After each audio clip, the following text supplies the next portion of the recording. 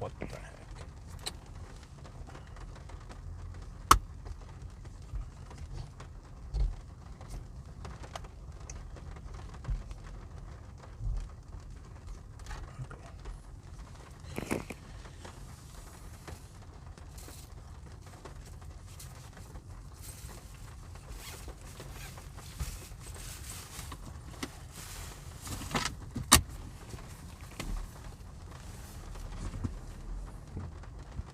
Well, we have to do the charge to start again.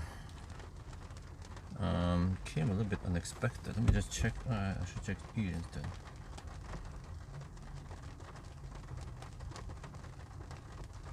I have to grab some food now quickly.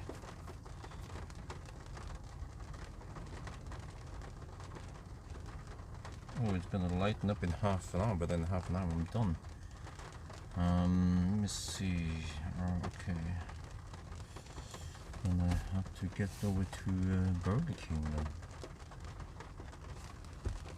Wait, can I order from the app here? I think I should be able to, right?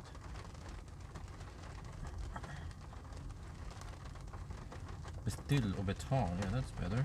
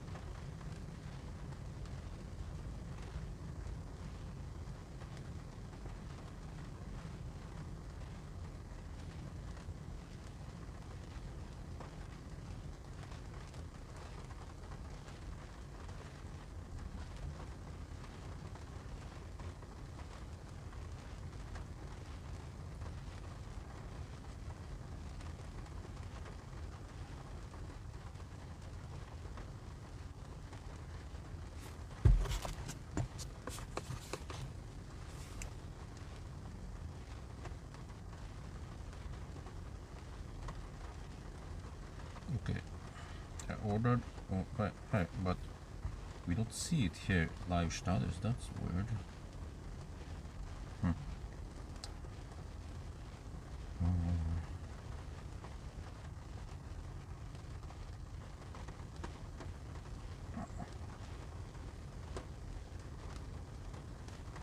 Okay, but it should be quick. We'll finish in 25 minutes. I had to grab some food, drinks. It came a little bit unexpected. Well, okay, sorry, let me see here. Okay, evening all, good evening. And we've seen the outer spec range test, blah blah, this shit there. Okay. 23 on Wednesday, yeah. It's gonna be hot. It's gonna be hot in Göteborg also. I'll see if I can get some trips done. I'm not sure.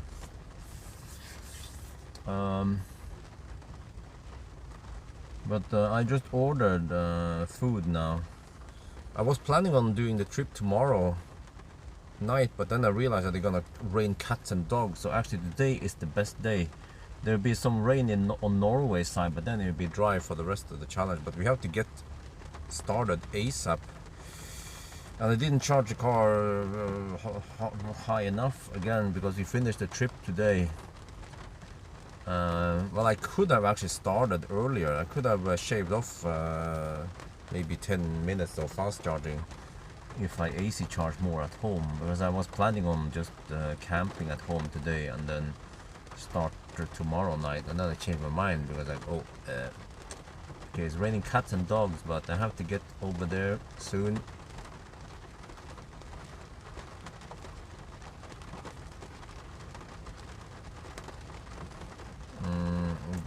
So eat in the car, I guess. It's gonna stop raining in about half an hour, but the car says 25 minutes before we are done. Let me see if I check Y now. Well, it's raining a lot nowadays. Okay, Y says, oof, yeah, it's gonna rain heavier and heavier now. You can see the graph here. This is quite real time. Well, it's not gonna stop. It will just rain slightly less in around 45 minutes. And then let me check here. If I look at the map, this is also highly reliable since it's quite short time span. Oh, it will rain. Oh, okay, mostly around. Right, actually, it will stop already around Oslo. It will stop. Okay, that's good. So 25 more minutes supposedly, but this one will not be 77 kilowatt hour. It will stop at around 75 kilowatt hour. Good enough. We actually have a slight advantage, which is that the battery will be nice and warm. Yeah, so we can scavenge the heat.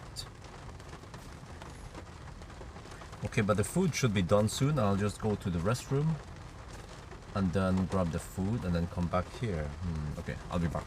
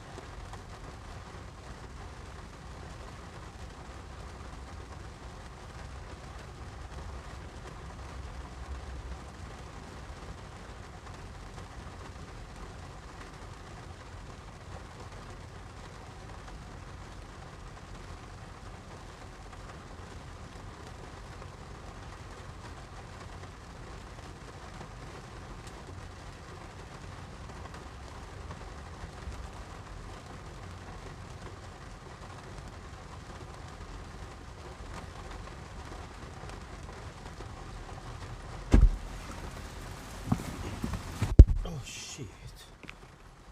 Man.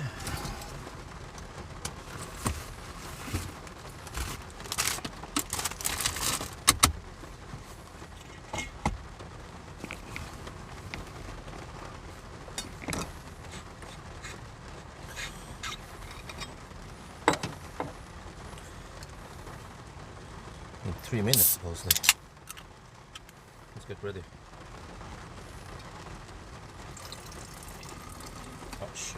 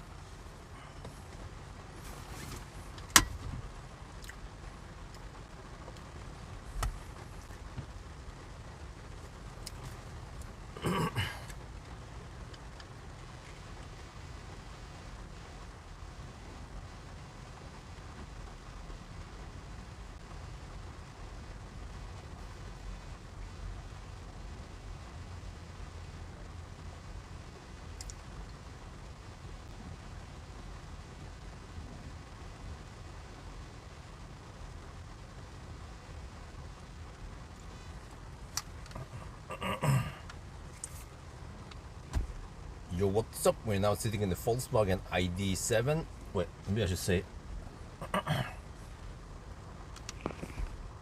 hello. We are sitting in the Volkswagen ID7 and wait, it's called 7. Yo, what's up? No, wait. Hello, we're sitting in the Volkswagen ID7 and today we're gonna wait, no, it's 7.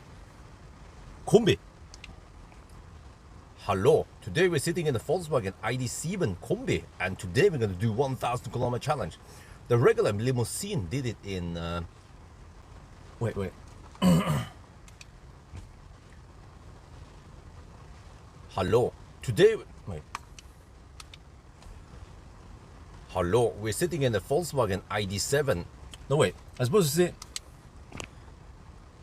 hello, we're sitting in the Volkswagen ID7 and no, it's hello. We're sitting in the Volkswagen ID7 Tourer and oh, it's not. Man, I get this wrong. I have 1 minute left. Let's just do a regular one. Yo, what's up? We're sitting in the Volkswagen ID7 Tourer and today we're going to do 1000 kilometer challenge. So, you know the regular fastback, whatever, did it in 9:25. Can we match it? We have slightly less efficient car, but we should charge pretty fast. So I'm gonna cleavage again, a little bit unusual location. I'm now charging up to almost 100%. We're gonna finish in 1 minute supposedly, so we might start at 9 exactly, or yeah, we have to round it up at 9. Okay, and if we look here, we see that we try to reach Spec Road with 35%. Wait, how do you see the whole route here? There. Yeah, so it's gonna be raining around here, but at least over here it should be fairly dry. So yeah, it's not that cold today, hopefully. So we'll see. Can we do it in around 9.5 hours? Well, there's only one way to find out. We have to wait for the charging to finish first.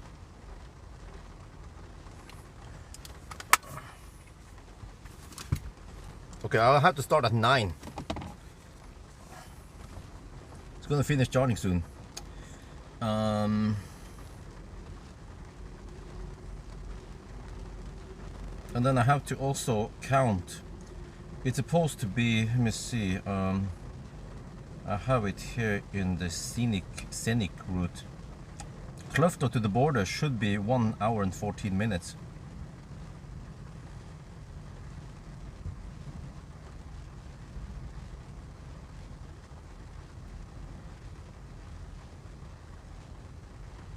Okay. It's gonna finish charging soon, so let's get ready. How to align everything.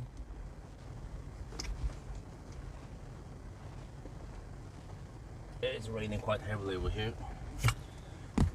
It's gonna pop anytime soon now.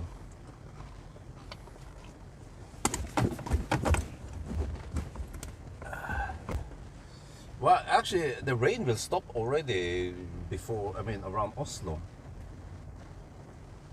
But I do it today because actually it's the best weather.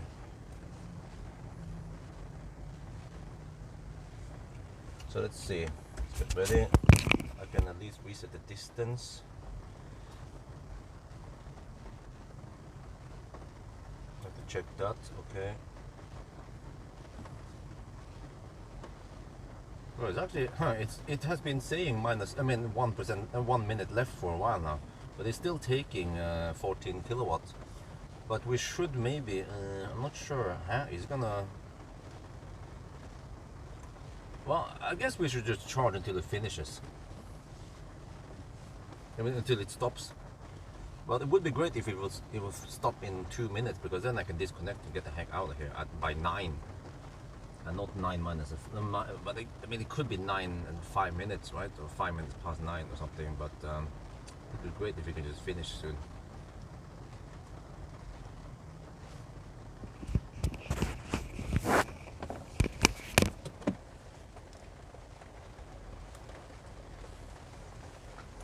Come on, anytime soon now.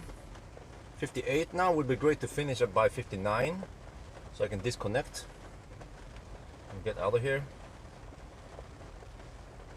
Oh, nice trip. Thank you. There, click.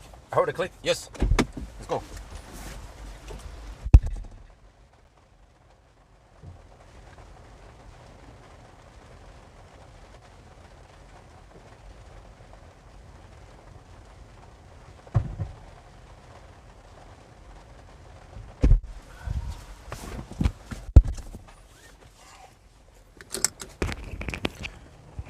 Do we a tube start there? Do we start before time? Before 9? We don't, right?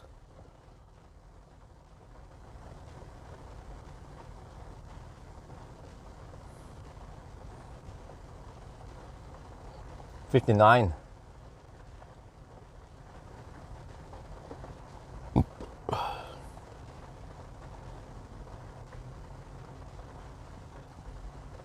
Well, 3 donations. Oh, I missed it. Achtung Polizei donated $75. Oh, thank you very much. $9.40. Witches Krutzel donated 1.49 pounds. Oh, thank you very much. And then Uber Hopne donated $25. Oh, thank you for the Lillehammer videos. Awesome. I actually have another Lillehammer video coming up, but I have to get ready now. There, okay. Since start, reset. Okay. Long-term reset. Okay. All right, since start, yeah, since charge, we can have this one up. Let's go.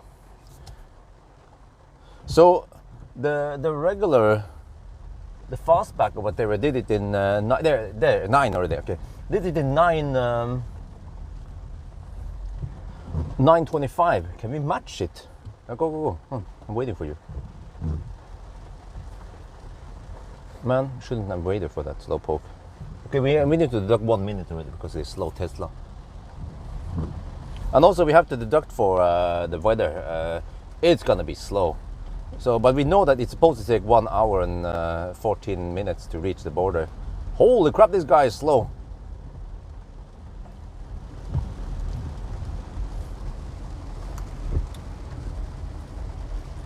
Do we have any Germans here?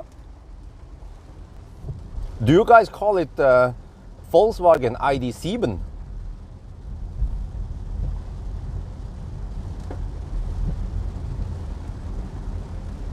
But the way I understand it, you say sieben, but you say sieben. The E in the sieben is kind of silent if you have it in like something like this ID. Is that correct? Or is Google translation way off?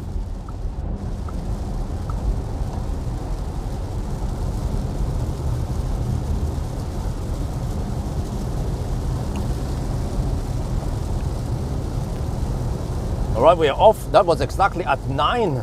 But you look at the weather. We have this crazy rain, but only until Oslo supposedly. So yeah, we have to look at the weather and the left lane huggers, and just deduct, because I know that from cleavage to the border, it's supposed to be 1 hour and 14 minutes. So by the time we get to the border, we can just find out how much time we spend, and then we just correct for it. So this is not a normal time for me to start, but I just had no choice. Yeah, guys, these guys are driving so slow in the rain.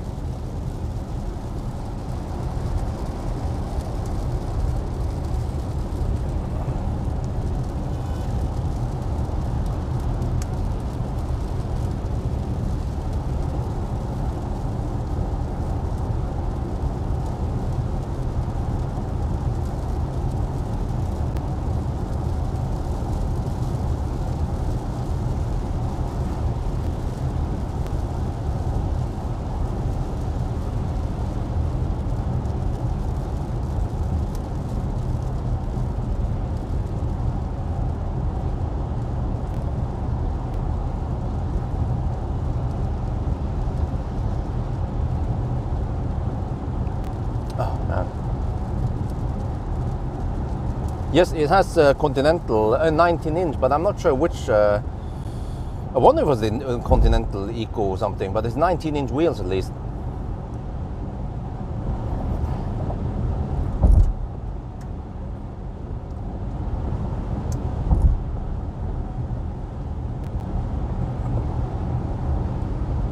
Only 82 kilowatt hour.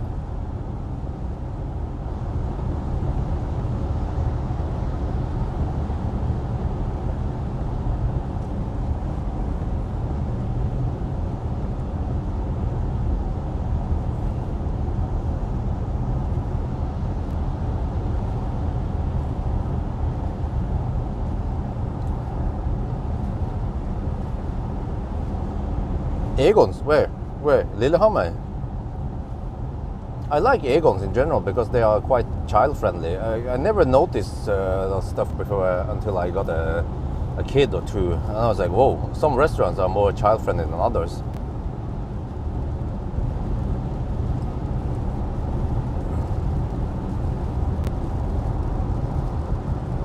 Oh, Tim BM donated $5. Keep up the good work, Bjørn. Kjenner jeg ikke.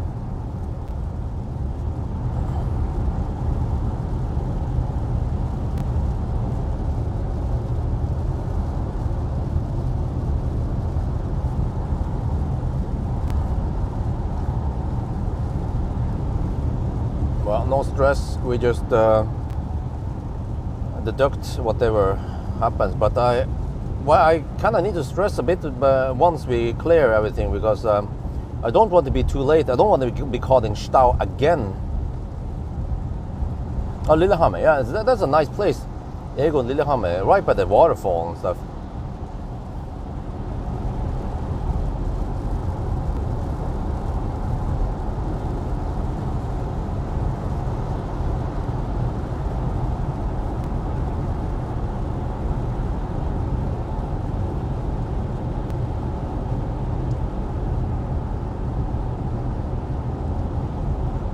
So yeah, actually this weekend we also went to Lillehammer with the ID7.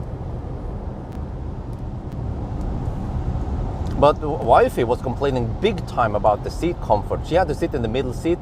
For some reason, she never complained in the Scenic, but suddenly, well, in the Scenic, yeah. But suddenly in the ID7, it was highly uncomfortable. At least on the way back, yeah. So I'm like, okay. Seems like Scenic is better then.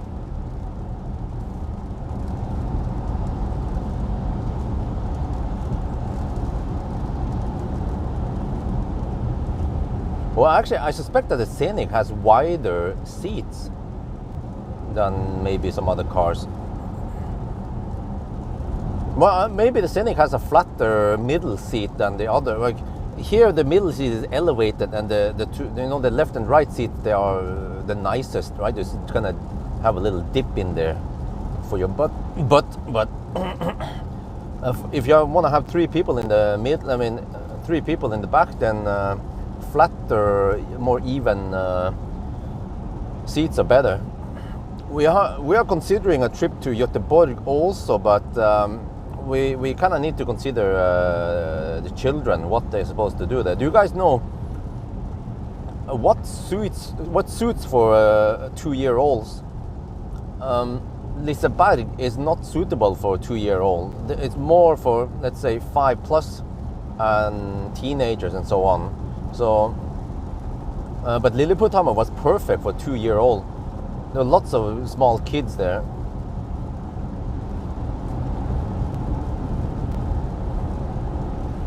Wait, is this guy camping? I have to check. Yes, he is. There's no reason to camp.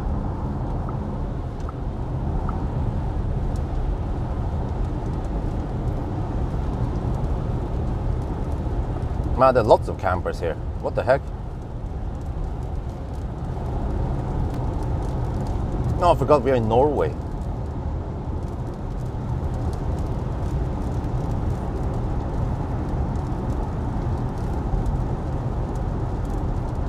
Is that guy gonna hammer it? Let me check here. Oh, okay, well, I'll do it also. No, don't block this lane now. Shit, man.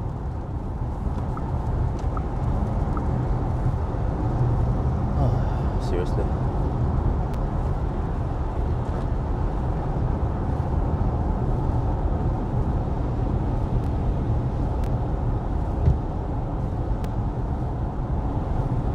Yeah, I saw this dude with a trailer. I was like, wait, no, there's not enough space because there's a dude with a trailer in the right lane.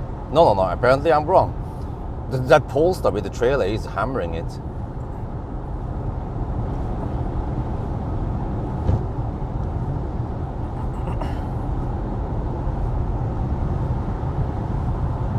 Well, I was actually in Frankfurt last week. Friday and Saturday. That was very nice, man, to be back in Helgoland. And okay, well, I wouldn't say the lane discipline is spotless, but it is a lot better than in Norway, at least.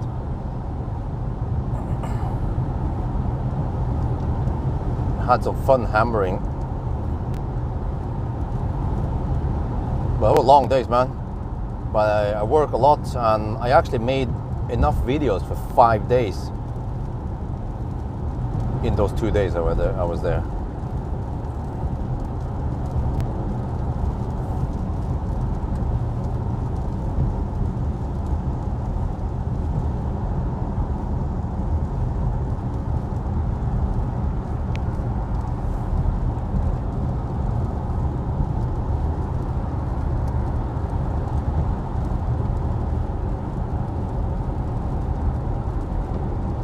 So it gets slightly better now. The rain and the traffic.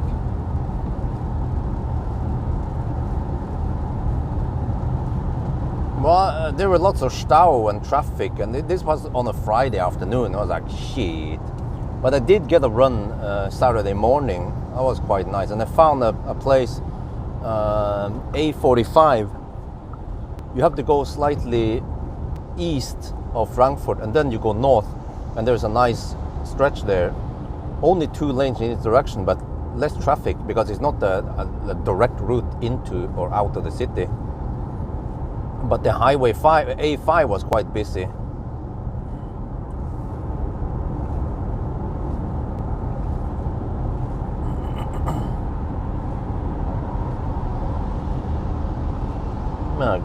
Getting hammered left and right here.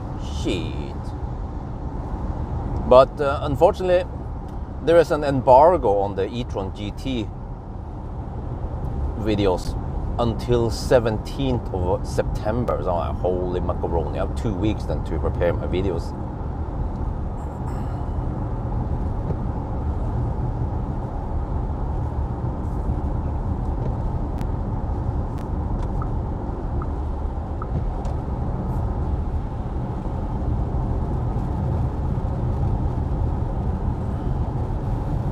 But man, I miss Germany, and I miss just having the whole family with me. But I just wonder if it'll ever be the same in a couple of years. I don't know. I hope that next year we can go on a road trip. But you guys saw how it was just to Lillehammer, only 1.5 hours away, and Axel just crying like a baby, really.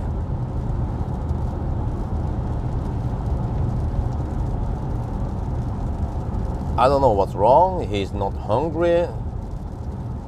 I'm not sure if he's tired. He's not overtired at least.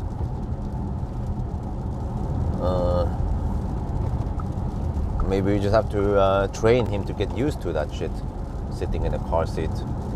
But usually it gets better. Isabel is more tolerant now for whatever, like boredness or tiredness or hunger. But of course, eventually, if she gets too hungry or too tired or whatever, too bored, she will also complain.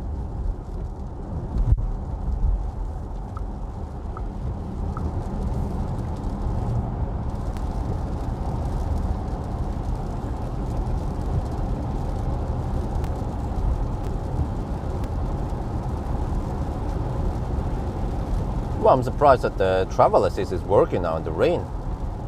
Maybe they have rain in Deutschland also.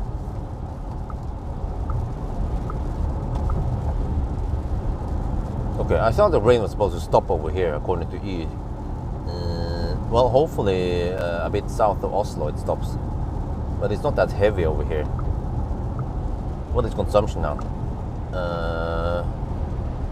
211 watt-hour per kilometer. Okay, it hasn't gone down yet. Probably because of the wet roads.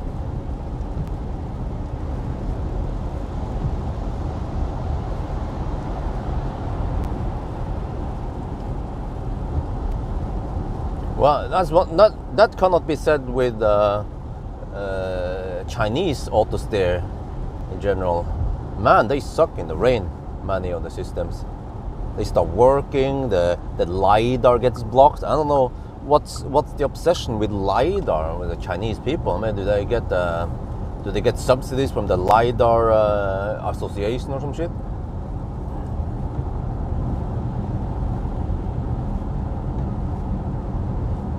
But yeah, anyway, we consider taking a family trip to Göteborg, but I have to figure out what the heck Isabel is supposed to do over there. I mean, it's not that super exciting to go to that garden, whatever, park. But she really enjoy Lilleputthammer. And then in Stavern, south of Larvik, there is also a family park, but it's closed for the season.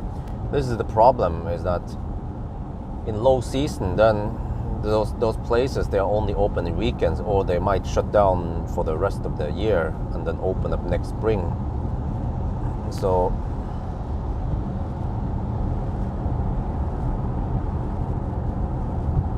well, what the heck, man? There's a car without tail lights.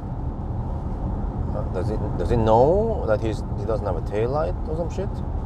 Well, that's dangerous, especially at night. And especially now that it's wet outside, so the visibility is worse.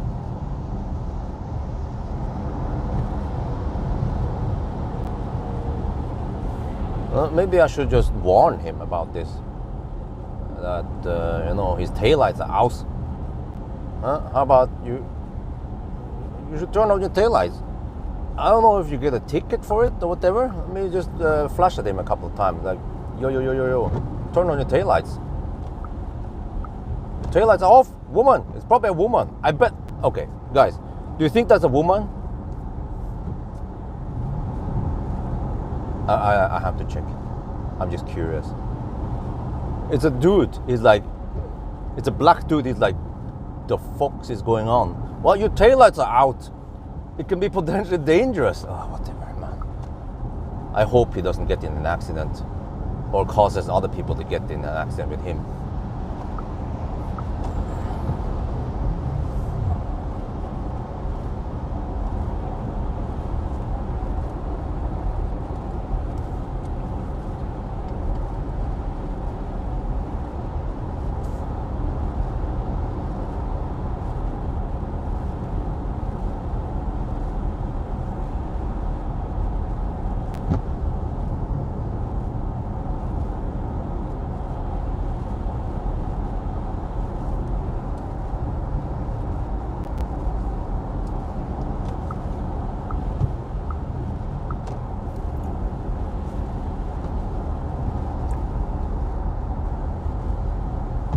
Flash my phone. I'm not too familiar with all the buttons over here, so whatever. I'll just focus on my own driving here, so I don't cause myself an accident.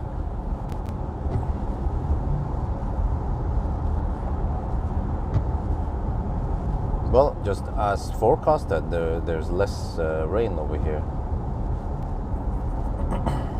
Consumption is down to 186 watt-hour per kilometer.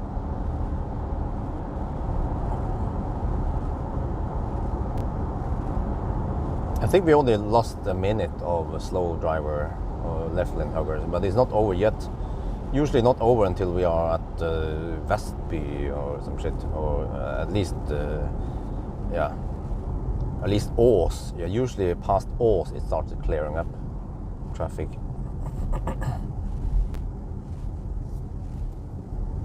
But maybe I want to be careful in this curve because it's wet. Car is semi-heavy. And we have some eco tires, so they might not be the grippiest in the rain. What if I floor it? Okay, then okay, TC kicks in. Well, that's good. Seems like they haven't tuned it to be like Tesla. Tesla would try to wiggle the tail, maybe a bit too much.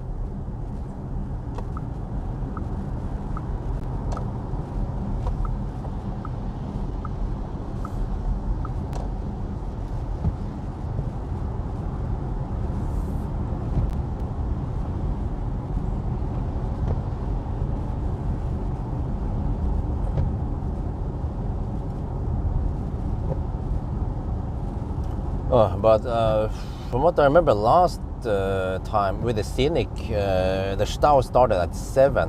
I'm hoping that I can clear Oslo by 6-ish. Yeah. Given that we don't have any major delays, but usually even if there's even if E6 is closed and there's a detour, usually the delay is no more than just 5 minutes. I haven't checked beforehand if there are any detours, but I have no choice because if I go tomorrow, it's gonna rain cats and dogs north of Göteborg. We're talking about maybe 5 millimeter rain or some shit. And I was like, okay, I'm not into that, so I'll just do it tonight. Even though I might not have the most rest after the trip last night, and Isabel was waking up at night, yeah, and stuff kept me awake and some shit.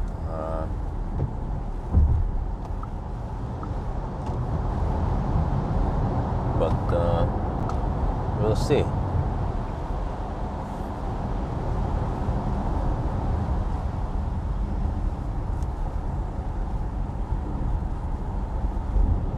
It's a nice and comfortable car. Oh, well, maybe tomorrow. You know, I kind of want to do a noise test with 19-inch wheels. Maybe I can do that tomorrow. Is that an M50? Yeah, i4 M50. I see on the mirrors. Unless they start selling fake M50 mirrors on Temu.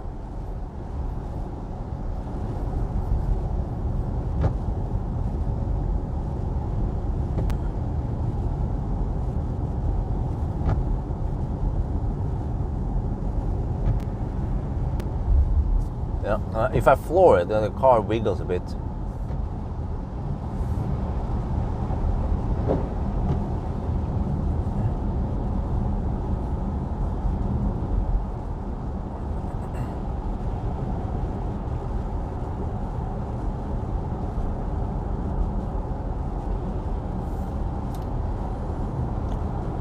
Well, but eventually, once Lynn goes back home after 14th of October, then I have to be more selective on the 1,000 kilometer challenge. I also have to figure out how the heck I'm going to do it.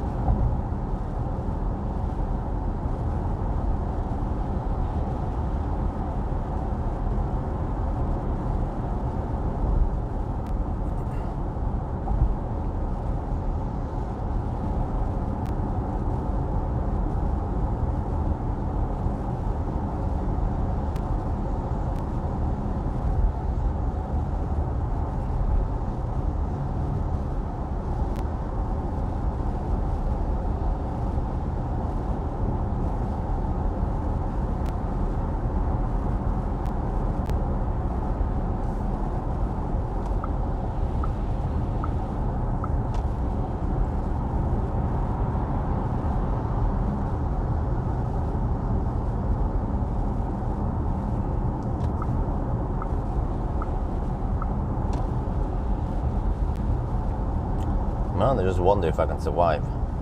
The only problem with this challenge is that I might get so tired that I have to take a nap, and then I get stuck in Morningstown.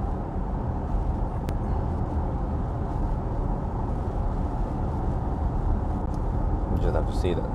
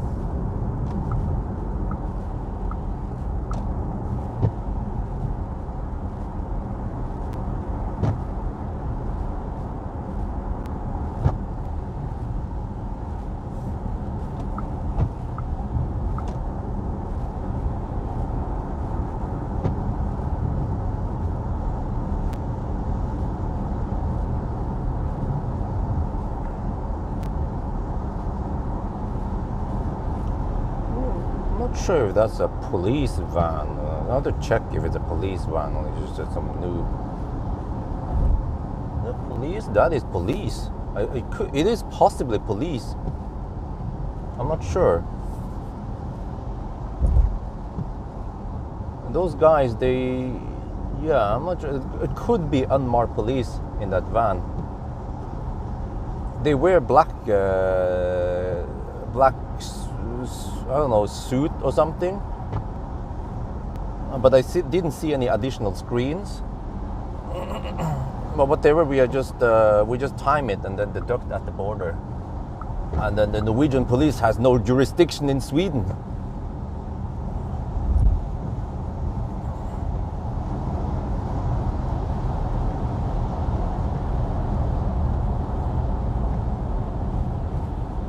Yeah, that van looks suspicious. So I'll just stay behind. Don't feel like paying even more tax. Even though they are driving kind of slow. Yeah.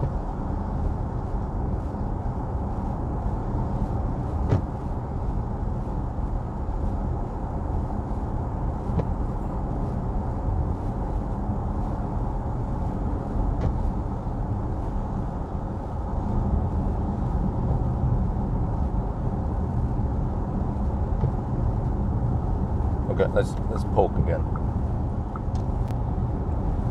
Just go. Let me just check on them again. What kind of? Yeah, that looks quite suspicious. They have this kind of shoulder. It has this. They have this thing on the shoulder. You know, something white or maybe yellowish something on the shoulder.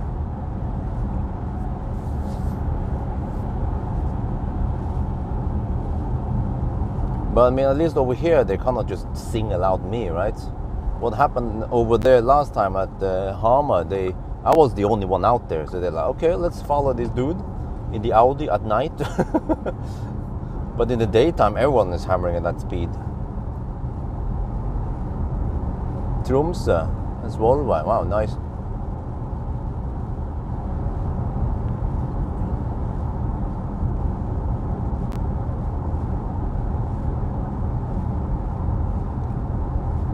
Well, I can tell you that several weeks ago, I was caught again in a speeding ticket. I was like, what the heck, man? What are the chances? It was night, and I was gonna test a Model Y, and I was just hammering as usual. No traffic, almost no traffic. And then they were parked at Dal, at the roundabout at Dal. They were parked there, and then they I don't know why they decided that, oh, let's follow this dude. And they followed me. They started following me from Dal, probably at some distance, right?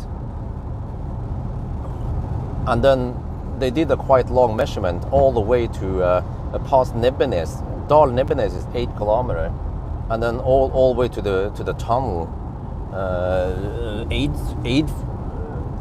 What's it called? Eidsvolltunnelen.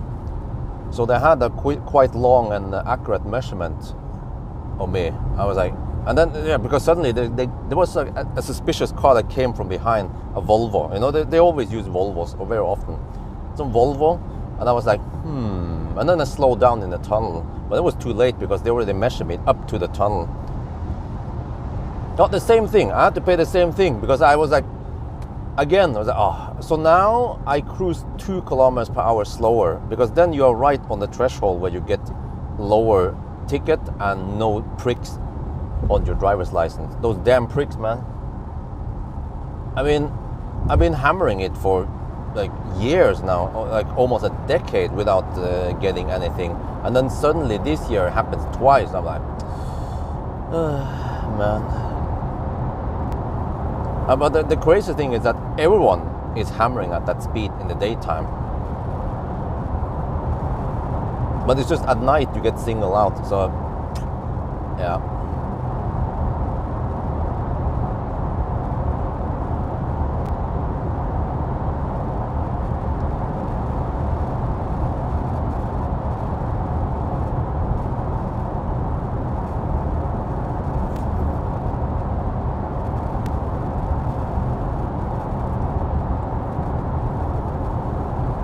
I also remember there was one no, but there was one time also I overtook. I was driving Optimus Prime many years ago, and I overtook a guy, also in typical Passat or Volvo or something. And when I overtook him, I saw that he had some screens, and I was like, "Huh, that's weird." And then actually. Not long time after, he turned a blue light on me. I was like, well, I mean, I wasn't speeding that much, but they were actually not looking. They didn't look for that. He was asking me something about that they were looking for a stolen Model X, a black one, and then mine. I mean, Optimus is blue, but it looked kind of black at night. But it wasn't Optimus they were looking for. And then that guy knew my channel, and eventually he became the unknown police friend that we've been emailing to each other from time to time. So usually police cars, they also have extra screen. So there's a way for me to detect it. So that, what the heck, man? I'm trying to avoid Baustelle here.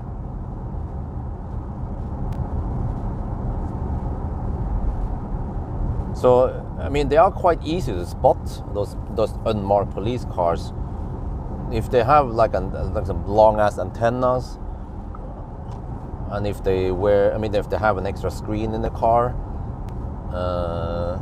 and if they seem to wear some black uniform with something on the shoulders, you know, and they don't have long hair or glasses. I'm not sure if they have beard, but you can kind of spot them. Regular people, they just have regular casual clothes, and but those guys, they are like ripped and kind of dark clothes, and also typically tinted rear windows and side windows, and very often like it's like almost without exception a dark car, a dark Mercedes, BMW, Audi. But those are actually not that common.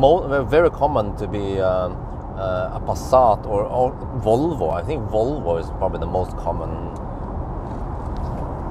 But it would be typically a Volvo station wagon, like the one that pulled me over. A Volvo, I don't know, V70 or something, you know.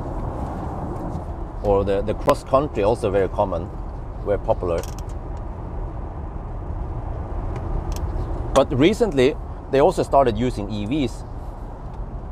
So there's also supposedly an unmarked BMW i4 M50, M6, no M50, BMW i4 M50, and an unmarked Kia EV6. So if you just happen to find someone with one of those EVs, don't try to race them. Could be Polizei.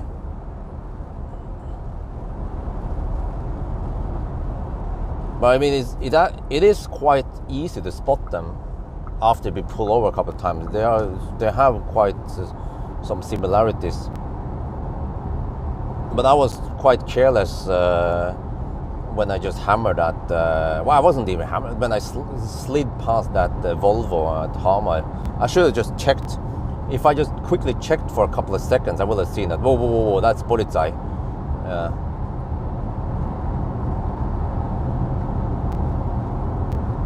But then they wouldn't have anything on me. They could pull me over, but they wouldn't have a measurement on me.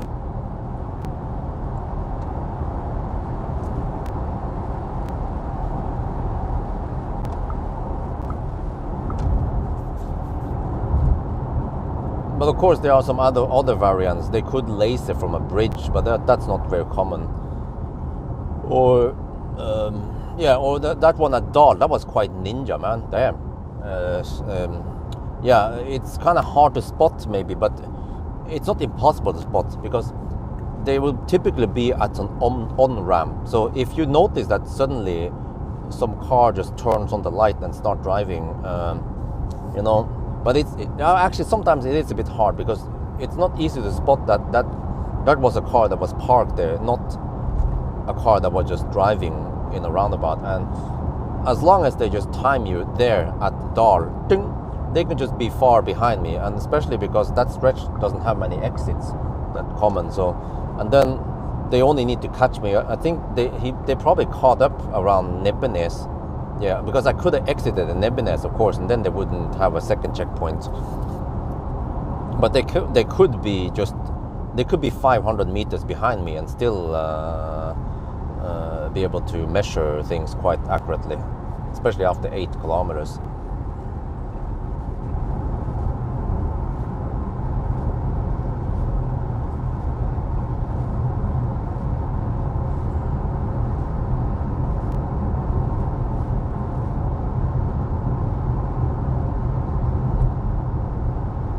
And also recently, right around when I got those tickets, I've seen an unmarked police van, like some kind of Vito. Yeah, they also tend to use Vito, and I think the previous one was a Vito.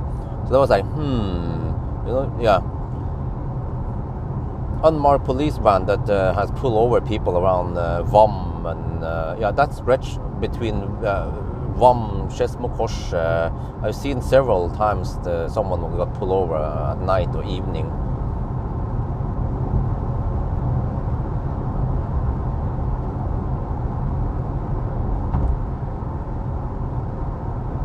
But man, it was nice to be in Frankfurt.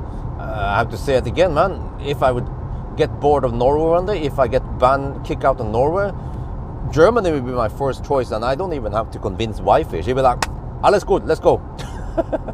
Wifey likes Germany.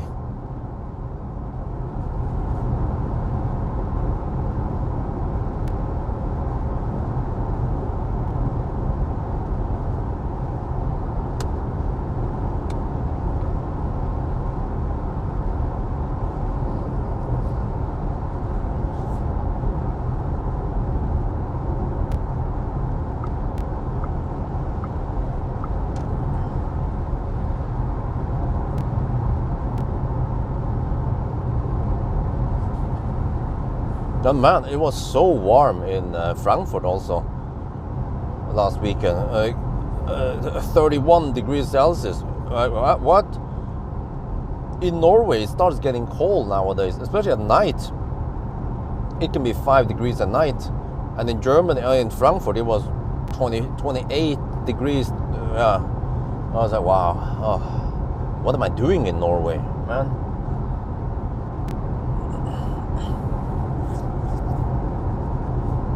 If I would go to Germany, I would probably settle in Frankfurt, like I talked about a long time ago. But I have to then make new connections with all the car manufacturers, importers. But most of the important cars are also in Germany, like Volkswagen, Audi, BMW. I think even BYD, right? But I mean, it's not super important. But at least the German cars and of course Tesla are represented there, and those are the French cars. Yeah, of course.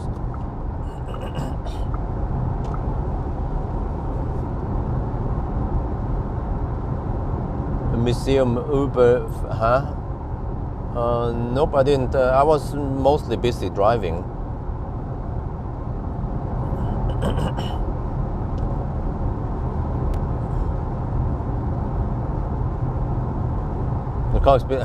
Well, I actually hammered past the Polizei in the autobahn, doing around 180 kilometers per hour, and they didn't care, except for that. Okay, they would care if I was too close to the car in front or something like that. But I normally don't do that anyway, even if Polizei is not around. And I almost never flashed. I think I flashed just once because someone was just camping in the left lane for way too long. But I wasn't too close. I flashed when I was around 3 to 5 seconds behind. Just flashed a couple of times. It was like a reminder, like, hey, maybe you should get the fuck out of here.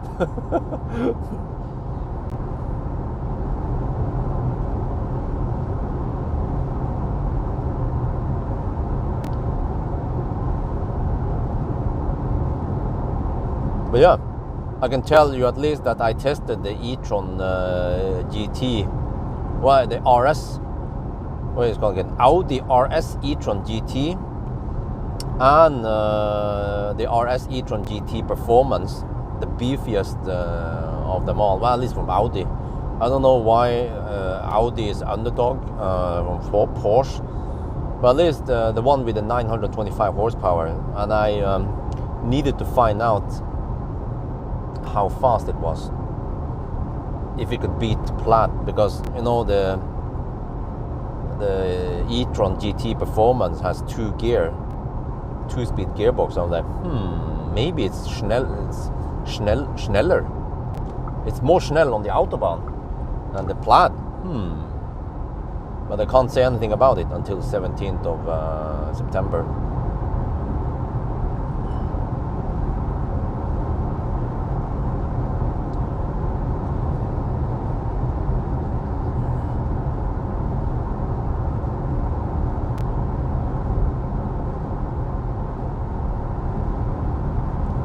Well, at least I can say that I did.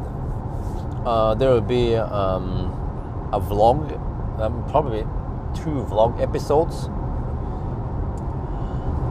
with some driving impressions, but also a range test, a charging test, an autobahn stress hammer test, and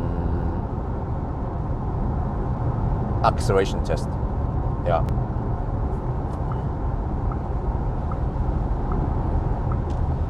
But I don't know. I have no idea how popular those videos will be. Could be that I only get 10k views because they'll be like, oh, that's way too expensive car.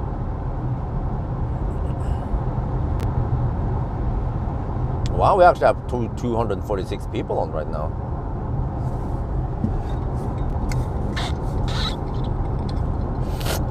Right, consumption 179 watt-hour per kilometer. We have wind from the we have wind from the south. We have headwind, I believe.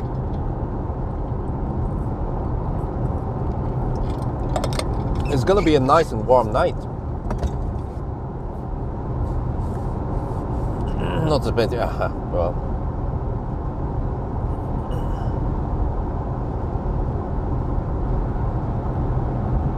I had to make some clickbaity thumbnails, like, can it beat Plaid? You know? Is it faster than Plaid? Question mark.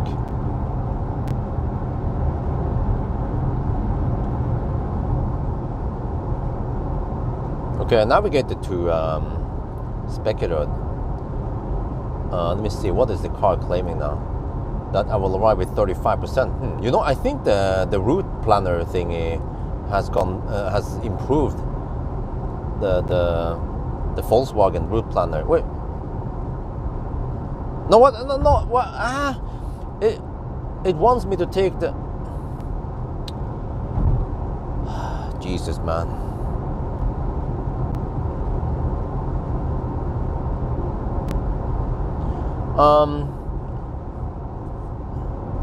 The Volkswagen navigation wants me to take the Stenungsund, the Ljungskile-Stenungsund detour. What? That road was open 2 months ago. Wait, July. Oh, yeah, it was open around 2 months ago. What the heck, man? Why do they keep using map from the Stone Age? Consumption 181 watt-hour per kilometer, and I believe we have headwind.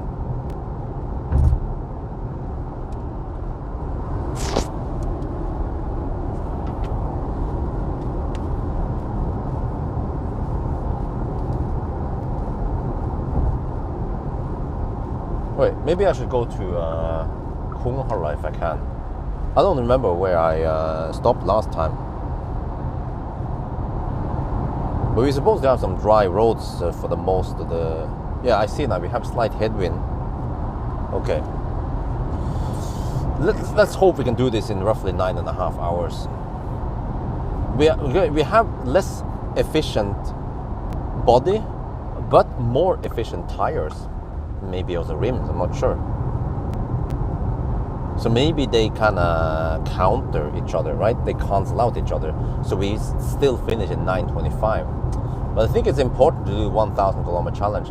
I also, if I didn't go on the family trip, I could have done a Sunday drive. I also wanted to do a Sunday drive, but I consider it important to get some family stuff going on. Family is important. Family is the most important thing. Yeah, as long as you have family, then you're good. Family trumps Sunday drive.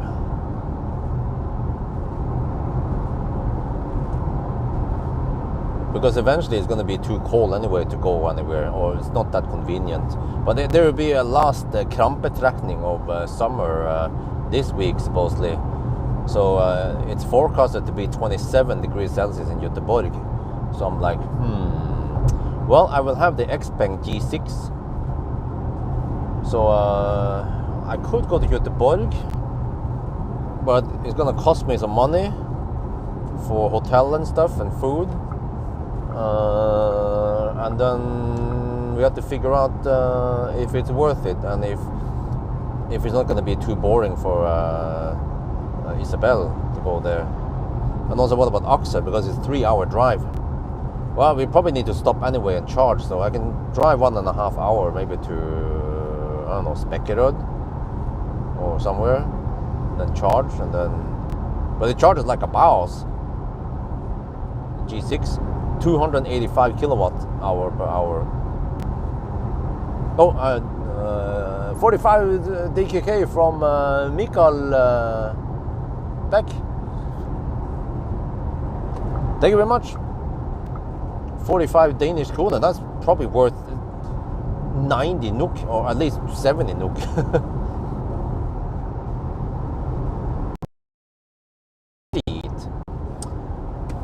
Here we go.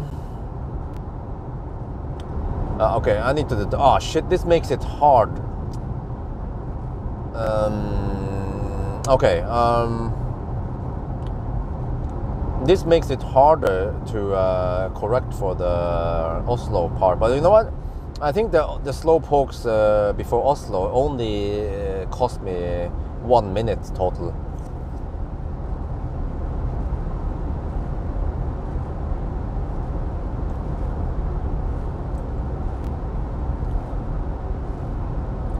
In around 35 kilometers, 38 kilometers, we will have a detour. E6 is totally closed. Well, let's hope that detour is not costing me too much time.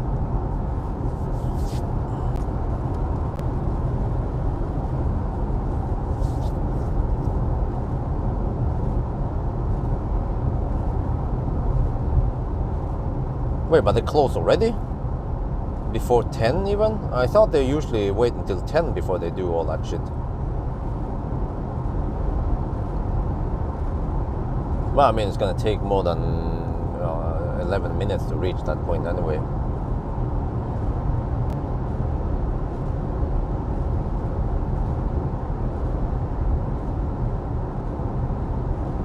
Sjöfartsmuseum,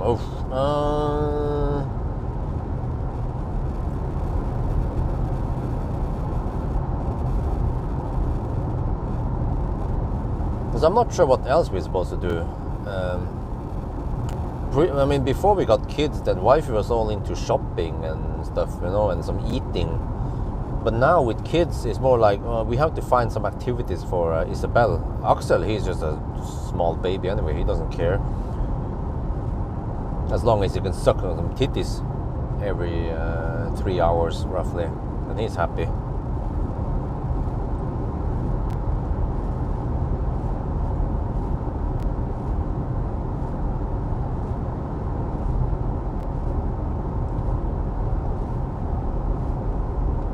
But I'm more into some kind of, I don't know, some kind of amusement park. But it seems like Göteborg, they just have Liseberg. So why would anyone try to compete against Liseberg?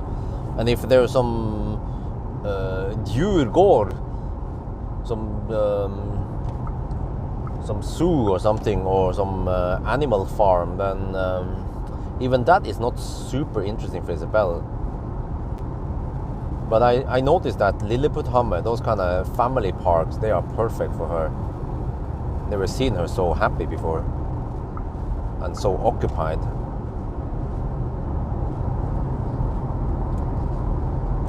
Oh, it's pretty good.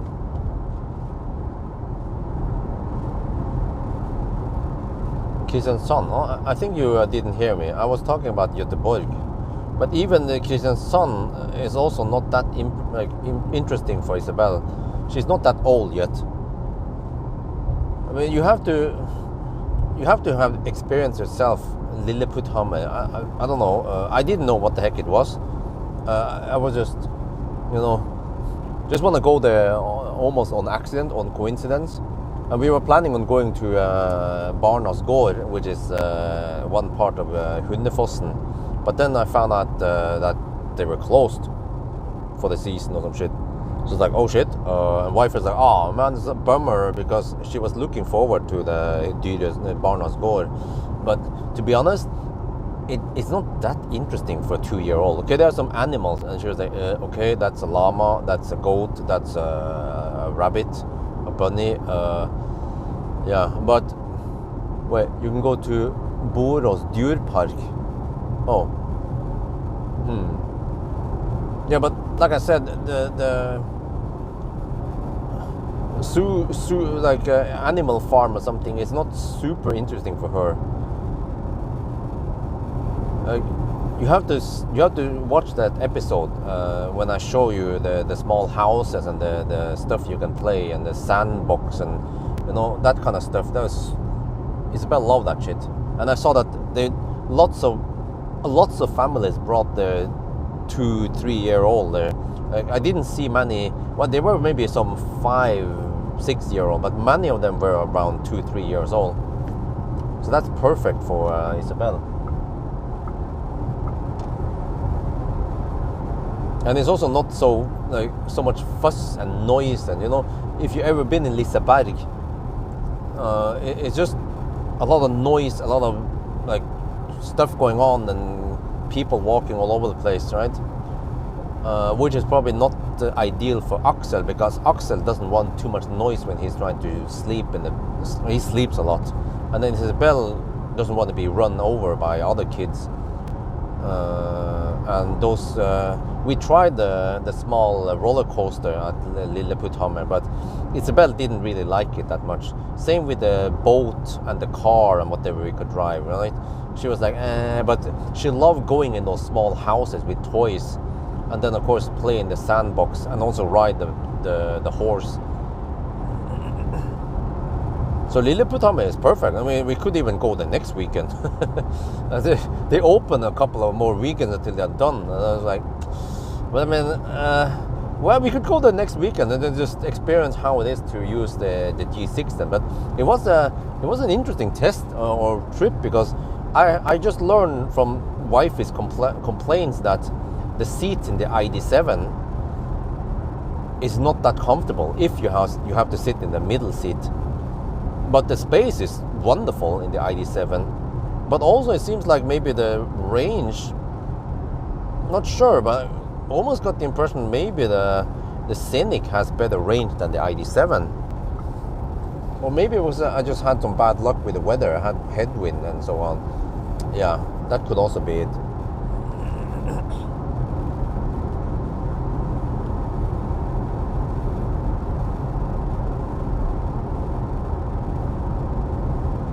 Yeah, if you have a 2-year-old, your kid is gonna love Lilleputthammer. I just discovered that by accident, and wife will also love Lilleputthammer. She realized that, whoa, that is some good shit over there. It's just very nice and calm, not that many big kids running around, and not that much noise. Super chill for a 2-3-year-old to go there.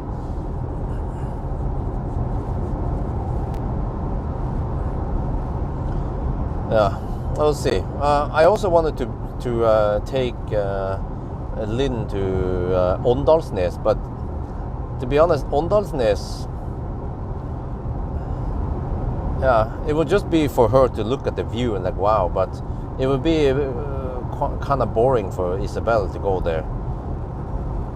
So Isabel is in that age where she wants to explore and play and unleash her energy. So for now, we should try to prioritize going on places where she enjoys it, because if she gets bored, she will get grumpy, and then it's not much fun for everyone.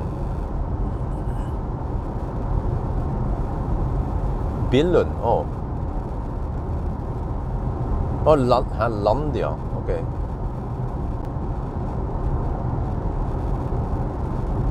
Huh? Slottsskogen, wait, what was that? Slottsskogen? Wait, that sounds familiar.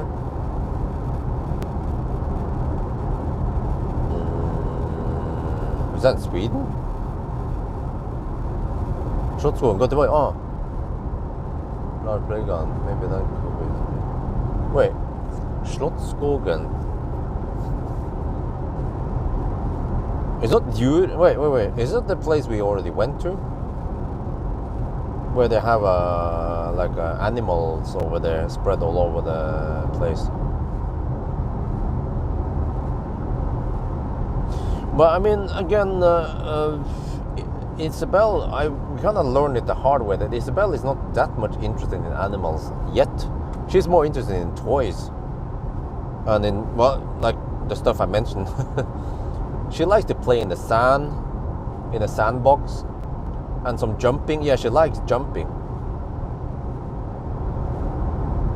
And those slow carousels, the whatever you call it, the horse carousel. We also tried the Ferris wheel, and it wasn't that interesting for her. She needs something to be active with, you know. And also the electric car and the electric boat wasn't interesting for her, because, I mean, I tried to let her steer, but she didn't understand much of it. It's too early for her to enjoy that kind of activities. The bump boat, or what they call it, you know.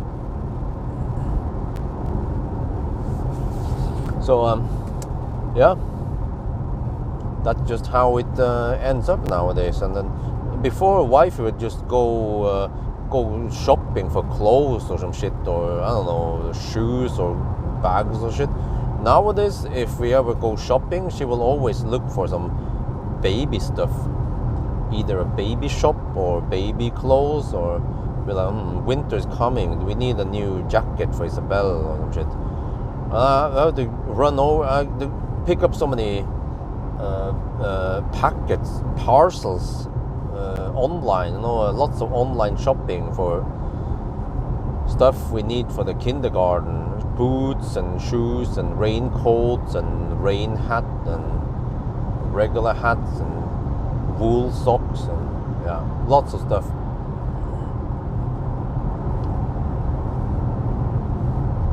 Scenic has more range. Well, what about my range test? I don't remember, but Scenic has quite a big net capacity, you know, 85 kilowatt hour, and then the ID7 here is only 75 kilowatt hour.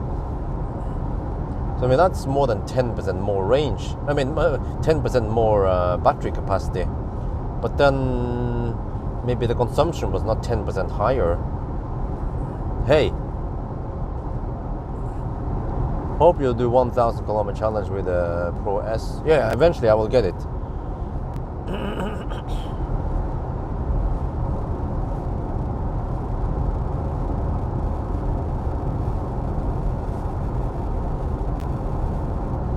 Okay, where the heck is a closed road, huh? Hope it's not a long-ass detour.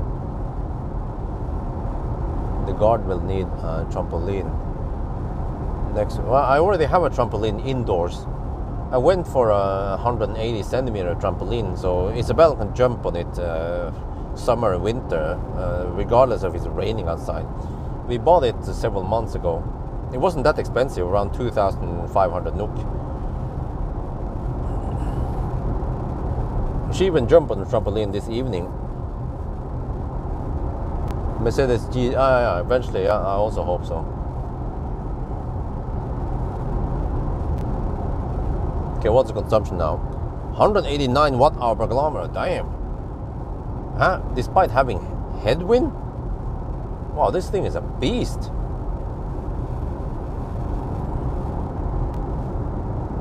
I don't think we have anyone to update status for us. Oh, is that a 2CV?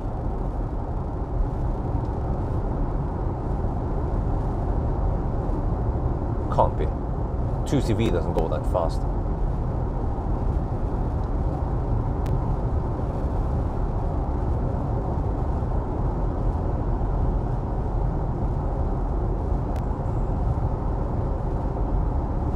I have no idea. Possibly Spekkerød. Or maybe Kunghalla again. Kunghalla is actually okay stop. Because with this car you want to go as deep as possible.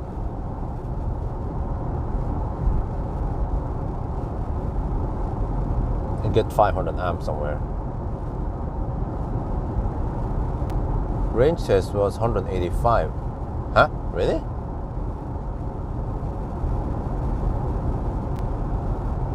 Was it that high? The 90 test? Really? I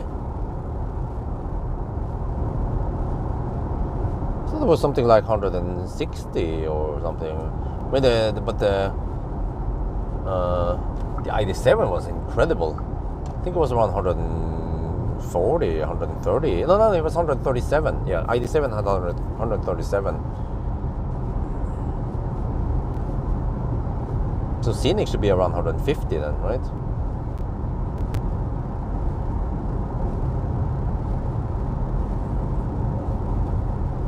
Scenic.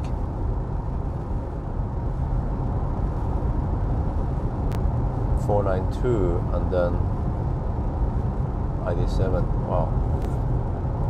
Wow, but the Pro S is gonna kick some serious ass then. With 92 kilowatt hour or 87. No, it hasn't been. Yeah, I think it was 87 kilowatt hour net capacity, or let's say at least 85, right?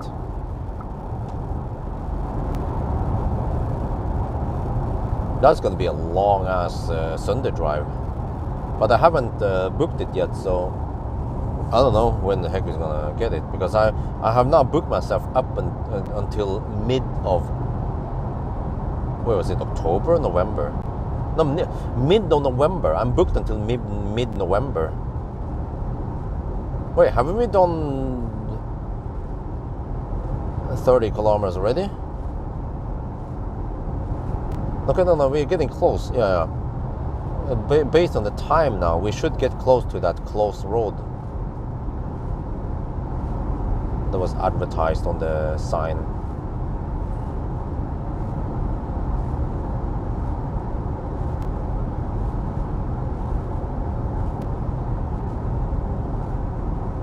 Better route available. What? Huh? What the heck happened there? The car figured out something.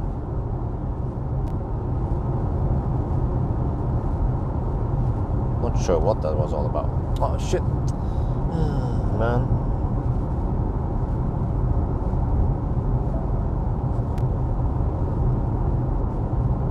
Oh, it figured out that we can go. Huh? Okay, whatever. It was about the Stenungsund detour, but. There's some traffic here, so that detour we're coming up soon is going to take some time, I suspect. No. Can you just zoom normally? There. Okay.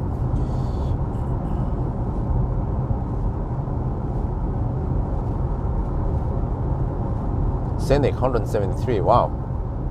Wow, that's a big difference, man.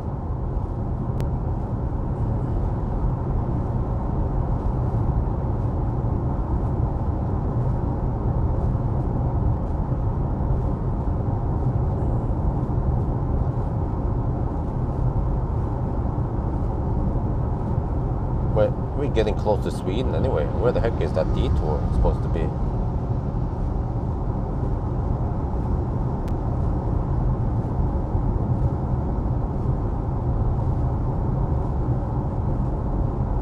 But I don't know about you guys, but I can feel that this car doesn't have DCC, and without even knowing that in the beginning, I felt like there was slightly less comfort here. I was like, wait.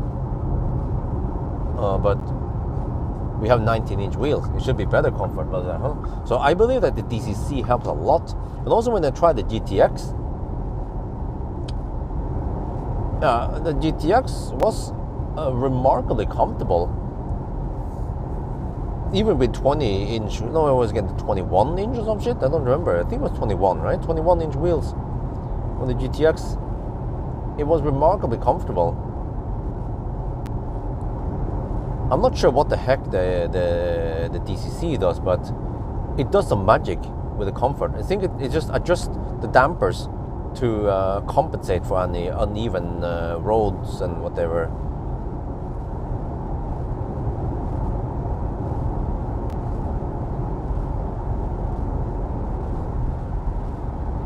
And some of the hard bumps, I can feel them, that they are hard, but I believe that DCC would be able to soften them out better.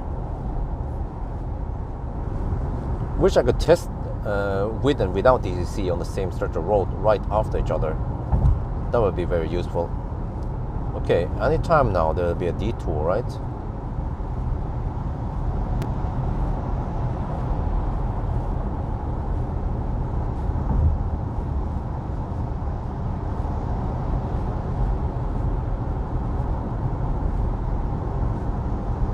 Here? Gjelder ved avkjøring, okay.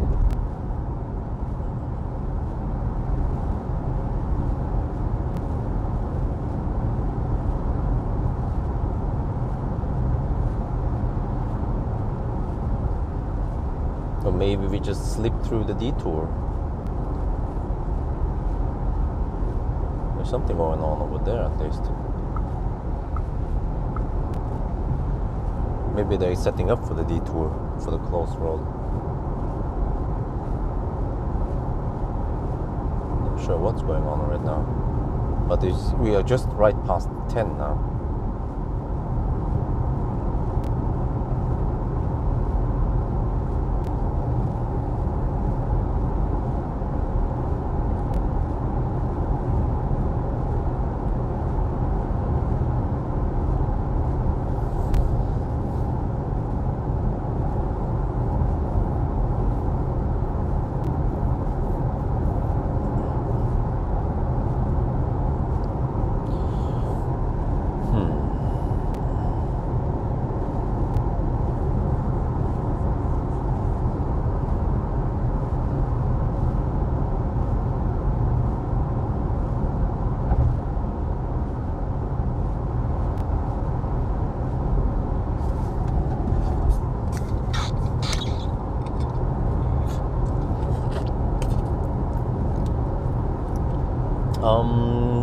I suspect that I actually ninja'd the detour. They didn't open it yet. Well, I mean, close the road. Because I'm pretty sure we have driven 38 kilometers since last time now, since we saw the sign.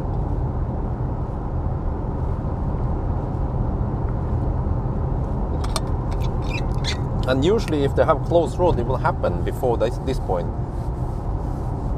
Because now I think the next. In not too long we'll get to Schweinsund, and then that's it, we're over the border. So it has taken 1 hour and 9 minutes now, so we should pass the Schweinsund bridge in just 6 minutes. No wait, 5 minutes. I don't think that's possible. Draw on ID7. Super comfy in the rear.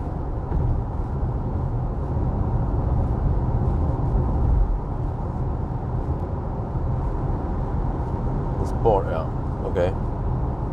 I was talking to a German, the driver at the airport. He said he drove the ID7. I was like, huh? The ID7? I was like, oh, BMW ID7. Oh, that's what he meant. Oh, okay. I was like, oh, okay. That's what they call it, right? So Germans, they call it the Volkswagen ID7. Is that correct? And it's Kombi. This is the Kombi.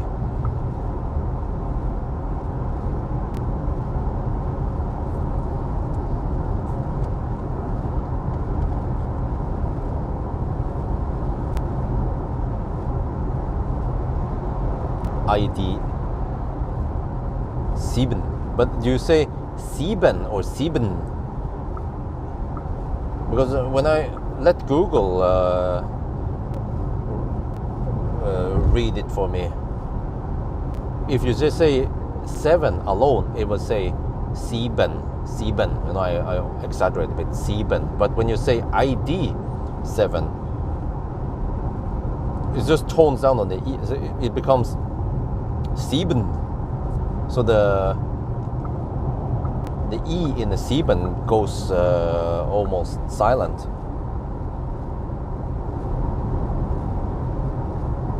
Is there a reason for it? Is that the way the grammar is? I heard that the Deutsche grammar is freaking complicated, man.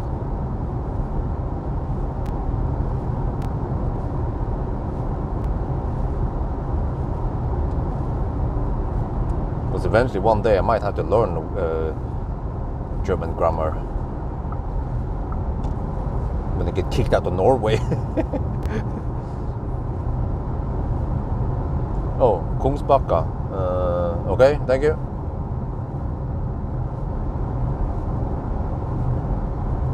Yeah, we'll see if I can reach Kungsbacka. Wait, maybe I managed to reach Kungsbacka last time. I don't remember. But we start from Burger King this time, so yeah. Oh, wait, was that? Is that the detour? The announced detour?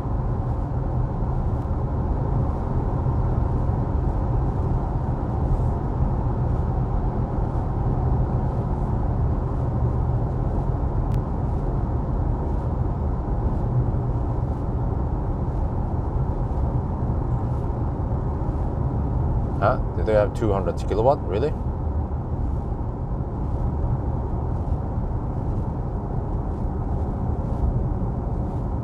But it's only one lane. There's no complete... okay, but that's fine. There's only one lane, okay. As long as there's no detour, then it makes it more comfortable.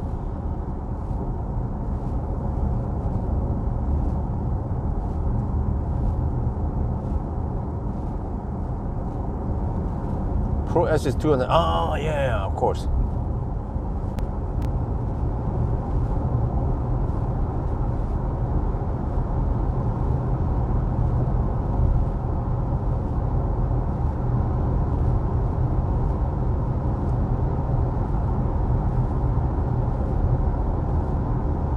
Seabane, huh? How do you say it like that? Seabane. That's weird. That's not how the Google lady said.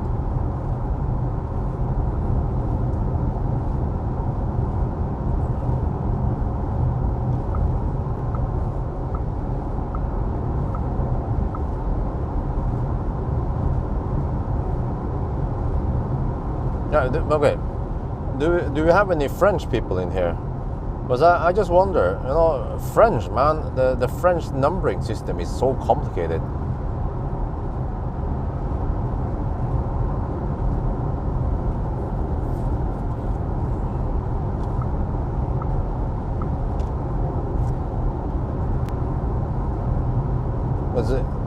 It's not that straightforward. It's similar to Danish. So, let me see if I remember this correctly. If I want to say... No, wait.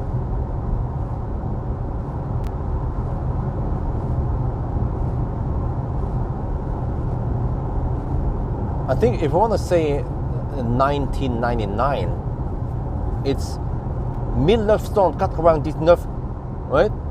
Is that, what the heck, man? Huh? Yeah, 1999 means 1000 plus. Wait, no, wait. I missed something. 1900, I think it was.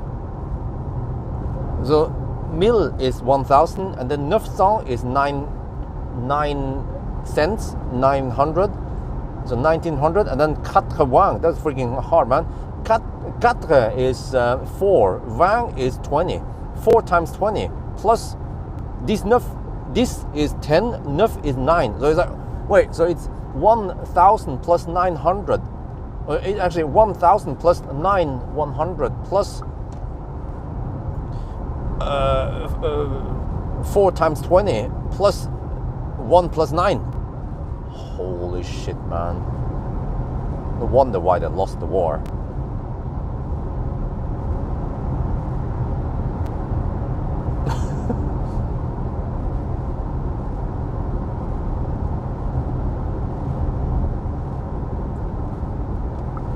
So if I would do a countdown in French, I would have to say 999 and then oh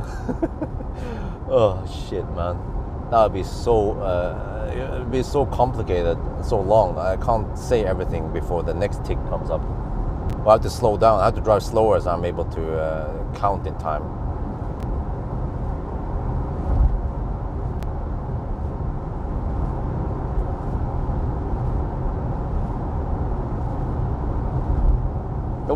Huh? The detour is here? What? Wait. Well, just one lane, right? There's no way to detour here. Well, unless they want me to drive via the old bridge or some shit. But I need to slip out of the country now. Wait, is this that one, right? And then we can just hammer it. Let me check here. I think it was just what? Yeah, okay, go.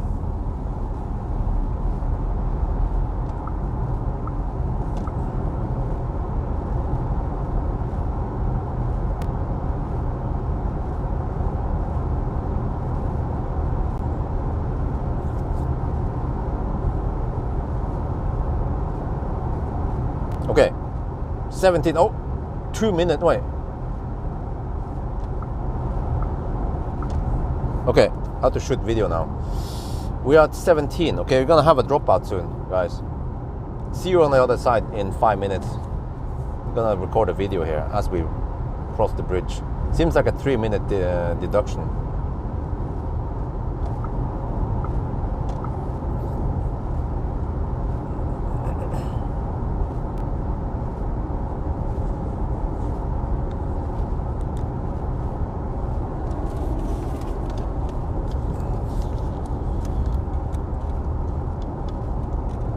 Oh, 18 now.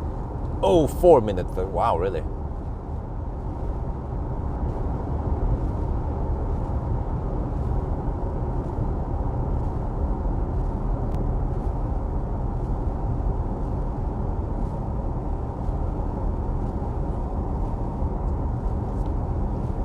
We are now at the border between Norway and Sweden. This is the Schweinsund Bridge, and we're supposed to be here after 1 hour and 14 minutes. We are here after 1 hour and 18 minutes. There were some delays.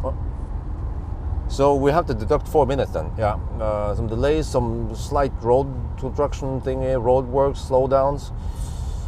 So that's it. But look at the consumption, 194 watt-hour per kilometer. We even have some headwind now. Huh? This is the beast from the east. Okay, maybe not the Eastern Europe, but at least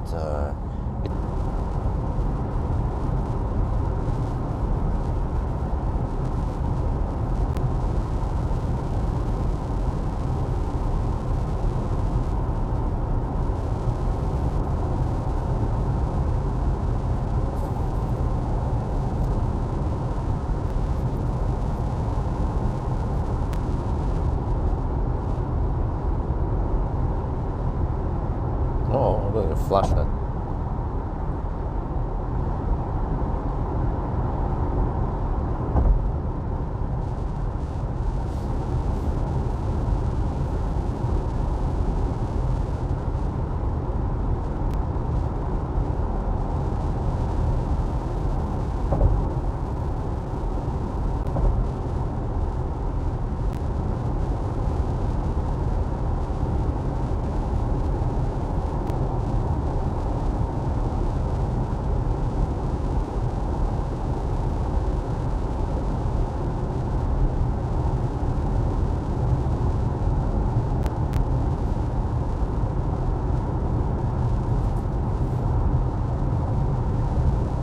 No, we're back, okay.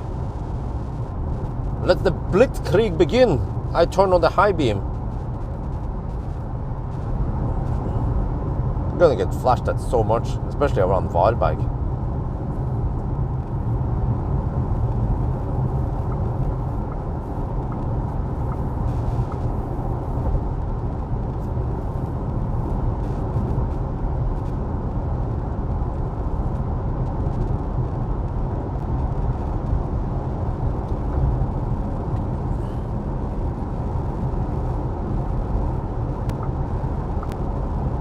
throttle change is working great.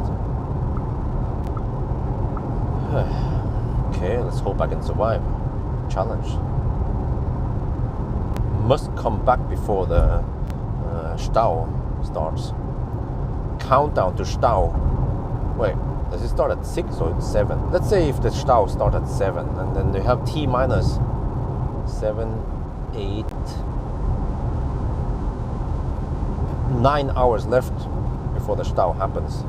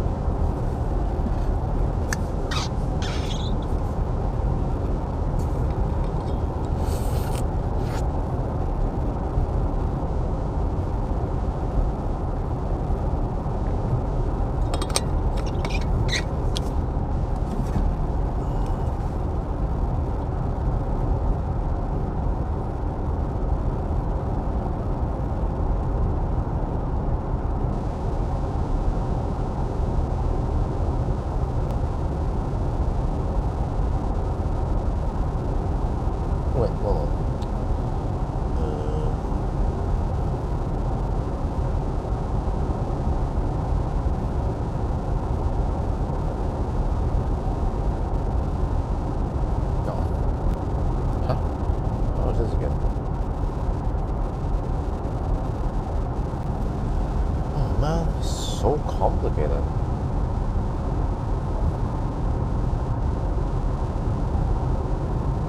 Huh? Sources? What? My media? Yes. Wait, did they change this?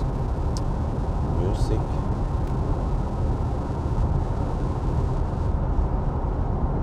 What?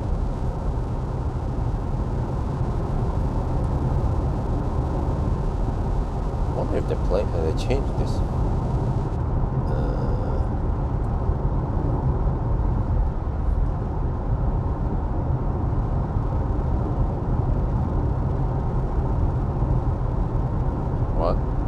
Wait, maybe it's not connected properly.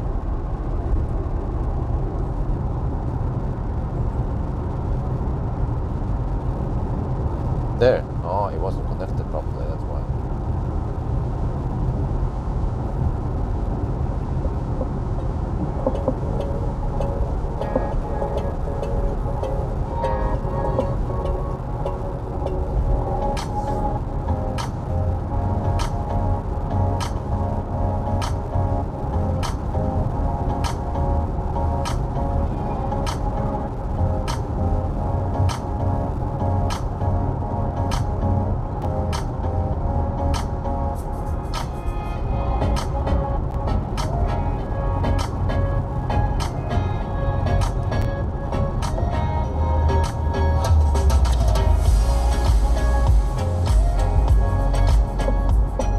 How do you mute this?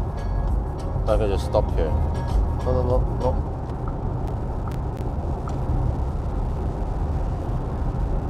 197 watt-hour per kilometer.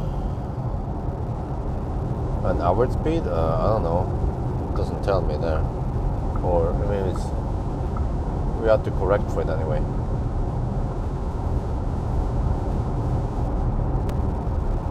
But we have 4-minute deduction so far. Not sure why the heck was 4 minutes. The traffic, some slowdowns here and there because of some roadworks.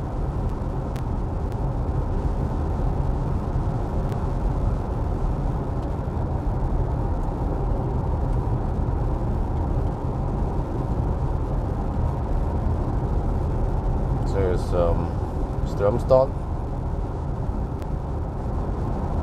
Skip that one for sure. We have 60% battery left. Well, actually 57 in display. I'm not sure. Whatever. This time I don't bother using a better route planner. Maybe I should, but I didn't bring that adapter. Well, actually, yeah. Whatever. I'll just use car scanner for now. haven't checked if Abedaruplan has the touring in there or not.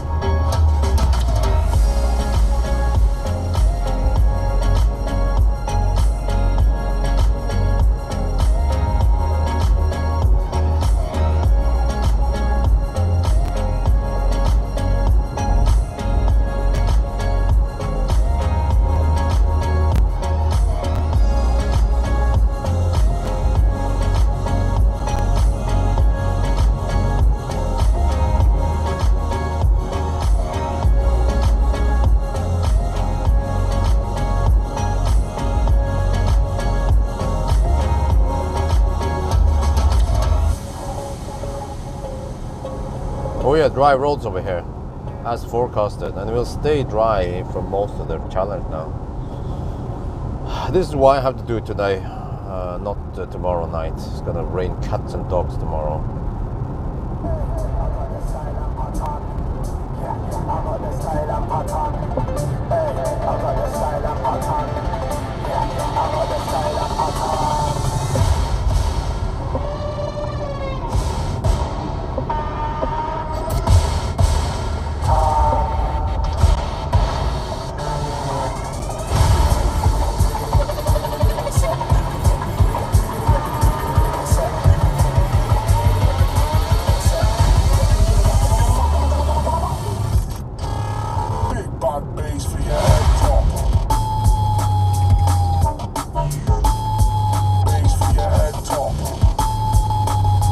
Oh, I'm gonna get flashed at.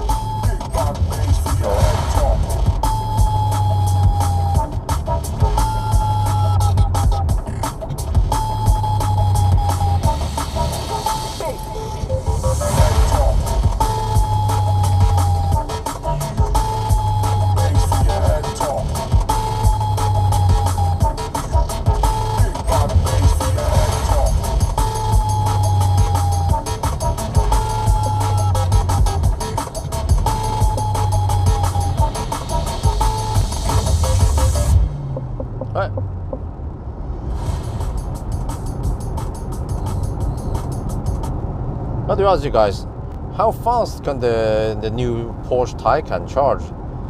Is it also 105 kilowatt hour gross capacity and 97 net, just like the e-tron GT?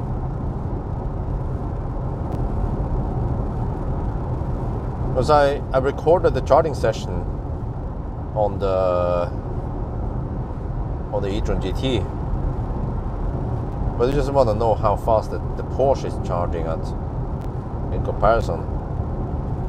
But I can't say anything about how fast the e-tron was charging. Yeah, but I want like the peak power and so on, and how long can it maintain that 300 plus kilowatt or whatever it was. I wonder if they had the exact same batteries, exact same charging curve. But the Taycan has more power, right?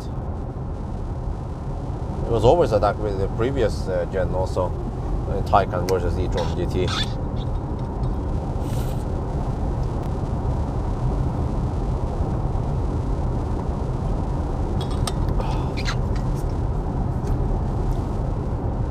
Man, I just have to stay alive so I can deliver Isabel at the kindergarten tomorrow. Then I'll pass out and just rest. until I have to go to the kindergarten again and pick her up.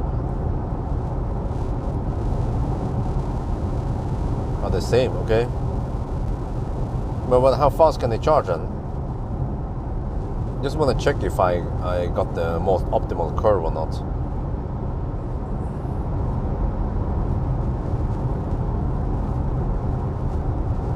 Wait, huh? Oh, so you mean the new Taycan is also 925 horsepower? They didn't push it above 1,000 or?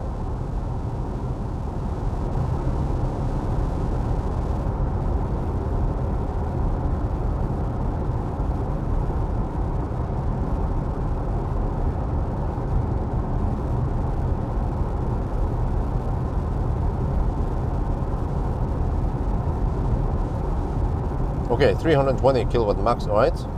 But for how long then? Wait, what was the... But the Xpeng G9 was incredibly fast also. Man, if they would just put that kind of battery tech in the P7 and make it more affordable, that would be a killer.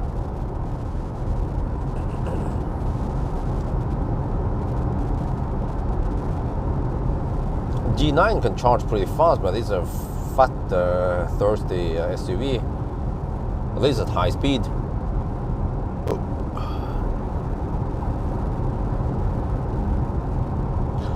Yeah, but the EMEA, when the heck is it coming out? I haven't even seen that many Electra out on the road yet. I don't know what the heck they're doing. Just bring them on the market, bring them on the road, deliver them to customers.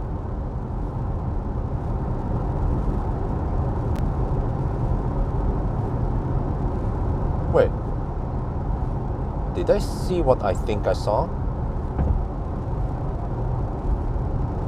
Whoa! Wait, was it always like this? It seems like the matrix light, they dim down on road signs, but they don't completely shut out like oncoming traffic. Is that true? I noticed it a couple of minutes ago already. I was like, hey, wait, huh? Wait. I would have noticed that before.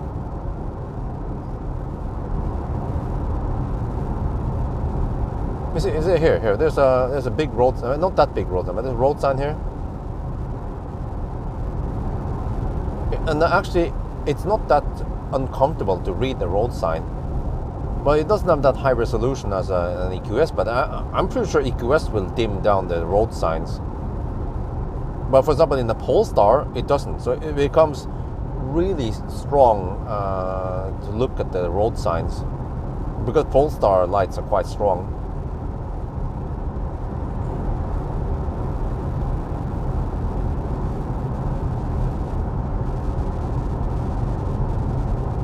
$10 to 80% in 18 minutes. Okay, but what about what does the charging curve look like? The 320 kilowatt, how long can you get it?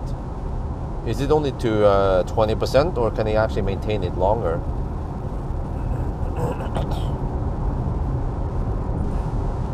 At the Kulla.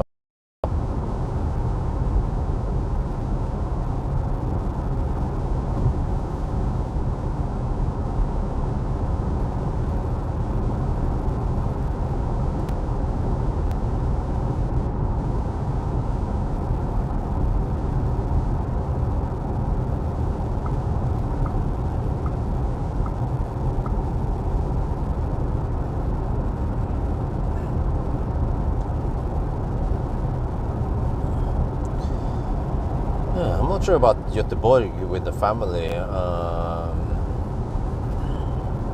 It's a longer trip. It's a big city also. Not sure how bored Isabel will be to come here. But I felt like I needed to take the family out, because especially wife has been kind of stuck at home for the longest time. But I can at least get out on my Sunday drives and 1,000 kilometer challenge and a few events here and there, test drive events. 5 minutes over 3. Okay, but at what percent then? Doesn't really tell me anything. Like how many percent? I mean, the 300 plus kilowatt. How until how many percent can they maintain it?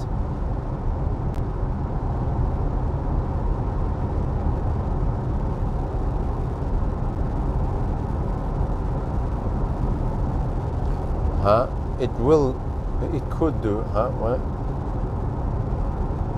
300 kilowatt, just over 60%. Well, that's crazy.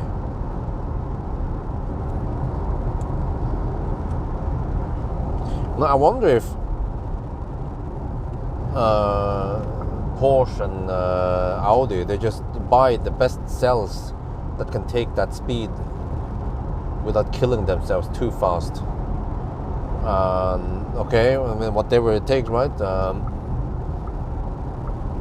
The batteries are expensive, but the whole car is quite expensive. So once the battery goes kaput and you're out of warranty, then you have to pay 50,000-60,000 euros for the battery, just like EQS battery.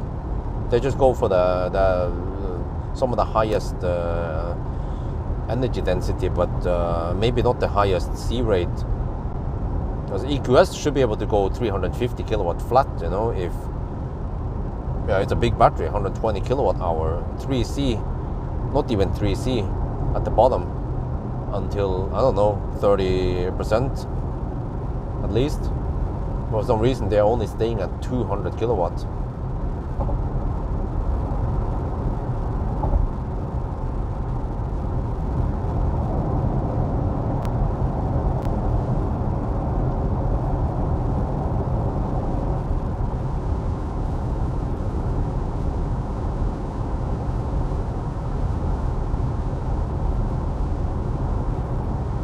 I also went to the Audi charging hub in Frankfurt.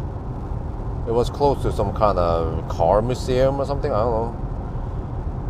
Tested some charging over there. It wasn't super interesting there. I was like, it's a charging hub.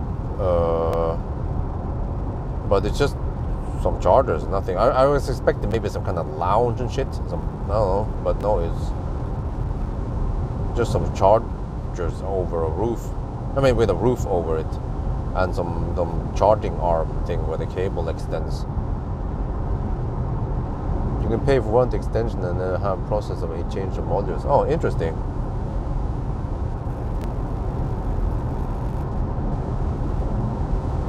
But you know, I mean, if it takes only 18 minutes in charging speed, so you're basically just wasting energy.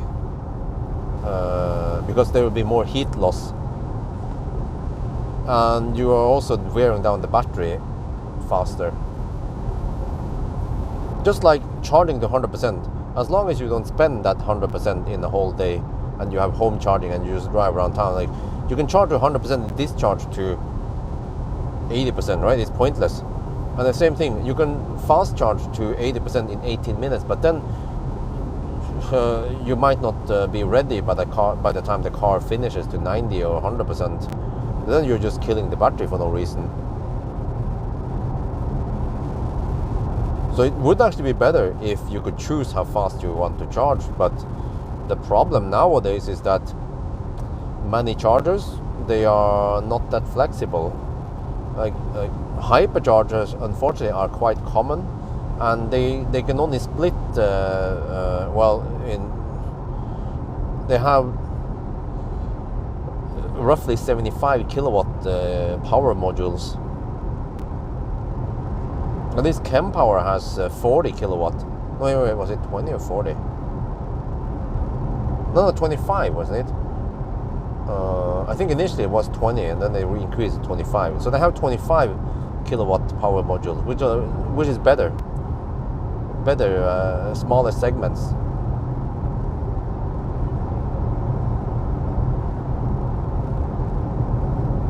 Yeah, exactly. Yeah, that makes sense, because many times, was a fox.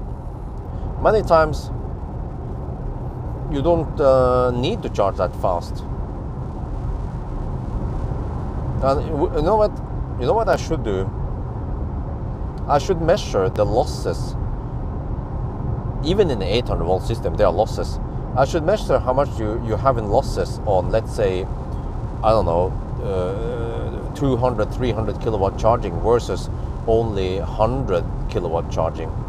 Because in many cases, 100 kilowatt would be plenty if you are planning on stopping there for a while anyway.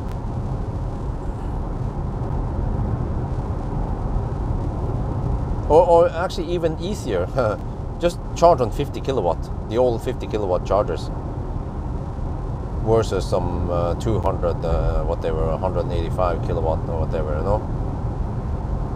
But I have to make sure there is no conversion loss. So actually it would be easier to do this test on a 400 volt car. But actually, yeah. But for example, the Xpeng G6, if it charges at Delta chargers, it would be taking only 150 kilowatt-ish, right? And then on Ionity, it would take almost double the power, 285 kilowatt. Then we can compare the losses.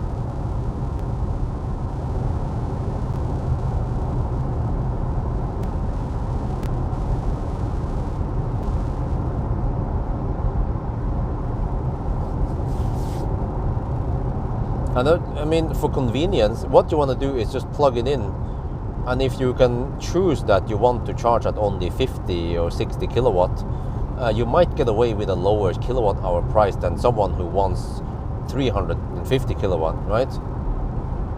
And as long as there are enough plugs in the system, like Kempower allows you to, then I suspect that many people will actually go lower power. But you should be able to input how long you want to charge.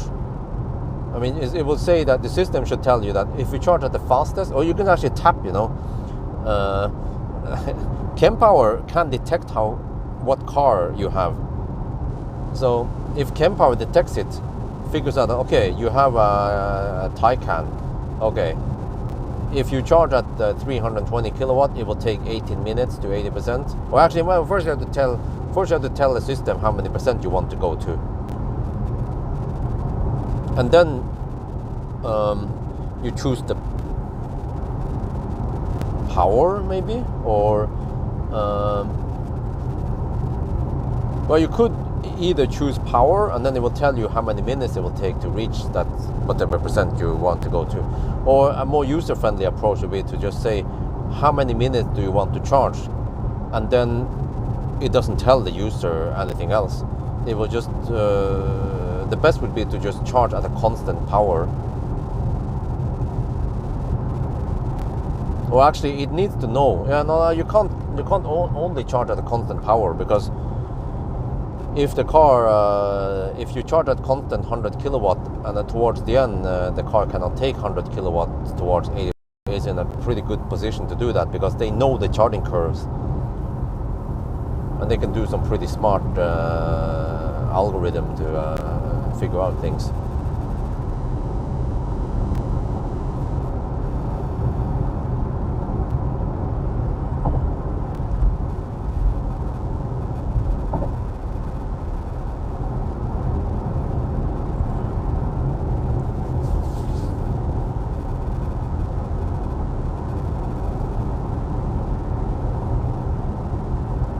Wait, no, I'm not doing this shit.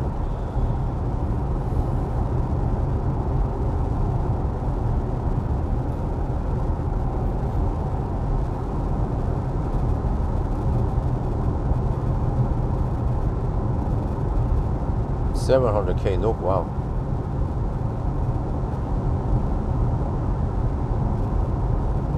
Taycan, Samsung. Now, I still wonder why the Germans haven't made their own batteries. They should. We should at least be using cells from Europe, not from Asia or other continents.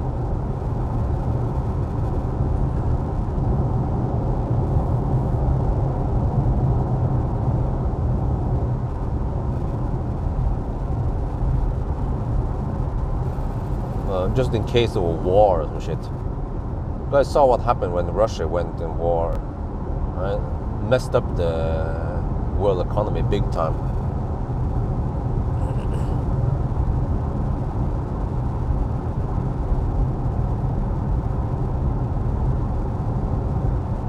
LG from Poland. Oh, okay. Well, that's good. But that Norway, the battery factory, is at least pumping out cells for.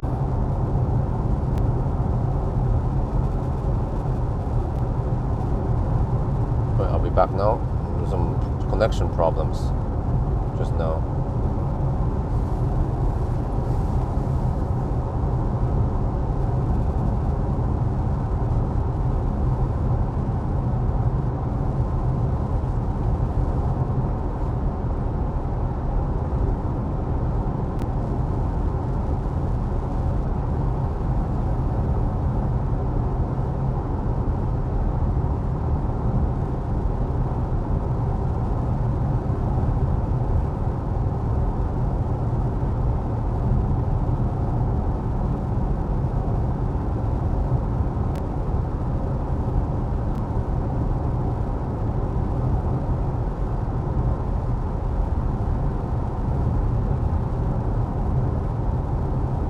Yeah, I can see that it dims down the segment that shines towards the road signs.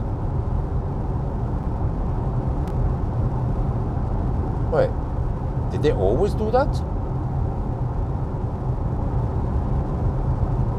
206 watt-hour per kilometer.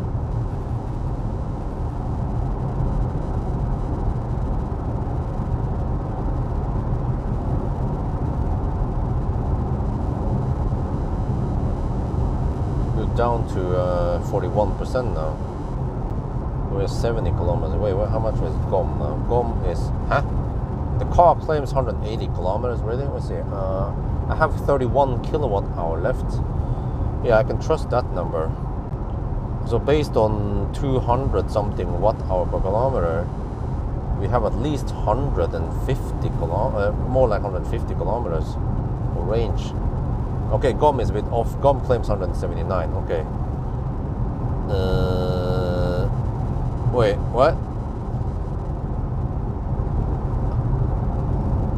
Speculative is too early. I should at least go Konghalla, but wait, can I make it to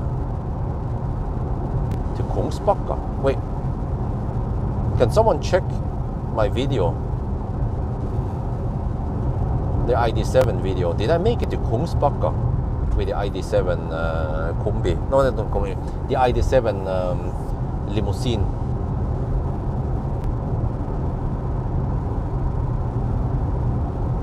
But I started from Yesholm, and this time I started from Cleavage, so it is slightly easier to reach Kongsbakka then.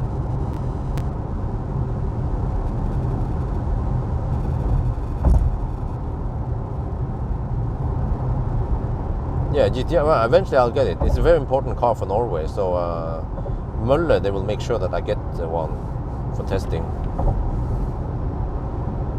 Yeah, you see, again, it dims towards that sign. I wonder if it always did that. Yeah, the signs doesn't become over bright.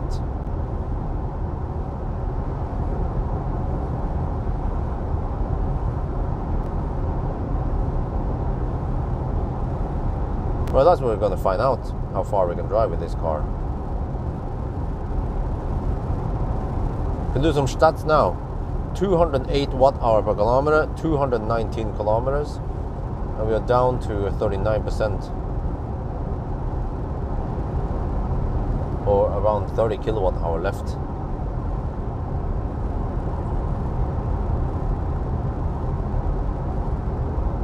Getting close to Håby now.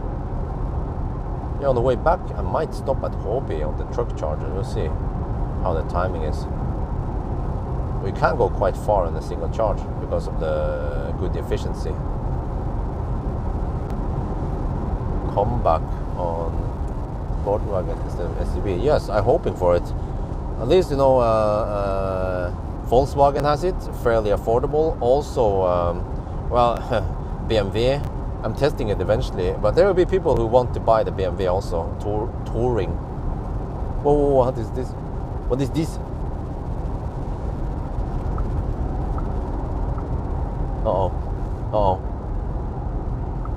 Baustelle. Just a short one, right?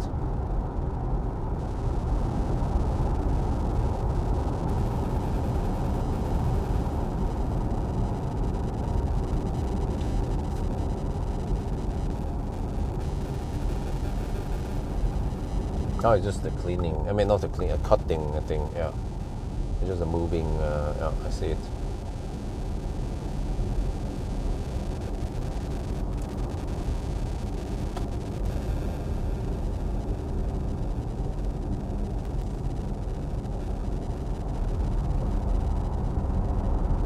Yeah, 222 kilowatt power output from the battery when I floor it.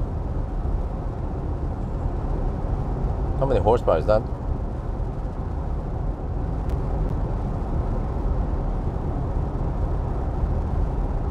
The Specker was the... Huh? Really? I stopped at Specker? What? No, that must be an old ID7 run. Maybe maybe you watched the winter run.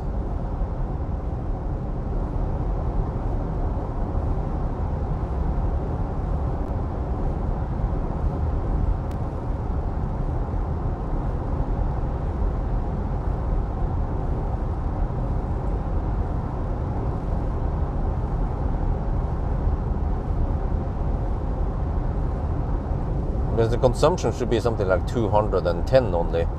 On the ID7 run now, I think it was 214. Yeah, 214 watt-hour per kilometer combined, a total for the whole challenge. So I have to find out the distance error here also. I think I found out already in the range test that it was underreporting. But how much was it? 1%, right? Or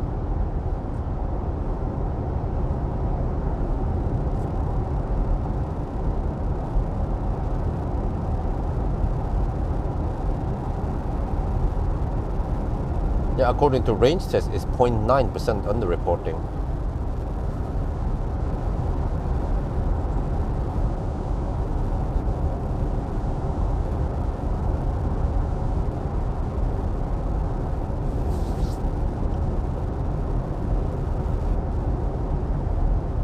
But I love the big screen in the ID7.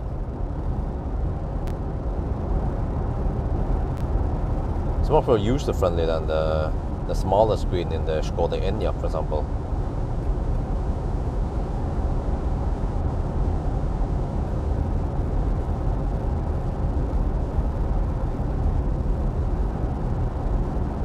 Okay, battery is at 23 to 26 degrees. I think as long as we go deep, then we should get good speeds. Hola. No, I think this is around 14 inch. I think the 20.9 is probably the Skoda Enyaq screen.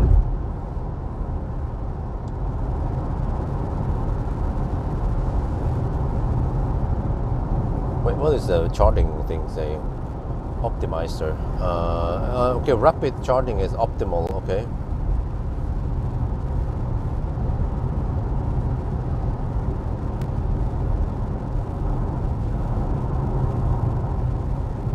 See, now the car estimates I will arrive with 24% at Specular. That's way too much. Oh, stop bugging me. Shit.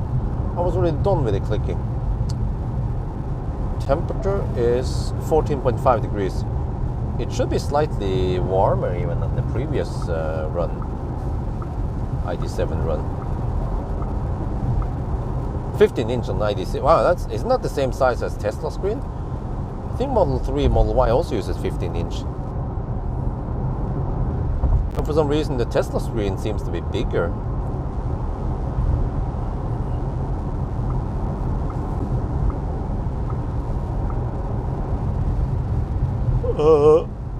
Kungsbacka was the fourth charging stop ID7. 355 kilometers driven.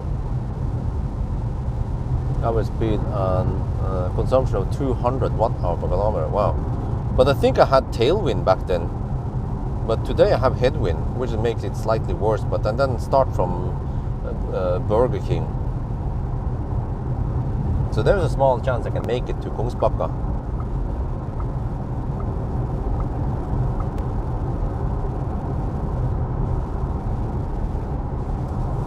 I could just use, yeah, you know what?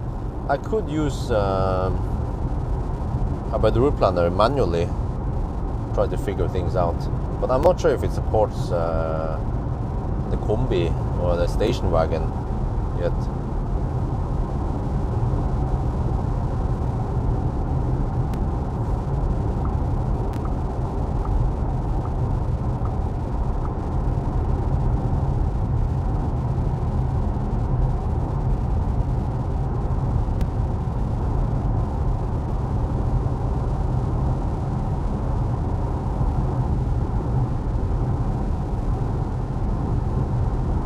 Oh, it's an alpha stage.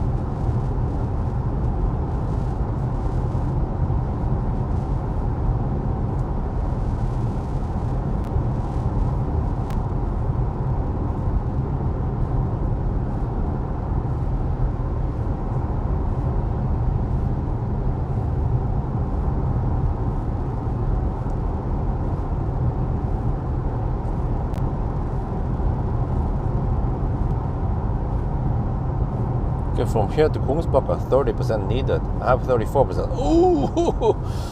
So I could possibly reach Kungsbacka with 4% left. Well,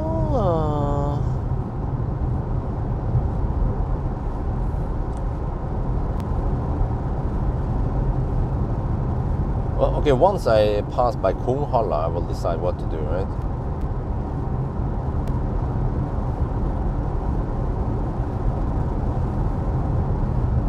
Travel assist active, yes.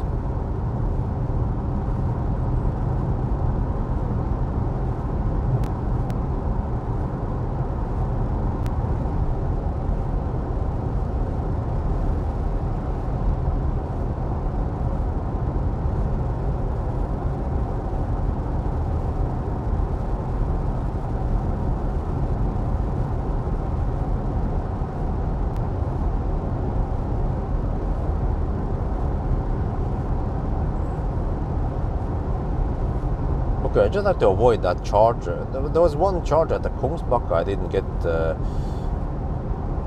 wait, that was with another car. Oh yeah, okay, that was with another car. Yeah, but I should get 185 kilowatt. I don't even know if I can get 185 kilowatt on this car or not. We'll find out soon at the first charging stop. Because during my trip now to Lillehammer, I went to Ionity with 50% battery and I got only around 90 kilowatts. Even though the car claims that it was optimal, well, I mean, it wasn't really optimal because the temperature was 25 degrees. And if the battery would be hotter, I would get more than 90 kilowatt at 50%.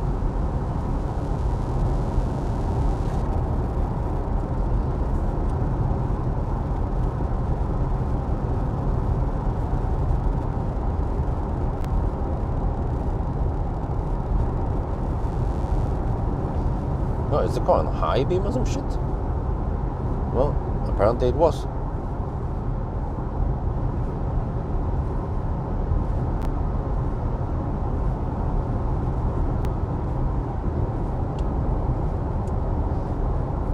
Yeah, it seems quiet. I think tomorrow night, if it's not raining too hard, I should do a noise test, but probably not gonna bother with acceleration test, just a noise test. Well, maybe I'll do an acceleration test because I actually haven't done an acceleration test in summer tires.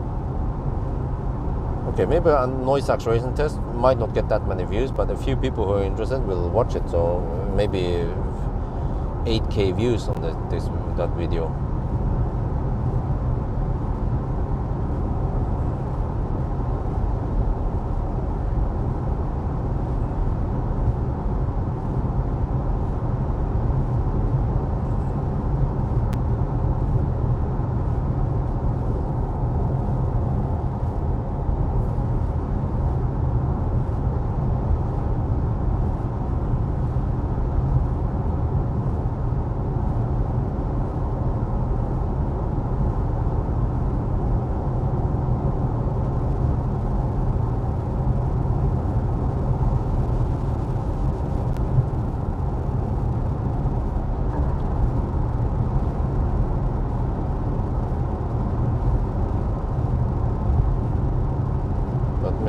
here to Kungsbacka we have 104 kilometers left. Okay, if I cancel it. No, shit.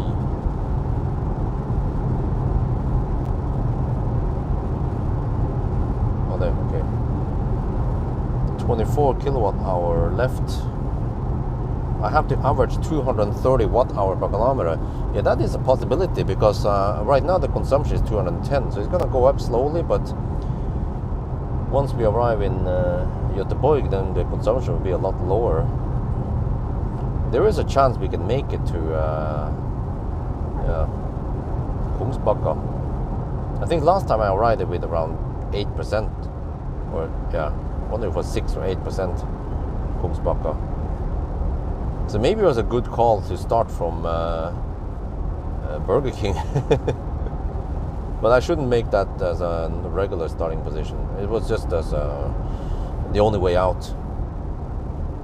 I mean, so there are a few times where having more than 11 kilowatt at home would be very useful.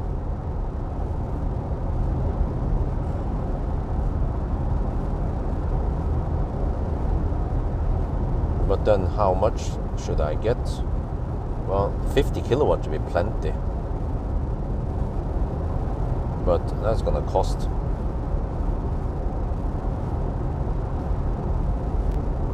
Unless there is like a way for me to hook up I don't know, a Pawel T series and feed it with a 30 kilowatt or 35 kilowatt or some shit, or around 30 kilowatt. After losses I should get at least 25 kilowatt, right? But then I have to it needs to be throttled also by tipper so it doesn't blow the main fuse.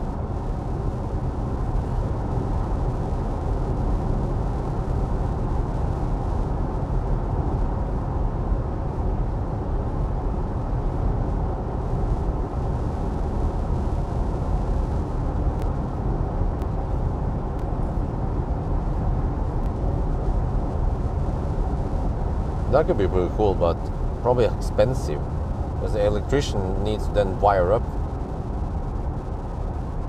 Or actually we could put the T series. The T series probably has IP68 or some shit.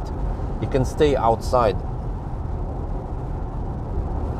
So T series could be parked outside close to the fuse box, so there's a short distance.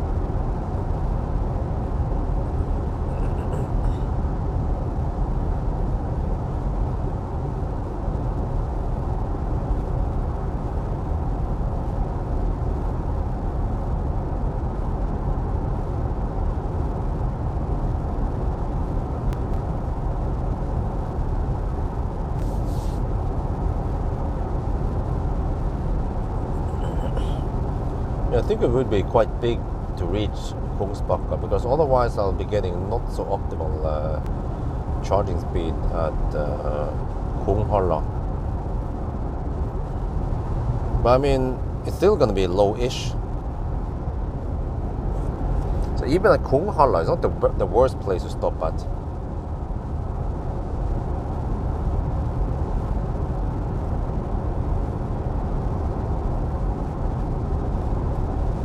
Let me just sort for it right away. Let me see. Ionity.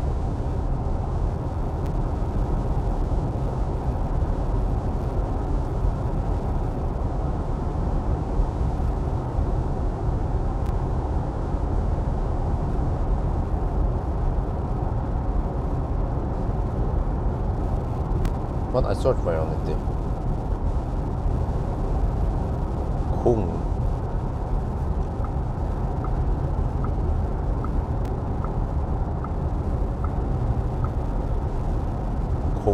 There. Kunghalla Center. Okay, found it. Start.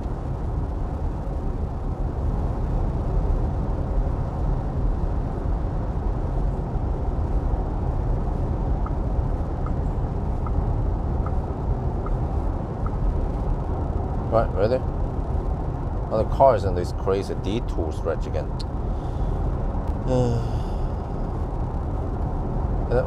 Huh? What? Oh, no. Oh, the navigation is freaking silly. It wants me to... Huh? Let me try to explain what the navigation wants me to do. It wants me to drive now past Konghalla, and then past Göteborg, and then go to Varberg, and then fly over to Konghalla or some shit. I've seen this before. What the heck is wrong with German navigation? Jesus, man.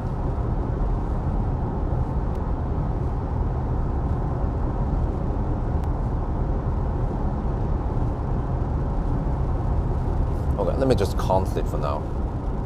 Let's reroute to, let's see.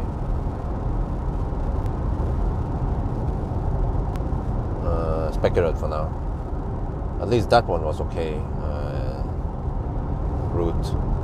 It still wants me to take that detour, but whatever. Once we get to Spekeröd, we can re-navigate.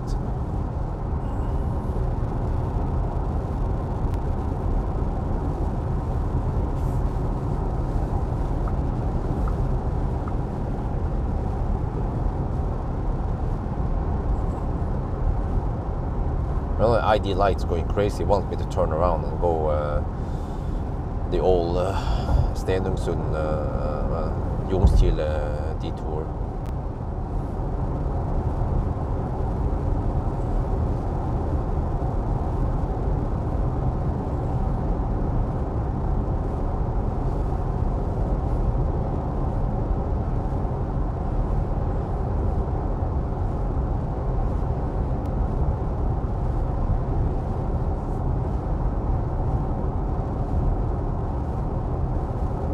Hmm, 20 kilowatt hour left. Consumption is up to 211 now. We have done 259 kilometers.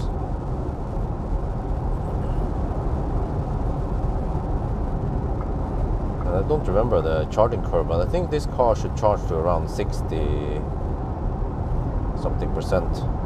But it goes quite fast to around 50%.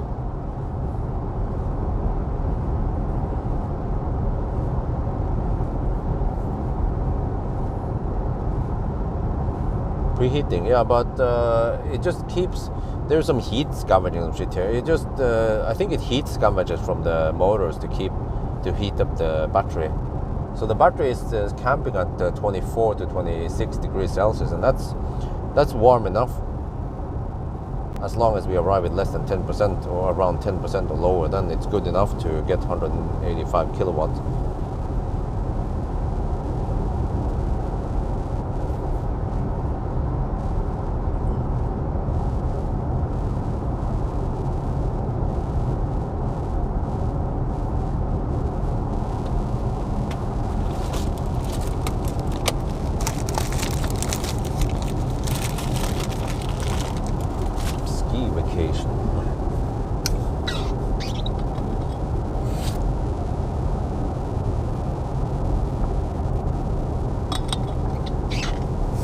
Speaking of ski vacation, since wifey and Isabel like Lilleputthammer so much, we could even consider going there several weekends in a row, at least until Isabel gets bored. But she was not bored of the horse carousel, or whatever they call it, or some of the other stuff at Lilleputthammer. But we already gone there twice now, and each time, I mean, if you go there more than twice, then it's better to buy a season ticket.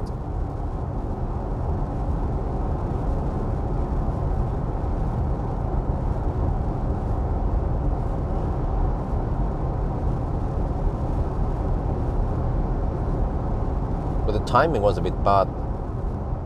We arrived on Sunday, but kind of late, around 1 in the afternoon. And we only had 3 hours there before they closed. But the weather was super nice. But it just took some time to bring the whole family there. Yeah.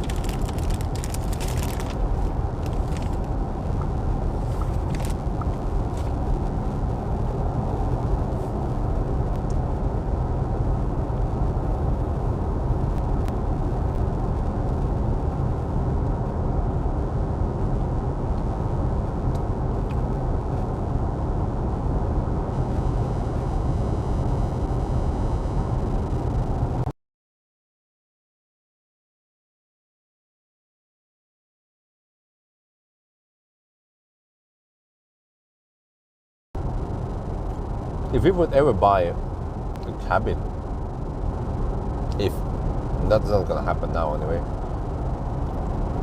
then maybe around Hafjell would make sense. But the problem is, I mean, we are on the right side of the city, right?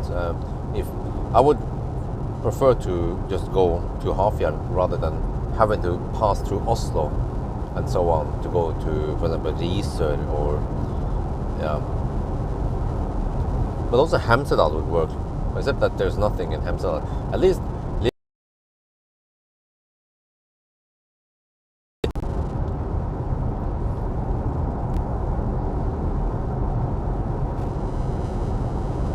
Oh, I see the wind now. They have crosswinds. What? Oh, okay. Not that dead on headwind. Maybe even slight tailwind. I'm not sure.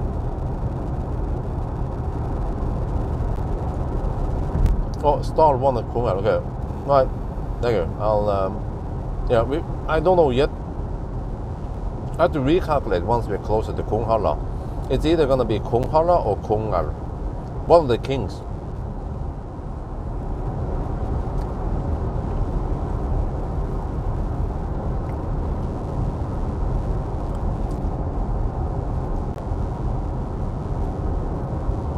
I'm in Sweden. Man, I'm gonna get flashed at. There we go. Just have to look away from the truck so I don't get blinded.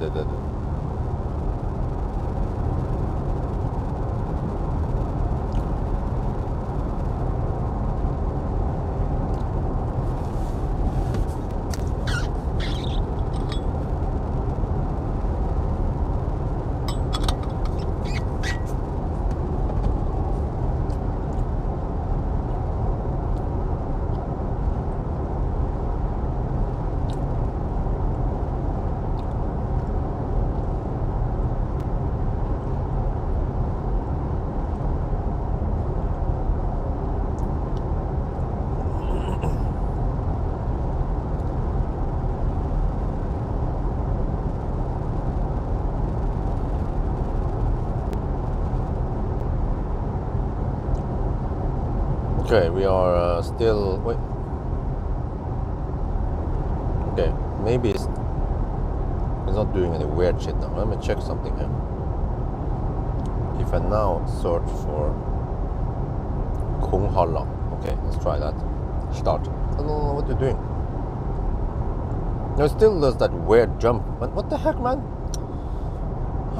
What's wrong with that shit?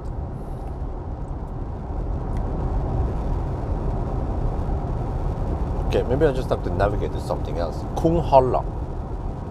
Of course, you see. Konghall. Konghallsveien? No, Konghall. What the heck, man? I don't know why it cannot find Konghall. Let me just plot manually the map then.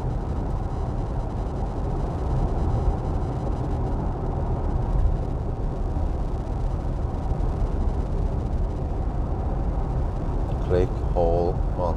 There, go. There, yes. Now it works. No, I don't have preheating, but I get the ban again from clicking. 25 kilometers away from Konghall now. And I'm at 22% battery.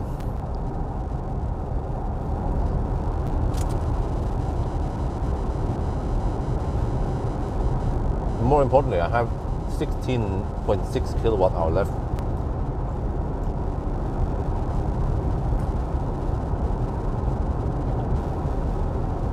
I have to pay attention that I don't suddenly lose battery temperature.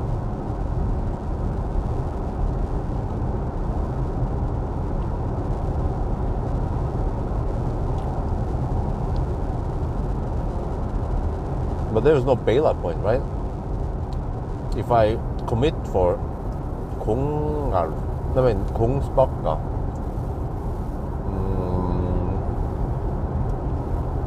I could bail out at Bakkabol.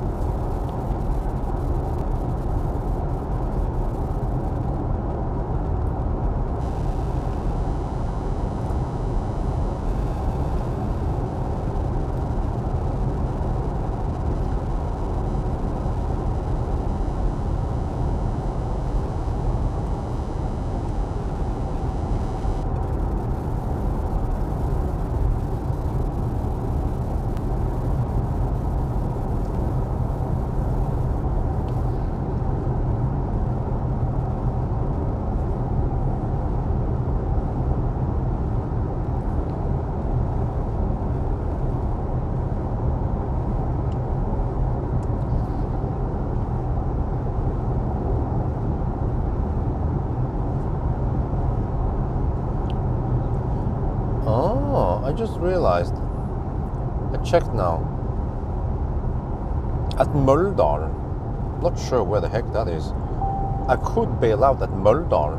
Well, I have 20% battery left on the water. That could work. I don't know, I never bothered to try it.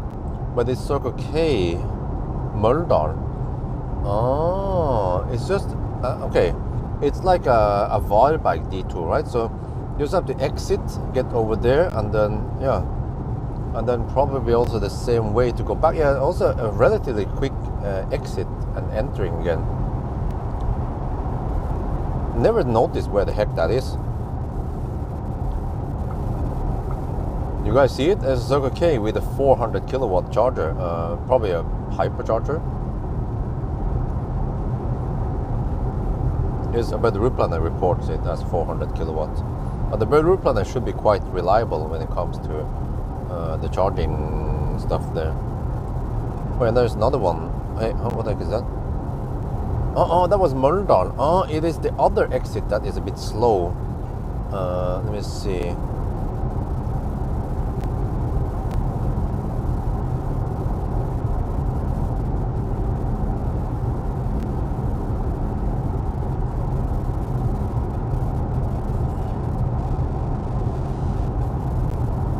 Det OG28. That's only 150 kilowatt. No, that's not going to cut it. So Møldalen.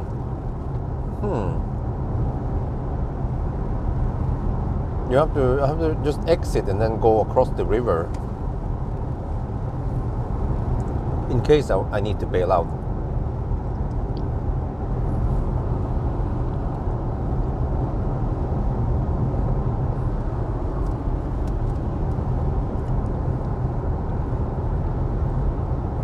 Yeah, I saw it.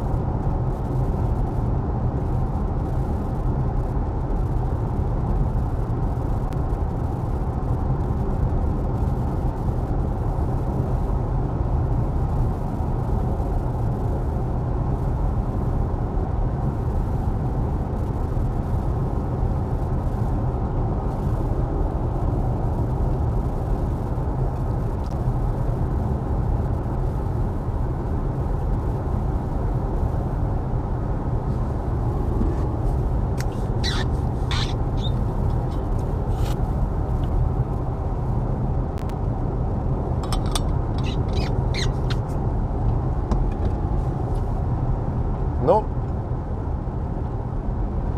As a family ride, I asked Volkswagen, or rather Møller, if they have ID7 Pro, which is a passenger version, available for me to borrow this week. And they said, unfortunately, they don't.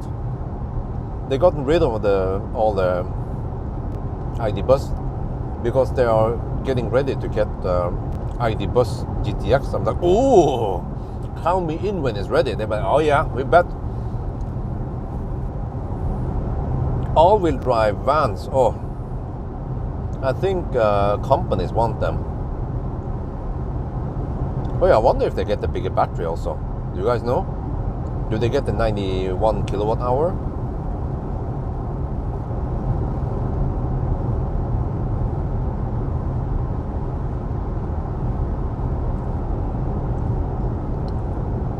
That would make sense because there's the ID7 station wagon is getting it.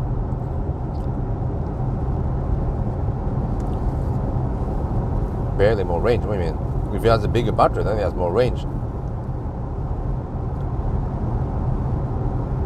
Well, hopefully they also have the new motor there, so it's more efficient. That needs to be tested.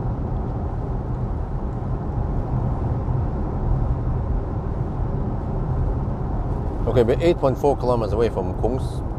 Okay, we're gonna skip that one and we go into Møldal.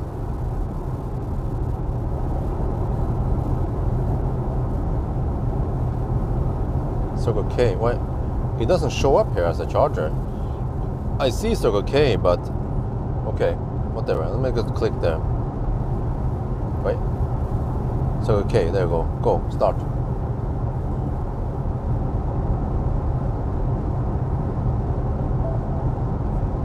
No, it didn't start it because it was in the safety mode. Okay. 31 kilometers away from that charger, and I have 72 kilometers on Gommes. I can at least make it there to Møldal, and then once I get closer to Møldal, I will recalculate to you know. Then I have lower consumption also. Then we can see if we can make it to Kongsbakka or not. But actually, that Møldal one is a good location. I think it must have popped up not too long time ago. Møldal. Okay, we'll see, but I don't know yet. You know, once we're in Møldal, I will see how I can look on car scanner to see how many kilowatt hour left, and I can estimate whether we can make it to Kongsbakka or not. Number 2, okay. Number 2. 1, 2, 3, 4, 5, 6, 7, 8, 9. I'm getting better at counting. I have to teach Isabel also how to count. She can count to 10 in Norwegian now. 1, 2, 3, 4, yeah.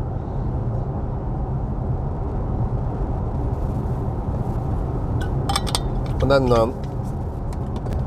hopefully soon I can teach Isabel addition and subtraction, and then eventually multiplication and division. But at least addition and subtraction should be easy for Isabel to understand, right? Maybe at the age of 3.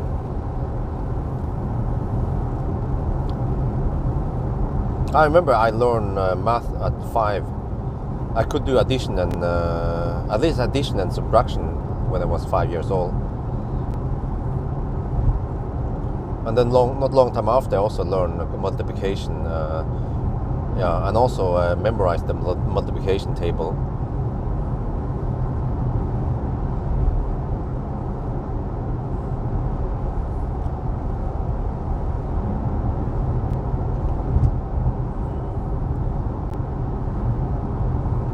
Well, we can skip Konghalla for sure.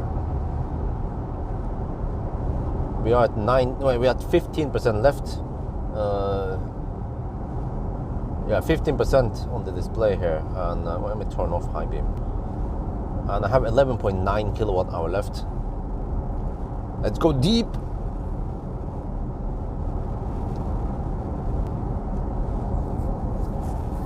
Let's hope I can clean the windscreen over there.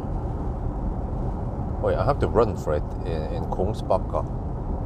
But there is no big bug splat yet, at least on that side, where the B-roll camera is. But eventually I have to get a GoPro, no, a DJI Action 4. Well, I kind of miss Konghalla, but I'm not sure how. Maybe it's boring for Isabel to come here. Konghalla, it's just a shopping center, you know? But you know what? I think what is the most important for Isabel is to be with the parents. The kids, they prefer being with the parents. That's the best thing. And also, of course, if there's something useful. But at least if you get stuck in a car seat, that's not good. But possibly just being in the park or in a shopping mall should still be okay. I mean, not the best idea, but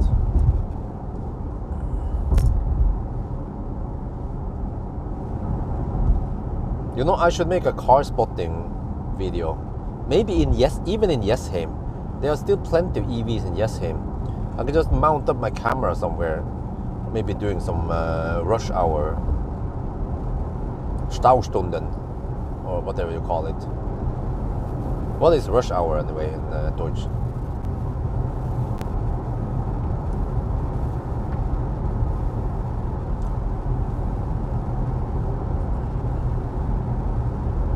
Okay, now the consumption is going to drop.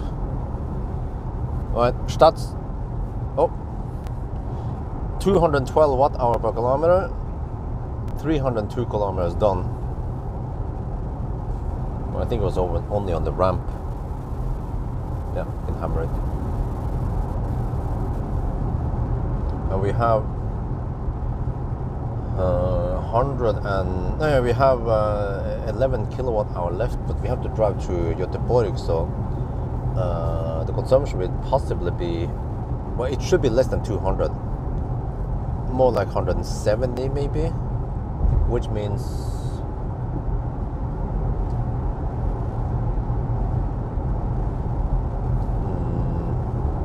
well, the car claims 61 kilometers, maybe 50 kilometers at least. Wait, how far away from Mölndal are we? We are 21 kilometers away from Mölndal. Wow. Yeah, okay. There is a possibility we can make it to Kungsbacka. Okay, Russia in German. Okay.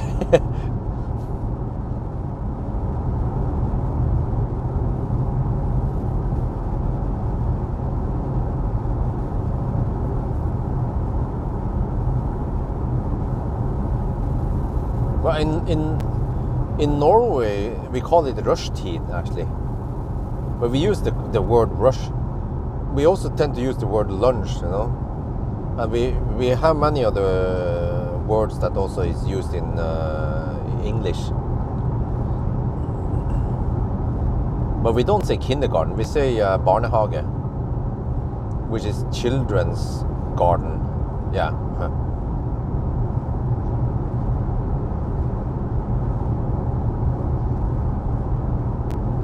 Oh, that Beamer is snell.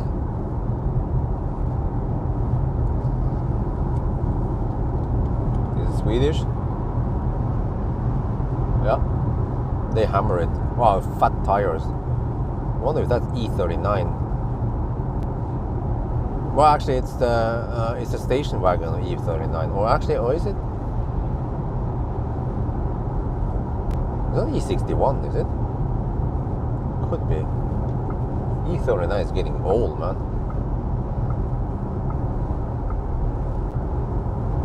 E61 is actually over 20 years old now. E60, E61 came out in 2003, 4.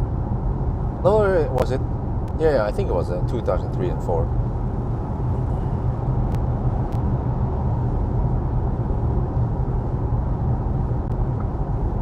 Also, remarkably many French words are in many languages.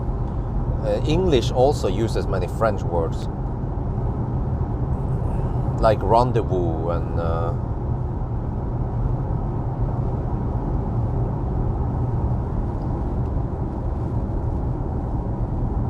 yeah, well, just remember rendezvous right now.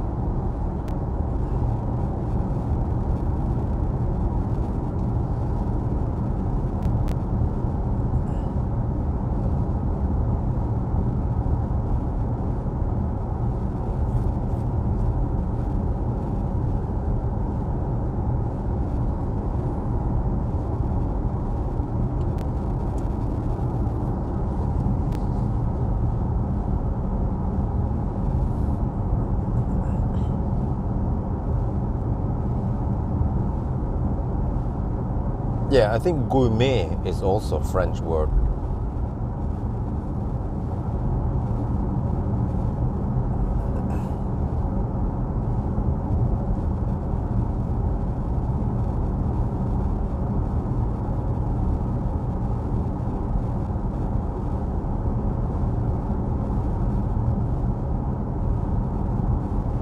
Yeah, déjà vu, oh, of course, déjà vu, how can you forget that one?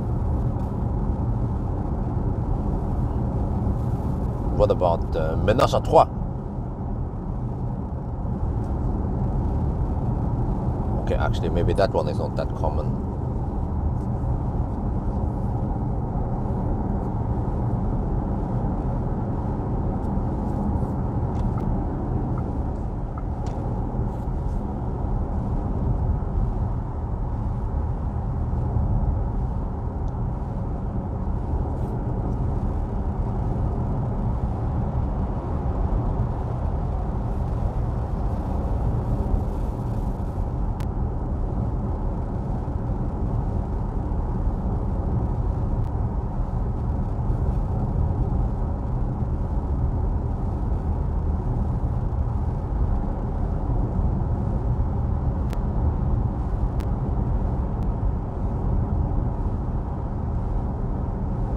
seems like a suspicious bimmer.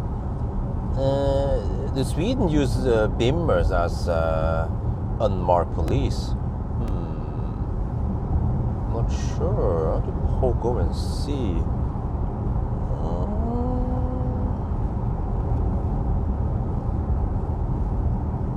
But I mean, these kind of speeds here in Sweden. Everyone, the mother hammers at these speeds over here. I think the police, they're not that strict, especially not at night.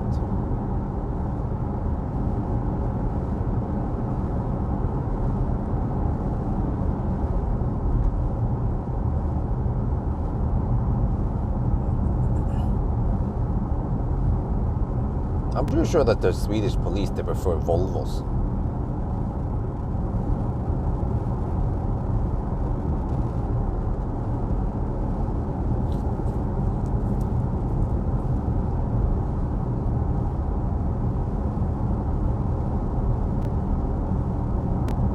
They don't like BMW, right? They want to have Saab and Volvos, right?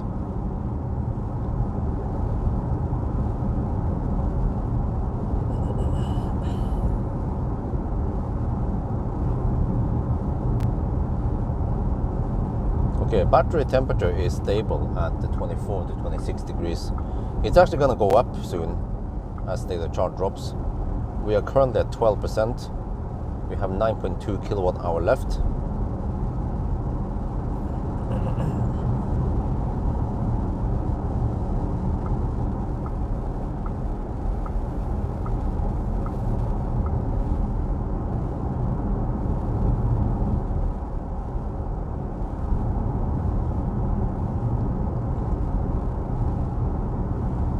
We are 10 kilometers away from that charger now. Let me cancel it. And then try to search for... maybe I can just plot it instead manually. Kungsbacka. Enhance. Enhance. Okay, Circle K Kungsbacka has been plotted. 32 kilometers away. GOM claims 51 kilometers. Oh! Oh! We're going deep. The car claims we will arrive at 5%. Oh, we're going deep. Oh shit! Stop bugging me. Man, this safety feature.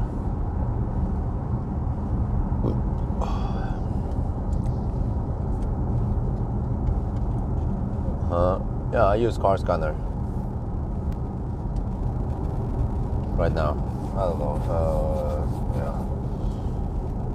Which maybe we'll just try to follow the same path as the other ID7. Maybe you guys can remind me where I stopped last time. You can quickly skip through the video, you can see where the charging stops were. And I tried to follow the same path. Should be able to do it. The only thing is I had to figure out how many percent I need to charge to and so on. But I know roughly what the consumption is. Oh, it's 209 now, wow. Simply amazing. Oh. But you know, I kind of miss Göteborg. I think wifey also misses Göteborg. Can you imagine if we come here and it's 25, 27 degrees Celsius later this week? That would be wonderful. Just stroll around and enjoy the sun and eat some ice cream. You know, I actually, one thing that Isabel is never bored of is ice cream.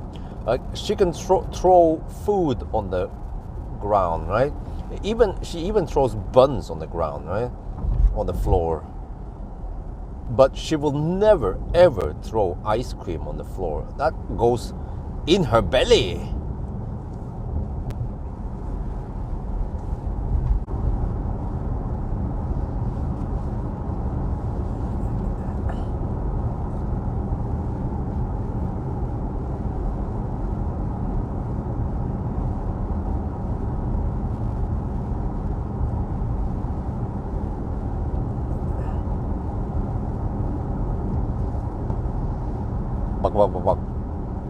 Wait, so let me just check here. Mölndal. So okay, so there. If I would bail out, I have to pay attention here.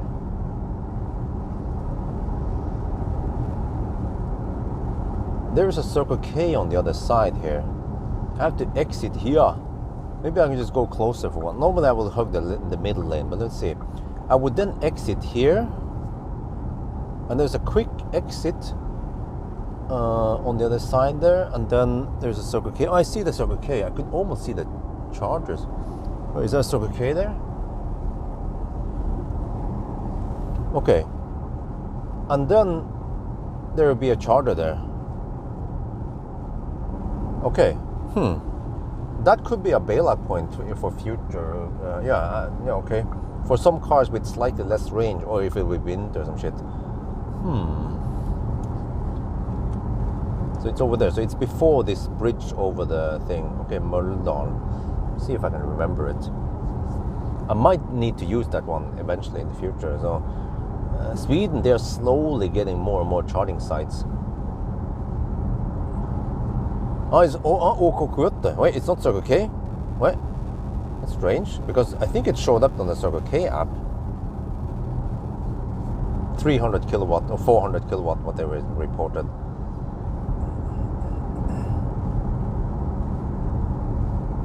Okay, but I was saying that maybe I want to get involved with Audi and ask them if they can provide me an e-tron GT. I just need the S.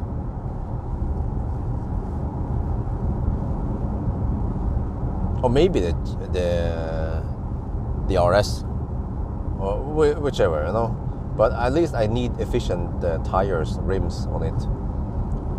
And I could go to Demideland and then maybe go with my partner, the company partner, and we do the 24-hour run. But I think we need one more guy. We only need 3 people. We don't need a big ass team. Maybe Audi could provide with one dude, and we just camp there with whatever that can go, like Tesla, for example. You can go in a camp mode. Yeah, I think my partner has a Tesla. Oh, but it's Model 3. Well, I mean, even Model 3 would work. Just put the mattress in there and we can sleep. One guy sleeps, the other guy is driving. Or we could drive together, that also works. But, I mean, eventually we need to sleep separately.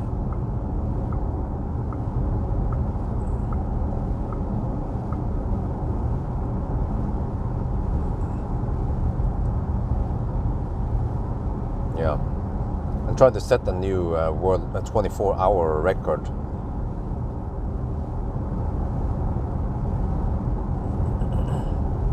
Because I believe that the e-tron GT should be a good candidate, but according to EV database, which one is more efficient? Is it the Taycan or the e-tron GT?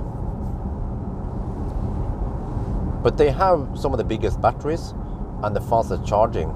I don't think EQS can do it well. Yeah, which car in the available cars, you know, in the market today will be the fastest 24-hour?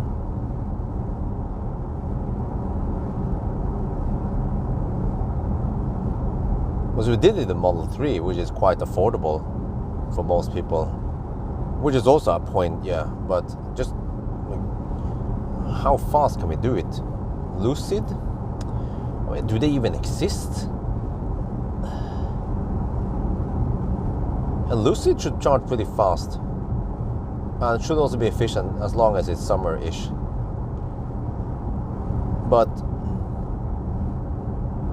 yeah, it has a big battery also. Wait, but is the Taycan more efficient than the e-tron GT? But on the other hand, it is easier to get Audi, at least Audi. I have pretty good connection with Audi. So it's easier to get Audi involved.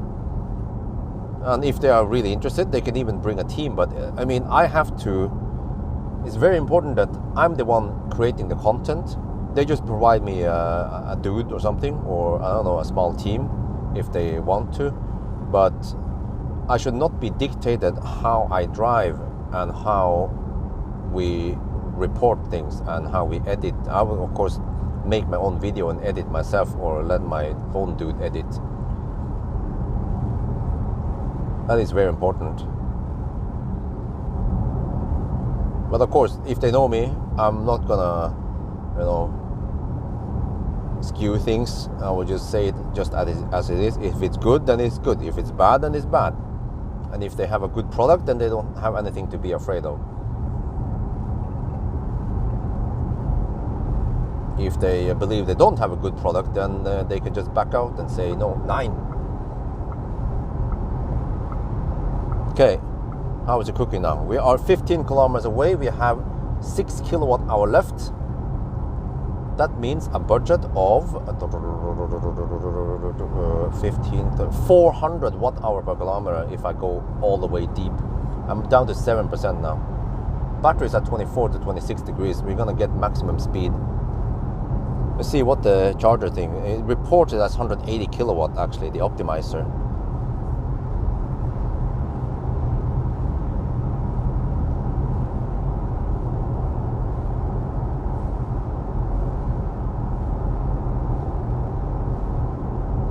Wait, why A6? Why not GT? Why not e-tron GT? e-tron GT should be more efficient, because remember that we are going to cruise at possibly at 200 kilometers per hour. We should be cruising faster in the Model 3 because we have a bigger battery, we charge faster, and the car is nice and slick.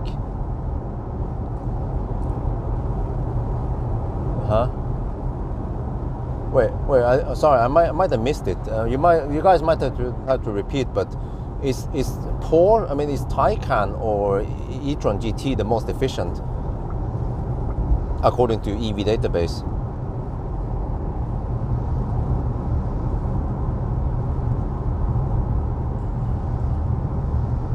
Oh, A6 has but what kind of platform is A6 on? Is it also going to charge at 320 kilowatt and it has 105 kilowatt hour? Because I think that also counts. And if we want to do something about this, I should do it this year before it gets too cold and too late and so on. And I'm not even sure if Demineland is better. But the PPE seems to be slightly slower than the whatever it's called, Taycan and e-tron GT. So if we want to go for it, we have to go all in with it. It's the best.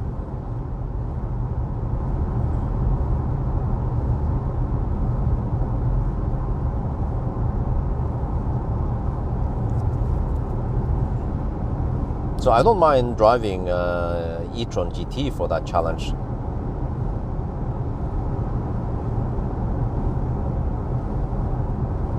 But it's very important that they have the right tires for the thing. And actually it's going to be the eco tire, not the performance tire.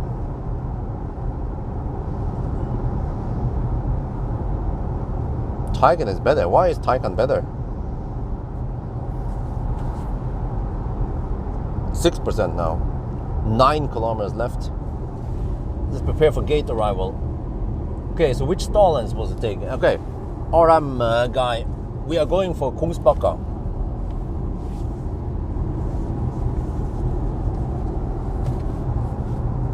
Arrival in about 5 minutes. At night, yeah, but that was in a closed loop ring thingy.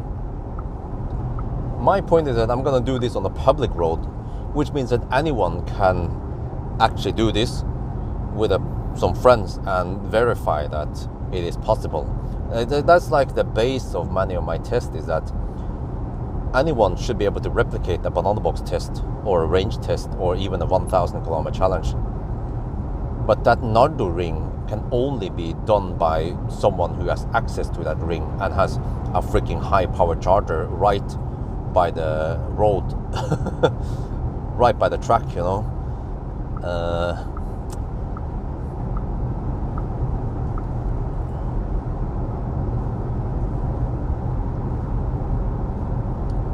Stall 26A. Okay, I'll look for it, right? Thank you. Dankeschön.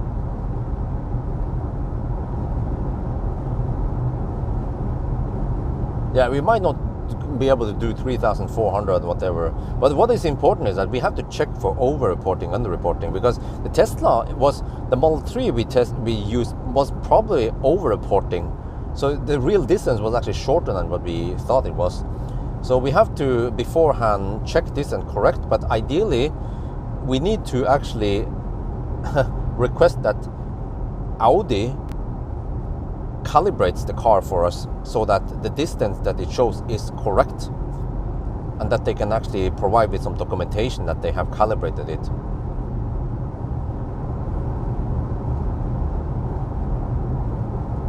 I mean, it's not super important. We can do the measurement. We just have to drive like a 200 kilometer loop, and we can find the distance and correct for it. But it would be easier if they calibrate it for us.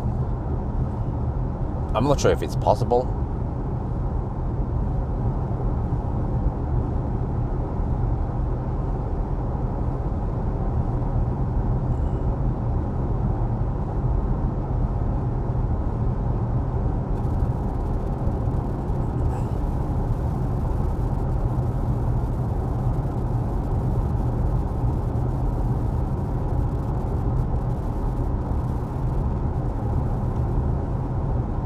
Right, 3.6 kilometers left. I'm down to 4%. This is proper deep. Oh, shit.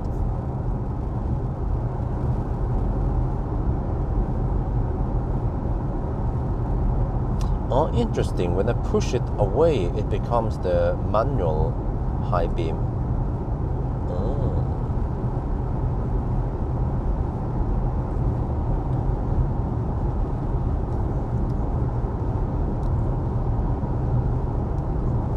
Right, guys, I need some help here. Where was my next charging stop after Kungsbacka? Was it Halmstad, or did I go even further? Himle. I should be able to go quite far, right? Okay, microphone off.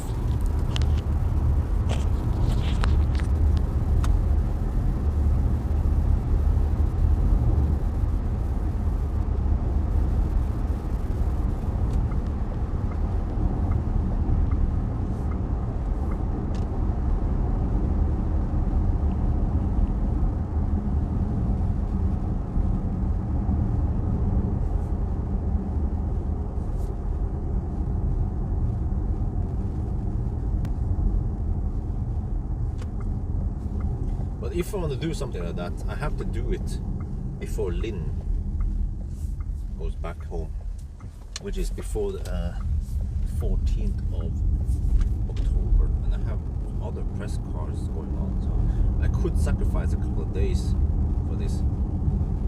But then ideally, I need to fly down there or some shit, or you could hammer over there, but it's going to take some time. But I mean, we have to get over to... Okay, whatever. Let me focus on the charging stop first. Halmstad. Okay. Halmstad, second stop. That means I need to charge only 60-ish%, right? I'm trying to figure out the consumption. Okay, cool. That's 206 watt-hour per kilometer, 347. Okay, it was stall 26 or something, right? How do I see the charge port is now? I usually take this stall here. Let's see, 6B. What does it say here? It says stall what? 2? Huh? Okay, I don't see the number. It just says stall number 1 here. I'm gonna go for stall number 1. Let me see. Okay, you still have some time to figure out the right one. I have to go closer if I can, before I can see the number. But it says stall number 1 here. Hey, recharge. Oh, I'm at Circle K. Oh, you want recharge?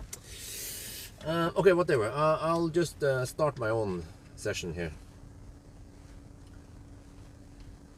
Kungsbacka. Okay, I have to check the real distance also. Let's see. 347.8 kilometer and 3.2 kilowatt hour left. Overweight, very important. Climate off.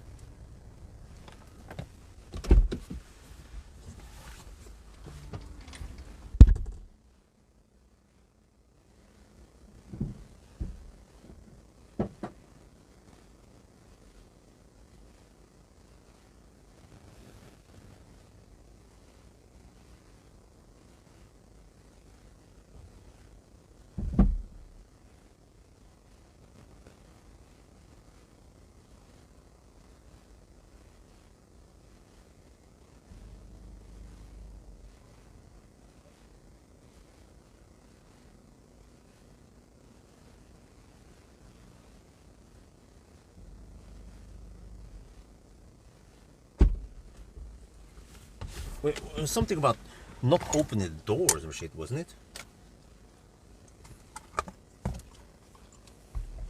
Yeah, I tend to stop at this one because it's slightly shorter. So we saved that 30 seconds.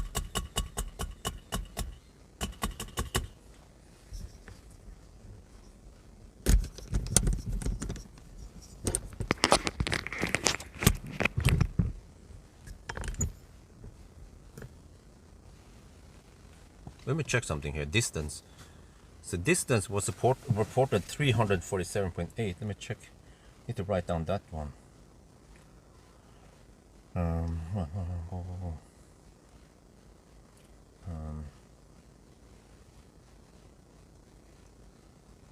347.8 kilometers. Then I have to find the real distance. I mean, at least the. But I should first shoot video.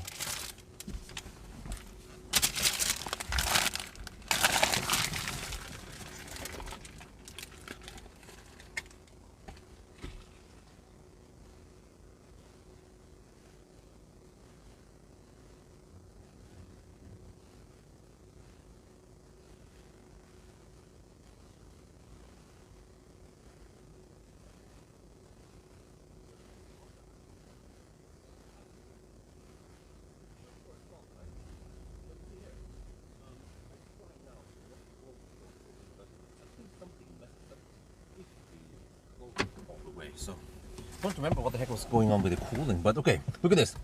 We are wait, don't close it. We are charging at 182 kilowatt. Oh yeah, and it's fairly flat. We came here with 26 degrees Celsius in the battery, and that is good enough as long as we go deep. We arrive at 4%. So yeah, I will try to follow the same path as last time, which is to go to the turnaround point and then go to Halmstad. So yeah, I can do something like this. This is pretty awesome. You go here, and you zoom in a bit. Enhance, enhance. Wait. Yeah, here. That's the turnaround point. So I just click here.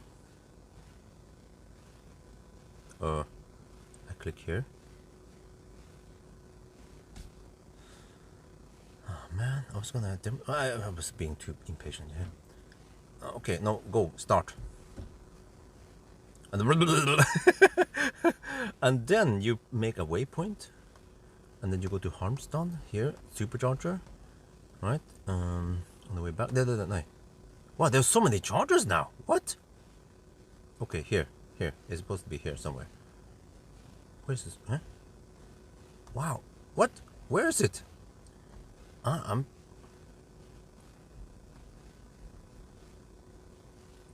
No, it's supposed to be here. For some reason, the supercharger doesn't show up. I'm pretty sure it's here. Ras plus Ulstad. What? Huh?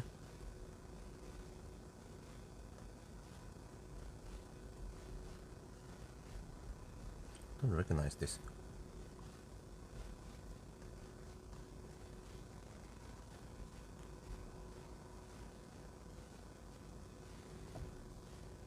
And then stop over.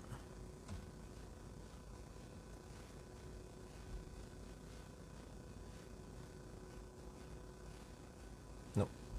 Move it up. There. Oh yeah, alles gut. What? We're gonna drive 175 kilometers? Really?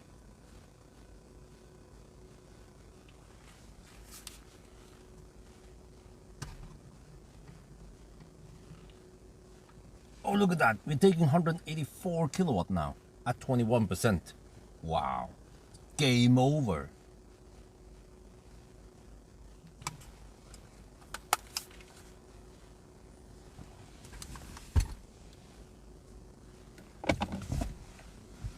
Wait, but I'm not sure if I can see it.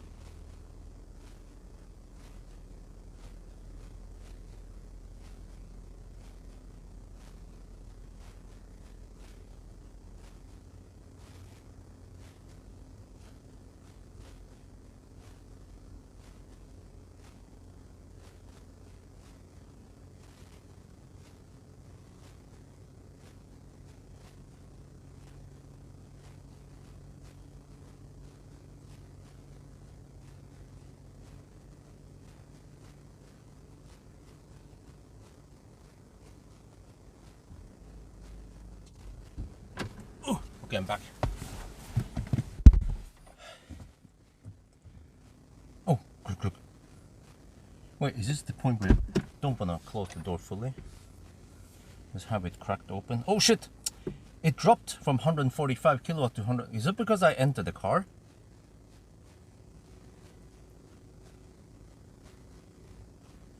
Oh shit.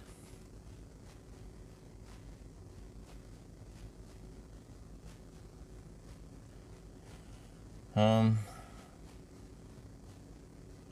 174 kilometers.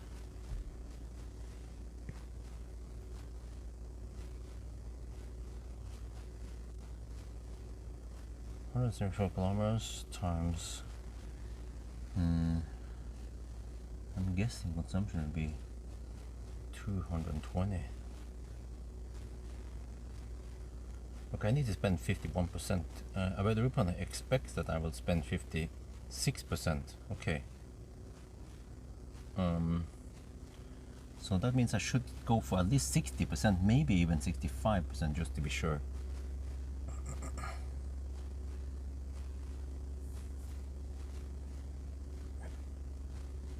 No, AC is off, as you can hear. So Halmstad maybe?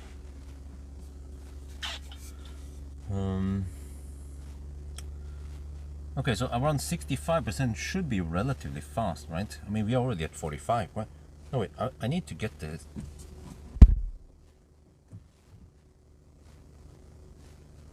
Kinda need to get the car's display on. Wait, do I need to power on the car? Because right now there is nothing in the screen. What if I press the power button here? Oh shit! The cooling stops. Dude! Oh Jesus, man. I fucked up everything. You're not supposed to press the power button when you're charging.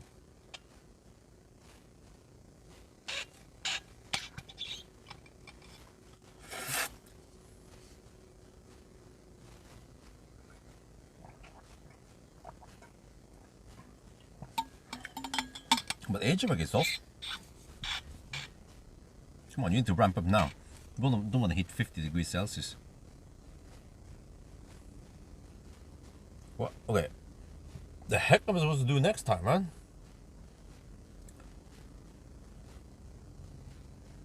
Okay, about 127 kilowatt is still okay compared to having more charging stops. So yeah, we have to go all the way back, and then yeah, I want to see the kilowatt. I mean the percent there, and also the okay. Yeah, I want to see what the car estimates, but I shouldn't trust it. Vattenfall and then final. Okay, because now the car claims you can make it there. No, I'm not sure.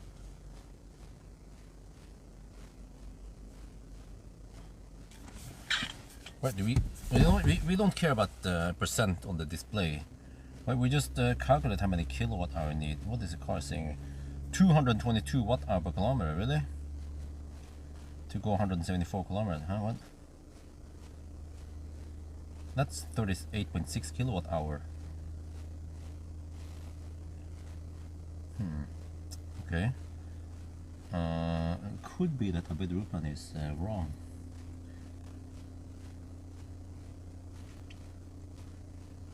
My guess is 220 watt hour per kilometer. Okay, I wanna check now quickly. Almost forgot. I have to check distance. Okay, so Burger King cleavage to this point. How far is that? Wait, does it count any weird detours now? Norway side? No, it doesn't. Okay. Yeah, good. So, Google claims it's 348, and then the car reported as 347.8. That's pretty much spot on. Yeah, okay. Unless there's a weird distance. Nope, it's right there. Right there, right? Yep. I can't find any weird stuff on Google. See if Google claims the same there. That means 0 error. Yep. 347.8 and Google claims 348.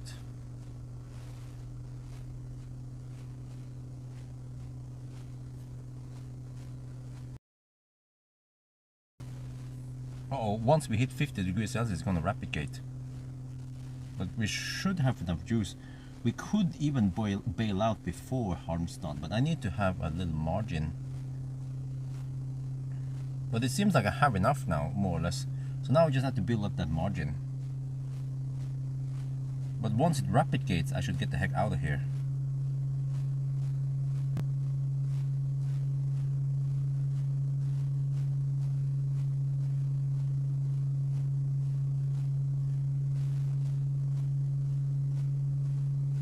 Oh, that's a loud noise, man.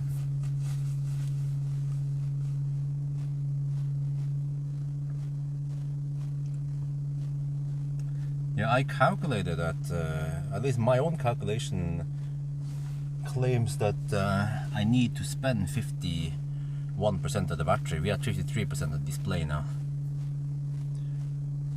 And around 39 kilowatt hour, I have 40. This one is we can trust this. So any time now is gonna throttle and then we go. So 125 kilowatts versus 185. We're getting 67% of the maximum power. But I should leave soon. Oh, there we go. Now it starts throttling. Okay. But it doesn't just plummet right away. But still, well, let me check something here. We can reverse count it. 42 kilowatt hour, given that there are no losses, divided by 175 kilometers. We have a budget of 240 right now. Yeah, I don't think we're gonna spend 240, or do we? Okay, this is why we need to spend a little bit extra time, just in case we spend a lot of juice. But let me get ready to leave. Any moment now we're gonna leave now. I'm gonna shoot a little video and then we go.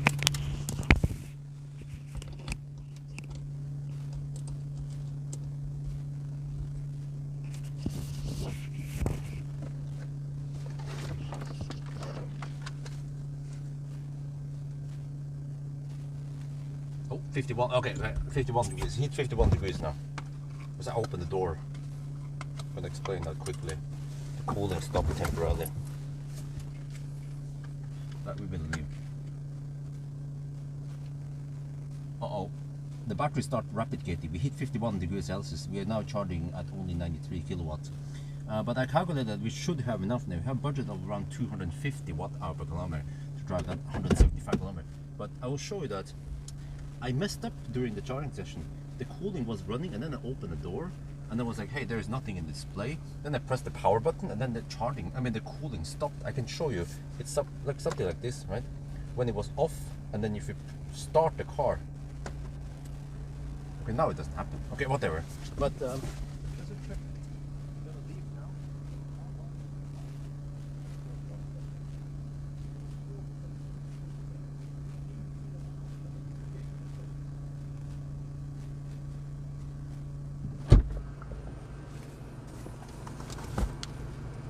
eighteen and a half minutes. I'm gonna leave now, it's going slow.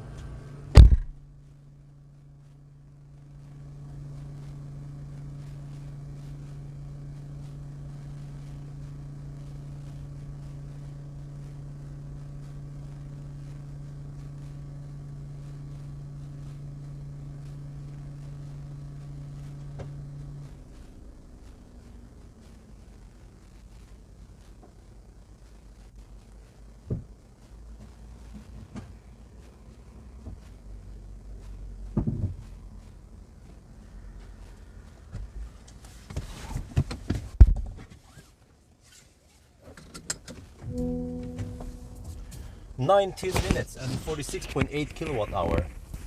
Well, it was more like 19 minutes and 12 minutes. No, 19 minutes and 12 seconds and 46.8 kilowatt hour.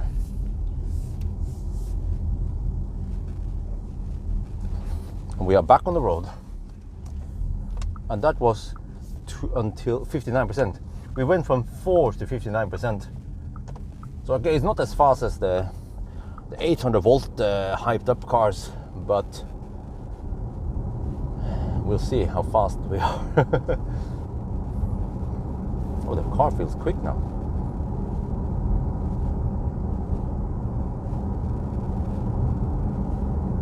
Now we are on the lowest time, I mean the quietest time of the day, night. Fortunately, this car is faster and scenic, so we should be able to pass through, turn around, and then get back before the stau happens. Don't want to get stuck in, don't want to waste another half an hour in stau tomorrow morning. See if I still have 220 kilowatt. 223, 221, 220. What the heck is that? Hey. Dude, where did that shit come from?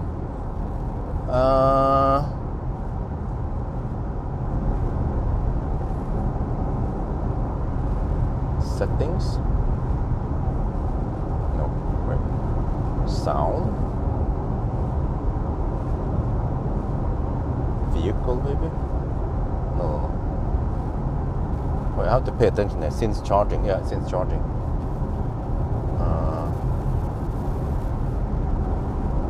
Now it doesn't. Oh, wait. Wrong button. Is there a sound setting somewhere? Sound, but that doesn't control. No, it's just volume. Okay, everything is off.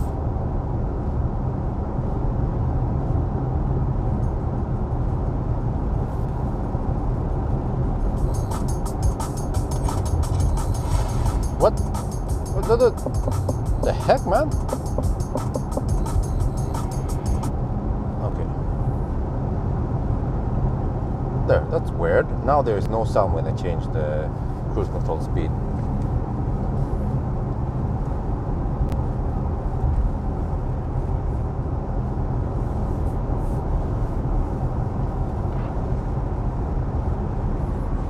I think it was just a stuck sound in the beginning when the car was booting up and shit.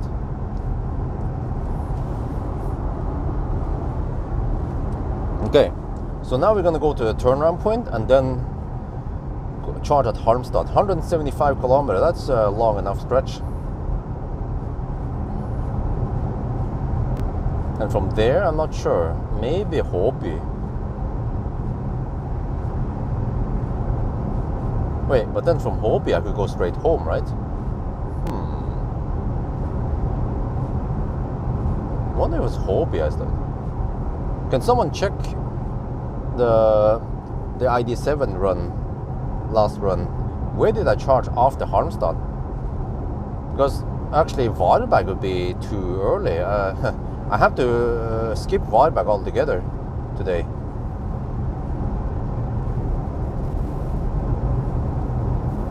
Halmstad, maybe Spekerød or but it seems like it's fairly quick to charge to around 60%. Whatever I had now. Wait, I have 57 now. Yeah, I think I charge around 60. No, I charge at 50. I charge at 58%. Roughly, yeah, 18-19 minute charging stops. Hogstorp? No, not maybe. If someone just skip through the video, you will see where I actually stopped at.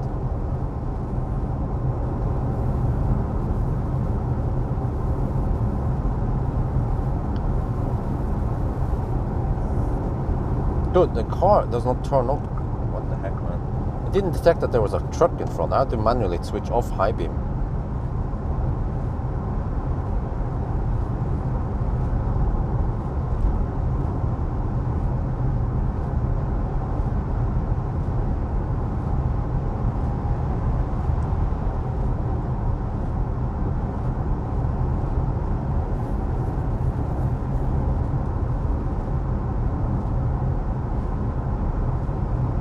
Okay, I stop at Spekerød. Ah, okay. And then after Spekerød then. But if I stop at Spekerød, I could have stretched it to Håby. But then, do I have enough to go? I mean, can I jump from Hobby and then back home? Because I actually have to drive 8 kilometers extra to reach the final 999 point. And that's a typical route I would take, right?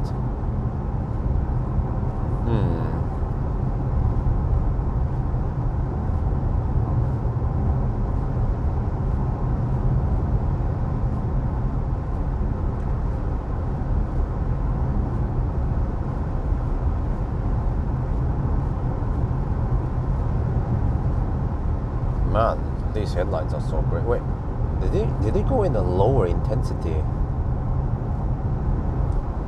on the right side also? Check here.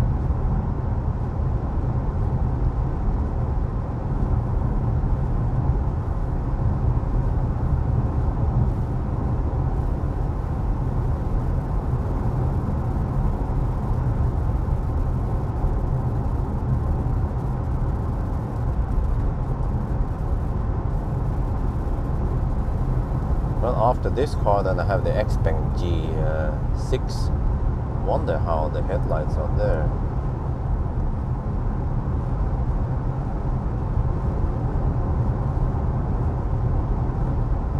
But the weird thing is that I have already done a 1,000 kilometer challenge with the G6. So at least I don't have to worry about that. I just have to do a range test, a charging test.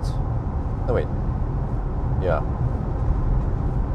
Banana box test, headlight test, and then acceleration test. Maybe since I have time, I could do a 90 to 10% acceleration test. I wonder if a G6 would be somewhat hyped up and get some decent views.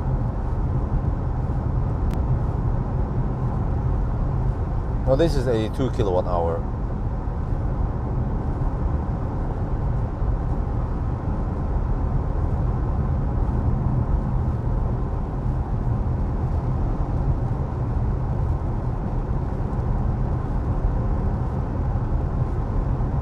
The Pro is 82 kilowatt hour. Pro S is 91 kilowatt hour. Wait, was it 91, 92? Can you do another video with e-Golf, huh? What about it? I feel like I've done plenty of videos with e-Golfs in the past. Oh, I'm gonna get flashed at again. Look another way now.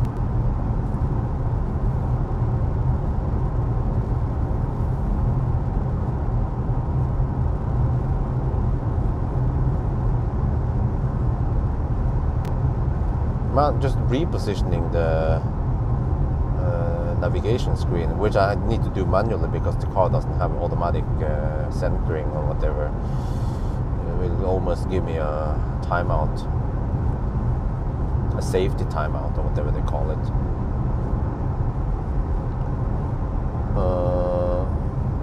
Do you want to look for label, huh? Oh.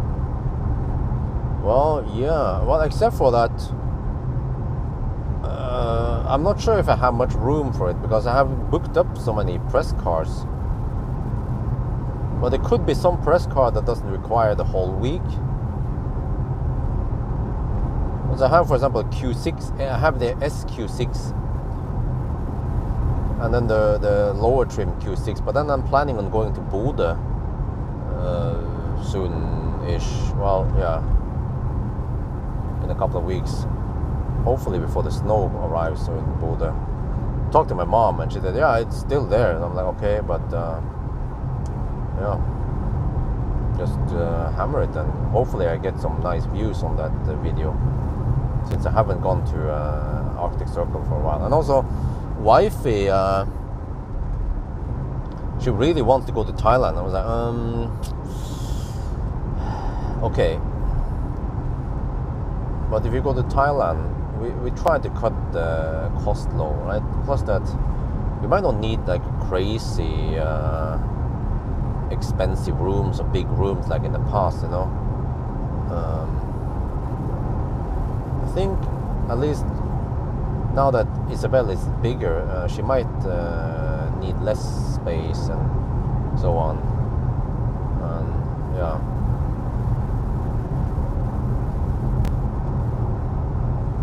then maybe just stay more in Chengdao. But I need to grab some press cars. Okay, I was thinking about going back alone and do my hammering, but I think okay, I just stay there with the family, but then we don't stay that long. Instead of staying there for 3 months, we will just stay there for one. Well, I suggested 1 month. Wife said 1.5 months. I'm like, yeah, okay, we'll see. But just try to not spend too crazy amount of money for now. We kind of need to save a bit, you know.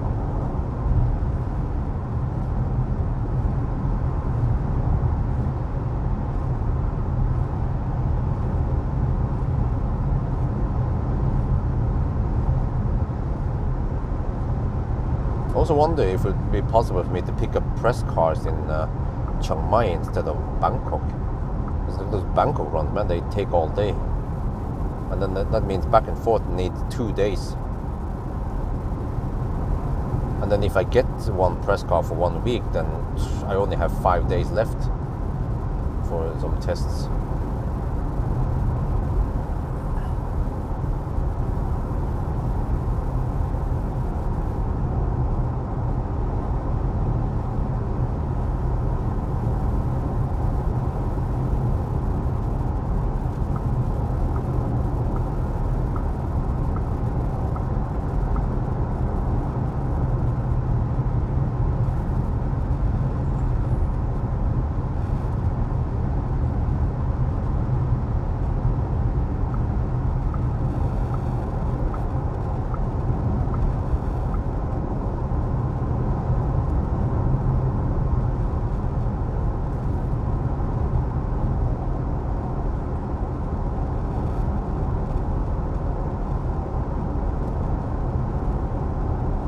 But I mean, technically, if I stay there for 6 weeks, I could grab 6 press cars. Well, that's gonna be freaking intense, man. I could request 2 week each car, but that means only 3 press cars, and I have to really select the most important ones. And when it comes to chill days, then maybe just 2 chill days per week, then, and then some work days.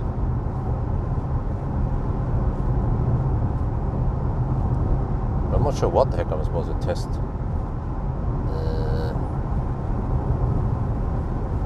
In Thailand.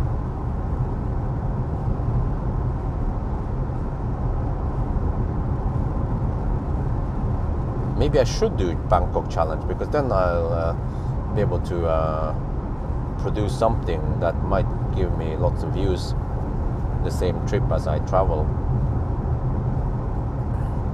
Oh yeah, wifey talked about wanted to go to the ocean. I was like, dude, woman, that means traveling south with the whole family. How the heck is that gonna work with Axel? I mean, just 1 hour drive in Norway, and Axel complains big time. Isabella is kind of okay, and then Chengdao to Bangkok takes really long time. And then what if we fly down there? Yeah, but how do we travel and with taxi and stuff? We need Isofix base.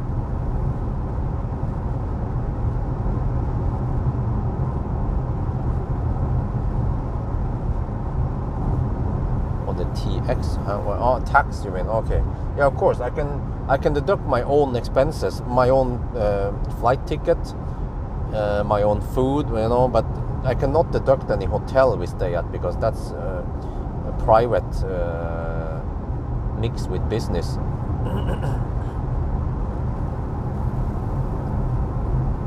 And just like now, when we travel together to Lillehammer, I need to split the payment.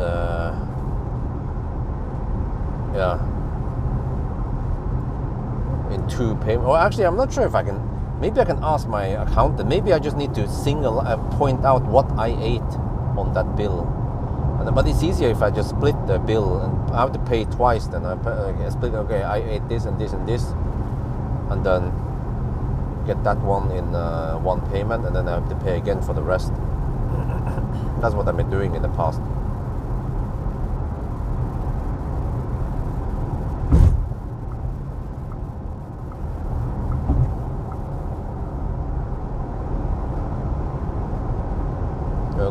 Consumption is 242 watt-hour per kilometer. Wow. Well, my budget is higher than that, but eventually it's gonna go up at water bike. Okay, if we can't make it to Halmstad, then no big deal. We just bail out before at Knappar. Because yeah, especially once you throttle to 90 kilowatt, then you really want to get out of there. That's only half of the maximum speed. Yeah, I went to Lilleputthammer this weekend also. But we started a bit late. I mean, well, I came home 1 at night. Eventually, you guys are gonna see the vlog what happened. But it come at a weird time. But I came home Saturday night, or technically Sunday morning, at 1 at night. And then the next day we were heading out for Lillehammer. So then I told the guys at home to prepare as much as possible, but I also need to prepare some stuff. Plus that I can't put everything in the trunk of the ID7 because they need some of that. They need the stroller and some stuff. So I prepared my part, car seat and stroller and stuff, which took some time because nobody else helped me. Or they couldn't really help me because one needs to carry Axel all the time and the other one needs to kind of keep Isabel entertained. I mean, technically, one person could carry Axel while watching over Isabel. I mean, I've done it many times. When wifey was really tired and we didn't have Lynn here, I was up alone, just watching over Isabel so she doesn't hurt herself while carrying Axel in the strap. And then wifey was asleep. So it is possible. It's just that the folks at home, they don't do it. And the same thing tomorrow morning, wife is like, oh, you have to hurry back because you have to drive Isabel to kindergarten, and because it's gonna rain tomorrow. I was thinking, well, don't you have raincoat? If she really wanted to, if I was dead, she would have to take the bicycle in the rain to the kindergarten. And also we were out of milk. I was like, huh? She could have taken the electric bike over to Riemen. It's just a 5-minute bicycle ride over to Riemen to pick up some milk. Nope, they didn't do it. As long as I was gone for 2 days at the Audi event, and they didn't go grocery shopping. So they are just too used to me taking care of that shit for them all the time.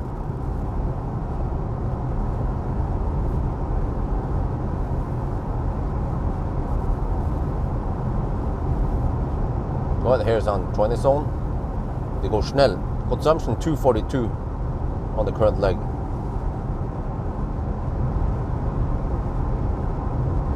Booking promise. No, we went for Hafjell Hotel. Safe but expensive. The same double room, whatever suite thing, cost 3,400 NOK for just one night.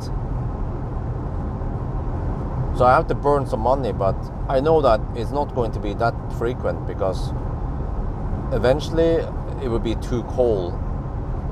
And plus that many of the attractions, they are closing permanently for the season. I mean, not permanent, but they're closing for the season.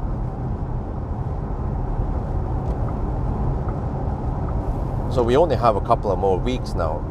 Plus that, in a couple of weeks, I will have mini Countryman. You know, it's not that big car.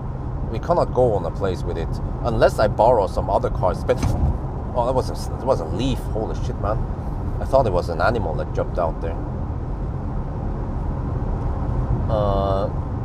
Yeah, The G6 will work on a family trip, but we have to strap one of the baby stroller thing on the belt, not the Isofix. But actually Isofix eats up some space also, so that could work. Tougher, yeah, I mean, it's true. It's easy for you to say, but as a daddy, you stretch extra for the family, just to avoid too much stuff. You know, like especially when you get kids. You know, you do your best so that there won't be too many complaints. Because if you consider like the effort I need to do versus the hassle if someone gets annoyed, you know, like, okay, whatever, fuck that shit, I'll just do it.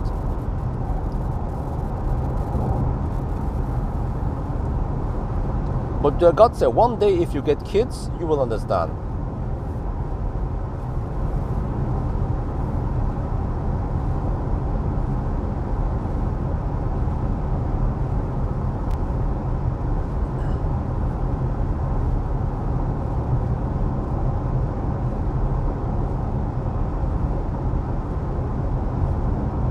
Maybe some people, the rude people, they call me tougher. The nice people, they call me hero.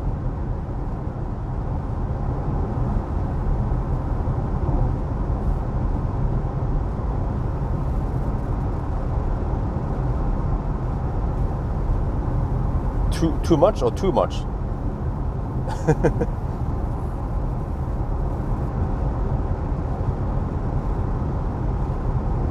Til mye, yeah, that sounds about right. Eller for mye.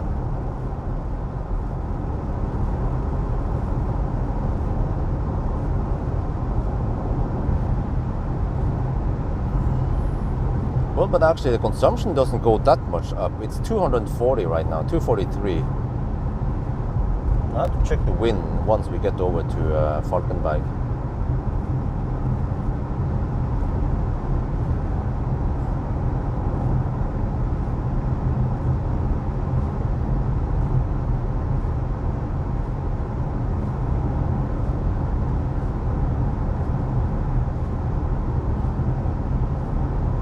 I think there's a taxi in front of us. I'm slowly approaching it. I could be behind it because then I'll be drafting slightly behind it. But then eventually, once I'm in drafting distance, then I need to go past it anyway. Otherwise, I'll be going slightly slower than optimal.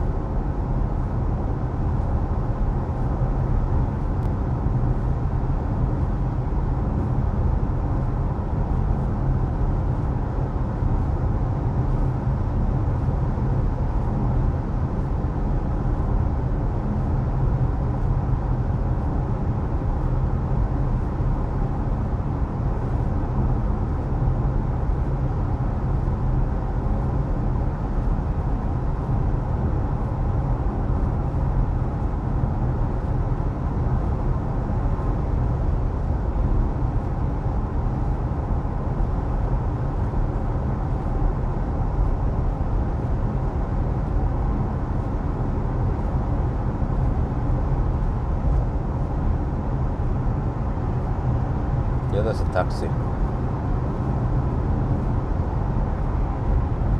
But actually, one great thing that wifey does for me is that she rarely wakes me up at night. In the beginning with Isabel, she would wake me up to ask if I could change diaper. But I think she realized that she has to wake up anyway to breastfeed, and then she will just combine the breastfeeding with diaper change, which makes more sense, right? And then she also realizes that I have to drive at night or do some stuff at night. So then in return, if we don't have Lynn here, then I will just stay up in the morning hours and take care of both children, so she can take a morning nap. Because if I had to wake up at night to what do you call it, to carry oxel to sleep or to change diaper, plus to drive 1,000 kilometer or acceleration noise test at night, I would be shot.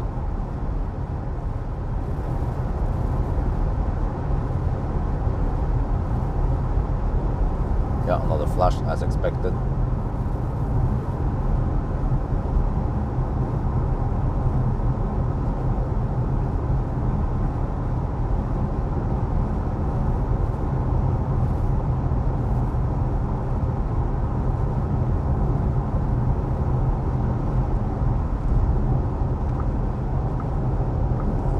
Yeah, I don't remember what I was talking about that brought up that whole thing anyway. It was something about that. Yeah, it's something about that I have to hurry back home. Something about Stau and shit. That I have to hurry back home. I don't want too many delays on this challenge. Ideally, I should have started earlier, but it was my mistake. I should have checked the weather. Because I realized almost too late that, what? The weather forecast changed. Because when I checked the weather forecast a couple of days ago, it was supposed to be dry-ish. Well, dude, I'm gonna get flashed at again. Jesus, man. Oh, there, just turn. It's supposed to be dry also tomorrow night, but then suddenly the weather forecast changed. It's supposed to be quite wet tomorrow, north of Göteborg. So I was like, I don't feel like driving on the motorway in 9mm rain. So that's why we are doing it tonight.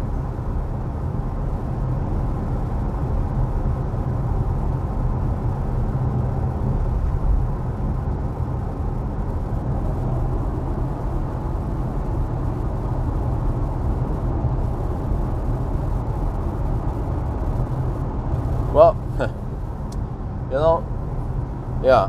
How did your mom manage? How did my mom manage to take care of 3 kids? Well, safety standards 50 years ago were completely different than today. Today you have to have car seat. You have to have, you know, you cannot leave your baby on the diaper table. You can, you know, you have to. Like, there's so much safety involved, and the baby needs to sleep on the back. It cannot do this. It should not do that. You know, lots of stuff you're not supposed to do, and that they didn't care about or know about 50 years ago.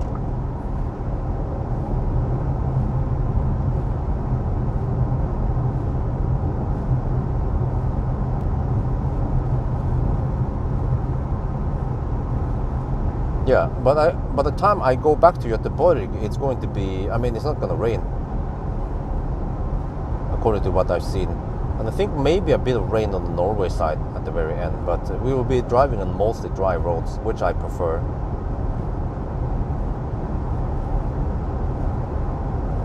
Okay, well, consumption has gone up 245 now.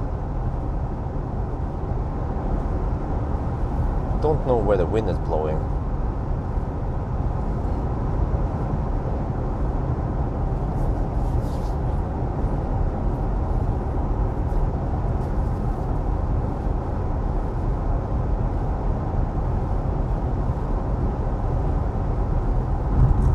Oh, here we go.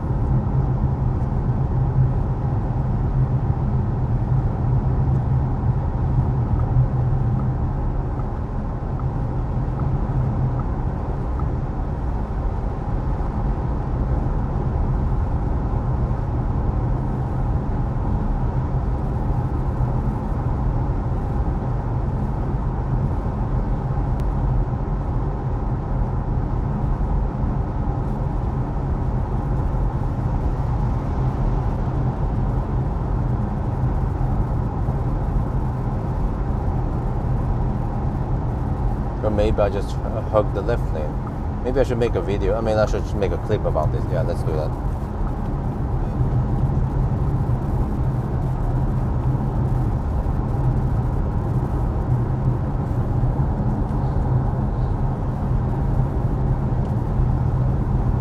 We are now in Belgium, and no, I'm just kidding. We are now at the concrete surface at Falkenberg, and yeah, I mean the car is not over loud. Remember that we are in the 120 zone even, but I'll show you once we get over to the left lane that it becomes a lot quieter over here. So the surface is quite rough on that side, but we have 19-inch wheels. So last time I had 19-inch wheel on ID7 was during winter with winter tires, and then I had 20-inch wheels with the other ID7, the Pro S, what they was called. Yeah. Let me check the wind also. Let me see.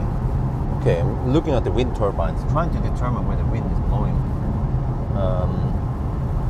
I think we have some headwind, what I see.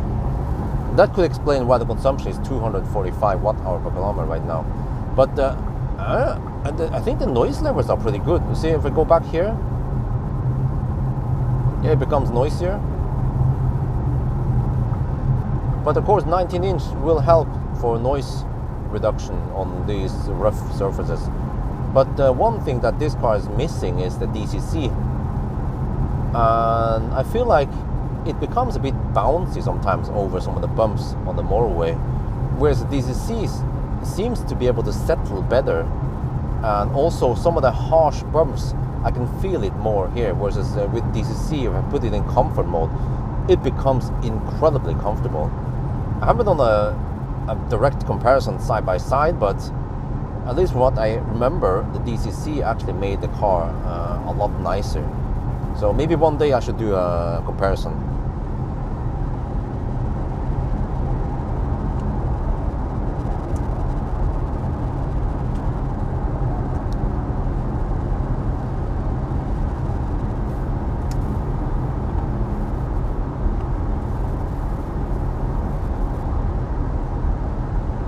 When do you come to Finland? I have no idea.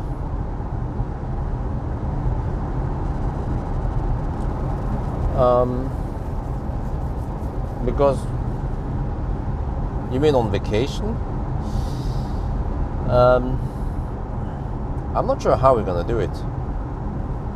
I think you guys don't realize, because we have a toddler and a newborn, or at least a 3-month-old, and just traveling with airplane with those kids are some hassle.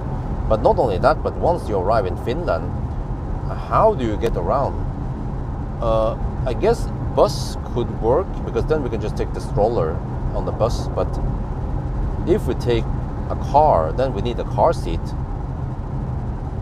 And then do I bring Isofix base and car seat with me? No, fuck no, man. That shit is big and bulky and heavy. Plus that, last time we shipped that to Thailand, they damaged the Isofix base. I don't know how the heck they did. I wrap it in bubble wrap, but they still managed to damage parts of it. So I'm like, okay, I'm not keen on sending any car seat parts on the special luggage on the airplane back and forth. So that's why we just have to travel by car, unless I travel ahead by car and then they fly over. But then, yeah, is that gonna work though? Lynn and then the price. This is gonna cost you, yeah, airplane ticket. So that's why we're not going to Finland anytime soon. We just limit ourselves to Lillehammer for now.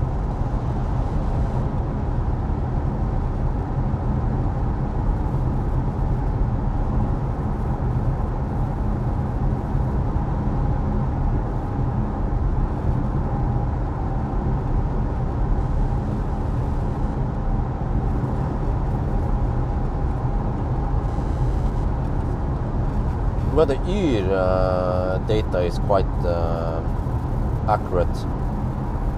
The one that is only in a 1.5 hour window, that is actually based on actual weather data right now, not some forecast 10 days ahead.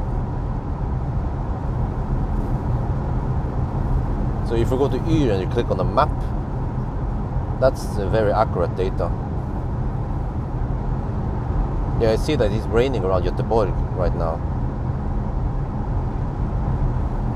But I will dodge the rain for now. But I'll probably see some wet roads on the way back until it dries out. But wow, it's 16.5 degrees Celsius. Yeah, it's gonna get hotter now this week.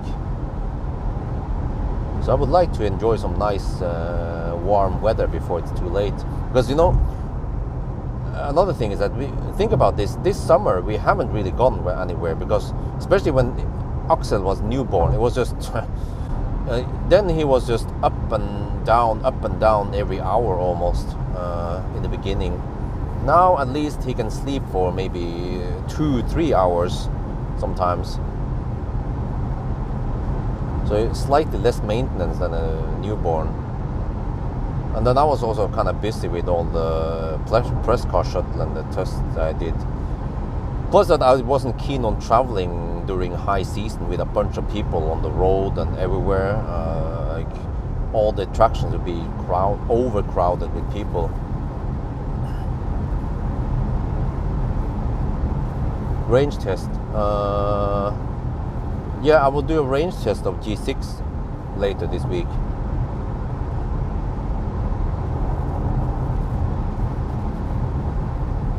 Danger in From danger in Espa. What? Okay.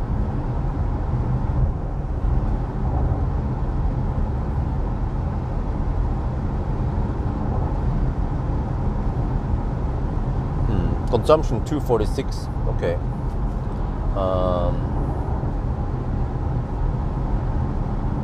Where the heck is the wind blowing right now? Oh, according to Windy, we have headwind. We have 3 meters per second headwind. Dead on. So that means that the consumption should be a lot lower once we turn around. If it's 240 now, 246, then it should be maybe just 210, 220 on the way back. And then the average will be around 230, which is way below the budget.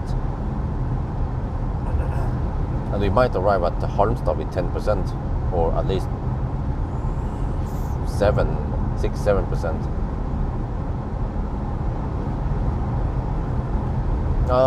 Well, no, I normally turn. Well, it depends, but I usually go to Rudshögda. You know, if you ever watch my road, if you ever watch my range test. But the X-Bang is weird, so I'm not sure how the heck I'm gonna test it. The freaking Chinese cars, man, it's lying about the consumption, or is it not reporting consumption versus the trip distance and stuff like that? So freaking cumbersome. I don't know, man, why the Chinese cars are so bad in software or so different. Like, why don't they just make the software more like European cars? You know, like MG, they figure it out. They have a trip meter like Western cars, at least.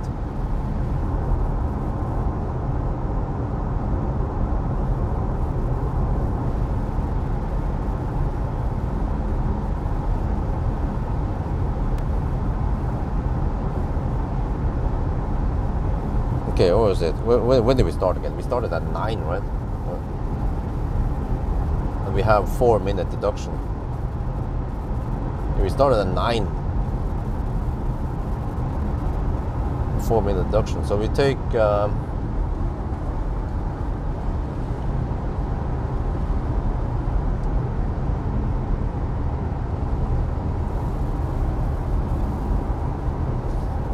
current time plus 3 hours minus 4 minutes. So we are almost at the 4-hour mark. EU will regulate or required to display. Display what? Oh, the consumption, you mean? Oh, yeah. Plus the Chinese cars, they cap sometimes. You know how it works, right? They don't show they cap, which is also not good. It actually is misleading for the consumers.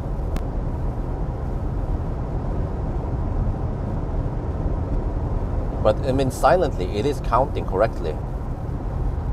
And then once the consumption drops below that cap, then suddenly you see it drop. Maybe I should expose some of the Chinese brands for it, because I don't like it. And maybe it should trigger EU to actually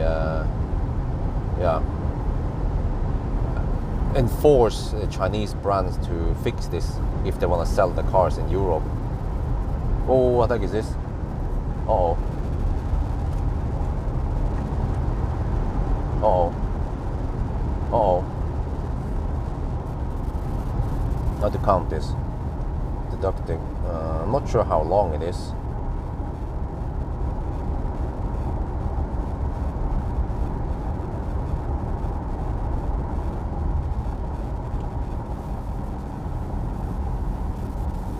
Wait, oh, I actually have to go in this lane.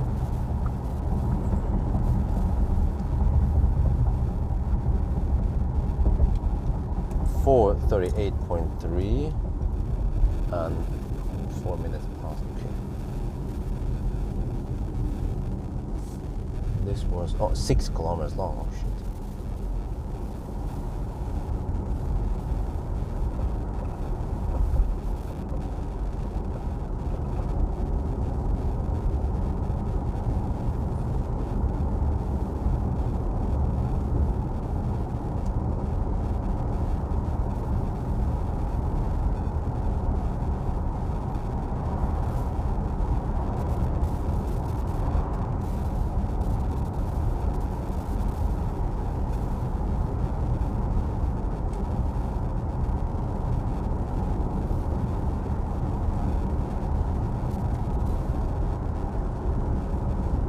I'm going to try to figure out how much the delay is, but if it's 6 kilometers long, we drive almost half the speed. Then it should be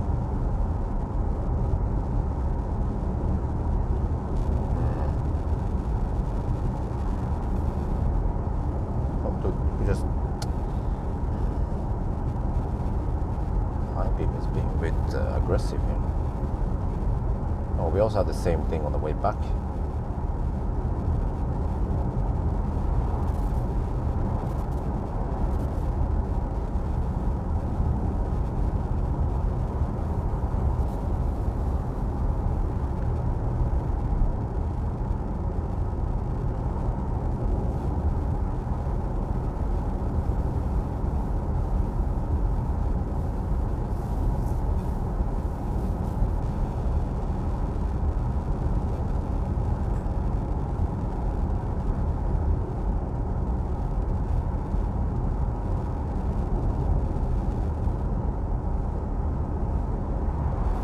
Are they resurfacing on the other side?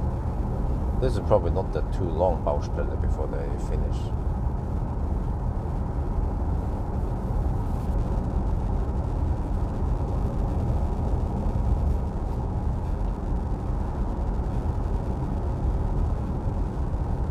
I mean, it feels really long, 6 kilometer Baustelle.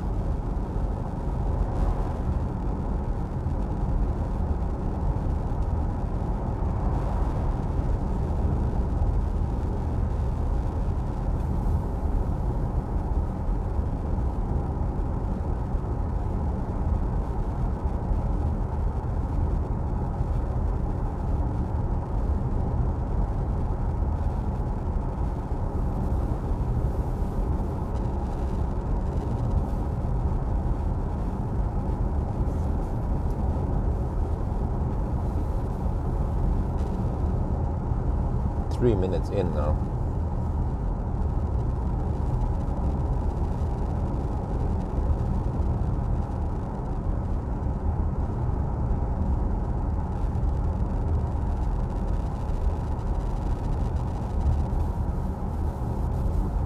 Oh, dude, come on. Seems like high beam is struggling a bit with the matrix. There's a glitch in the matrix.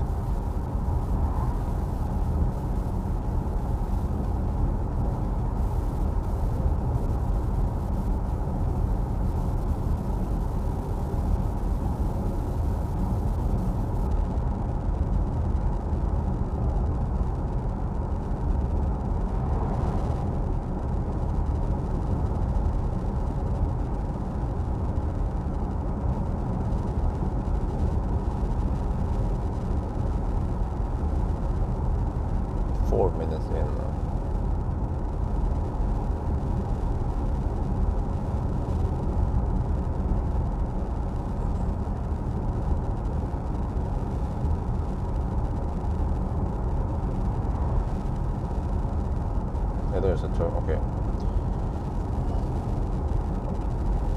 Let's see, 4 minutes. Check here.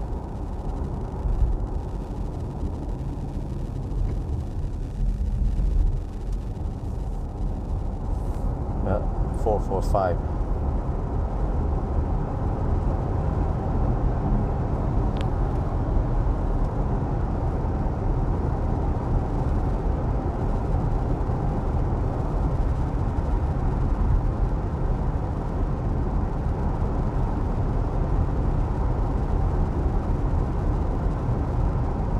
It's actually 6.7 kilometers. And there, it was almost 5 minutes.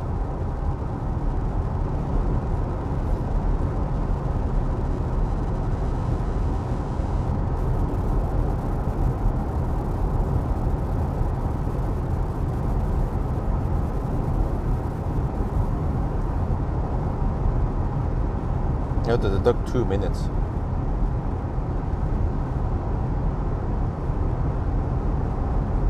So we have 6 minutes of deduction so far. But that dropped the consumption. Well, not that much. It's 241 right now.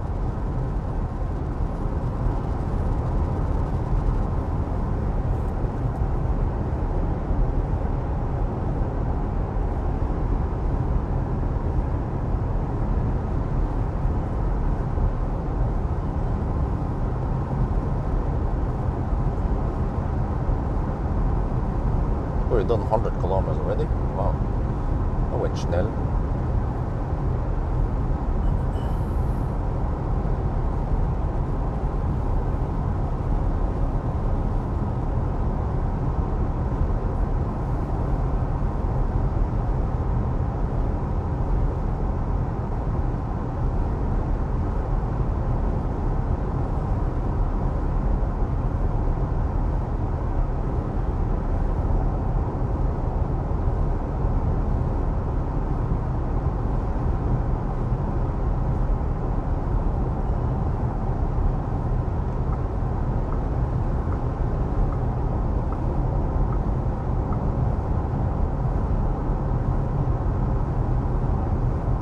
Okay, well, at least I know that or a good cat caps it.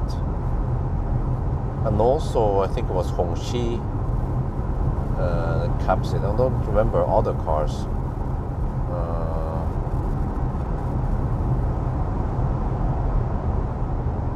Caps the consumption, I mean.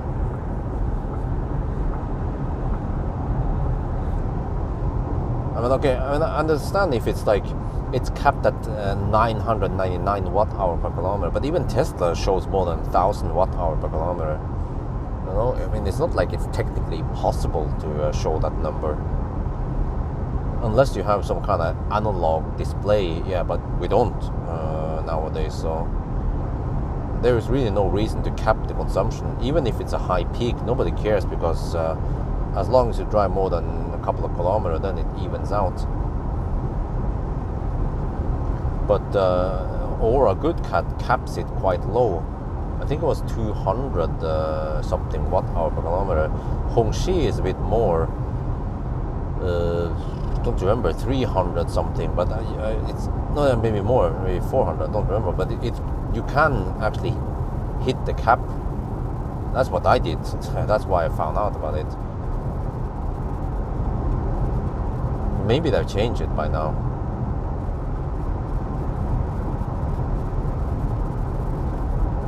It is misleading because there's no reason to cap at those numbers, and especially because the car already silently counts the correct number, the higher number in the background. It makes it misleading for consumers. You can say, no, it's confusing for consumers to get to show that high consumption. Well, actually, it's not. It's a direct lie.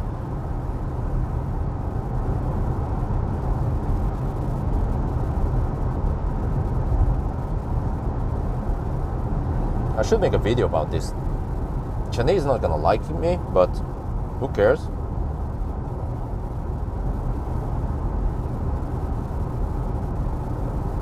And also, I'm not a fan of that rolling average consumption thing.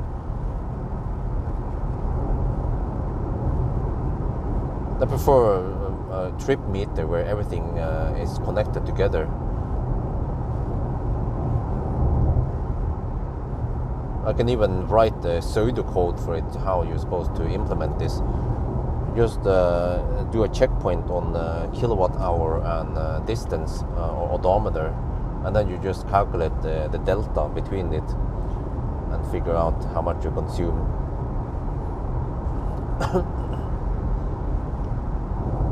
I also wonder why almost no cars displays how many kilowatt hour we consume. It only displays how many watt hour. Another thing, once we are at it, can we just stop using that kilowatt hour per 100 kilometer unit? It's stupid. Nobody uses per 100 kilometer as a unit. But that one, for some reason, people are stuck with that mindset that no, we want to have kilowatt hour per 100 kilometer, even though it's highly unlogic and overcomplicates things.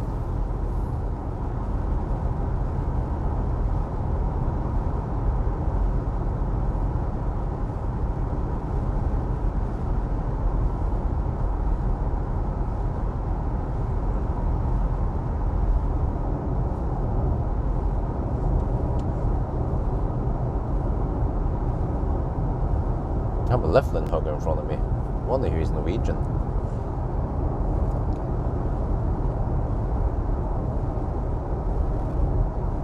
Yeah, but that's fuel consumption. Fuel consumption, you know, is measured in volume, liters. Electricity is not measured in volume, liters. Electricity is measured in kilowatt hour, or, you know, no, it's completely different unit, completely different. How to explain it? It's not even a physical size or weight or something, you know.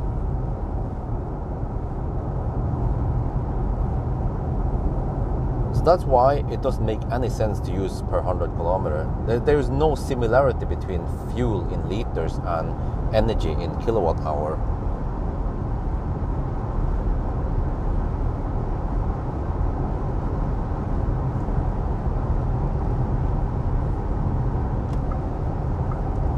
It would make sense to... What the heck, man, the dude in the friggin' left lane? I have to overtake him on the right lane then. But it would make sense if we would use the fuel equivalent in liters, you know? Like, one...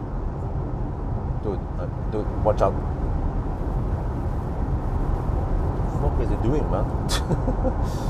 I just have to make sure that he doesn't suddenly change lane, because I'm actually overtaking him and undertaking him. But let's say, okay, if you count that 9 kilowatt hour is 1 liter, but then it would only make sense if we then express the EV consumption in what are we calling it? MPGE. That thing is also stupid. Who cares about the MPG equivalent? I mean, electric cars, they are superior in efficiency anyway. Everyone knows that. Yeah, well, it's not exactly 1 to 10. It's actually less than that. And especially if you're counting in gas and benzene, not diesel. So that's why it doesn't make any sense to use per 100 kilometer. I mean, even that unit was kind of silly in the beginning for the fossil world. It would have been easier to use milliliter per kilometer. But okay, it kind of makes sense. Yeah, but you're filling at the gas station. You fill liters, not milliliters. Okay, but we are quite used to milliliter in other places anyway, in food, in medicine, and so on. So I mean, it's not like we're not that stupid. We know what milliliter means. Because if you actually use milliliter per kilometer, we could then avoid having decimals in the consumption number. How's this again? Normally you say, let's say 4.5 liters per 100 kilometer. I believe that is 45 milliliter per kilometer. That would be perfectly fine. 45 milliliter per kilometer, yeah.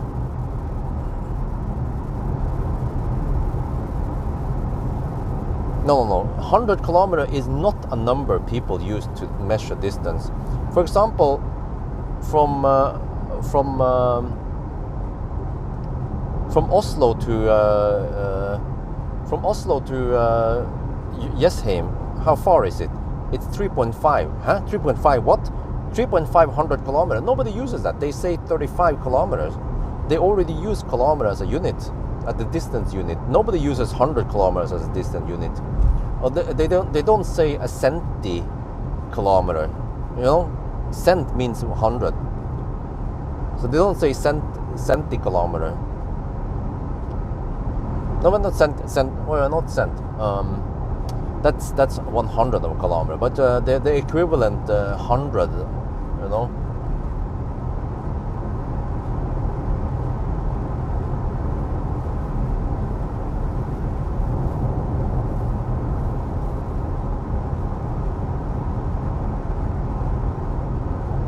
It's just old mindset, and it was a poor choice in the beginning, and then because it was always done like that, then they still stick with a poor choice.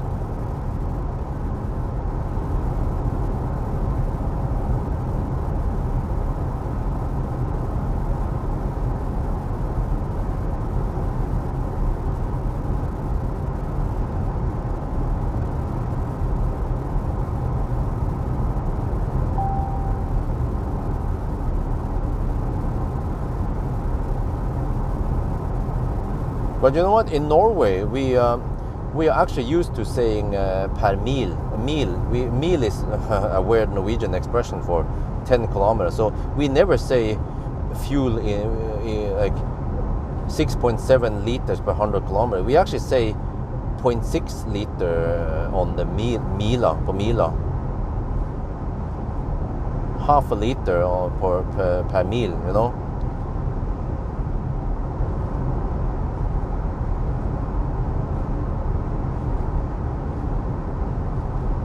Consumption is slightly dropping now, 239. Oh yeah, we went through Halmstad.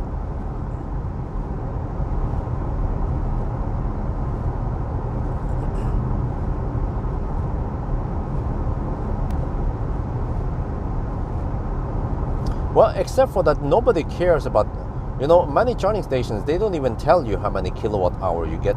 And most people, they don't care. They don't even know how many kilowatt hour you got into the battery. They don't say, oh, I fill in 20 kilowatt hour. What do you know what they talk about?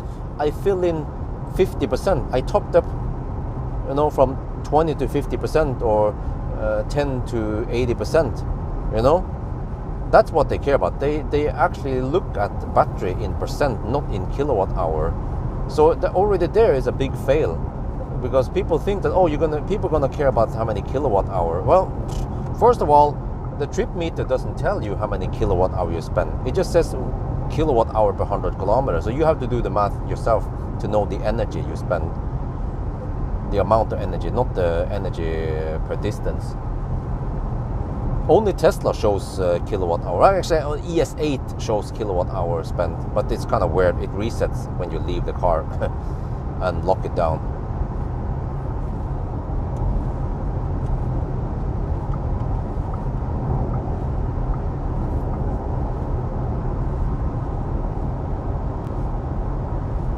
Or to put it the other way around, when you look on forums and Facebook groups and stuff, nobody talks about how many kilowatt hour they spend on a certain distance. They will talk about the consumption they spend on that distance, or the low consumption they had, and so on, you know.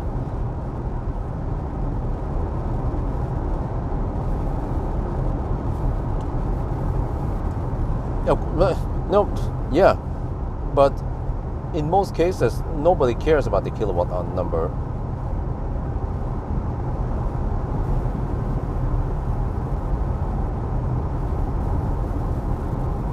Yeah, they don't have decimals. That's kind of silly. They used to show decimals before, but they stopped doing it. Oh, I'm gonna get flashed at again. Jesus, man. I don't know why it cannot detect trucks like that. It is quite obvious that is an oncoming truck.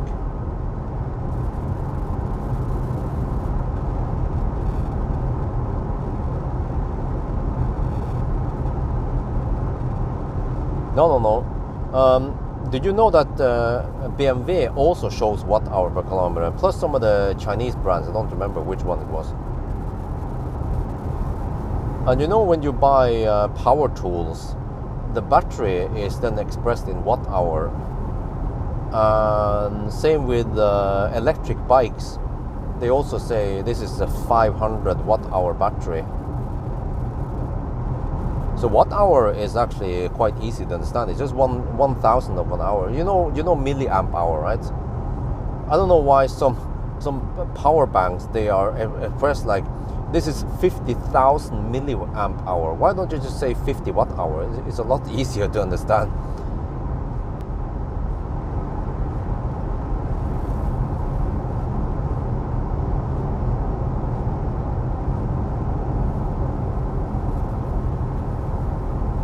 Yeah, exactly. But just because some car manufacturer stays at something doesn't mean that that's always the smartest thing to do.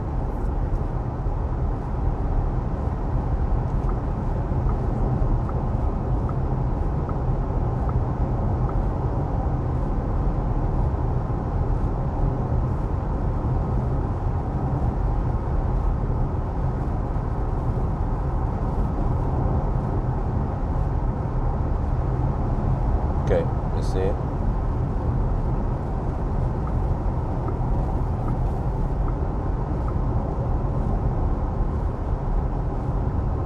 No, I'm gonna get flashed at again. Dude. I'll turn on the lights. Holy macaroni. There, wow, that was super late. I'm just surprised I'm not being flashed at more.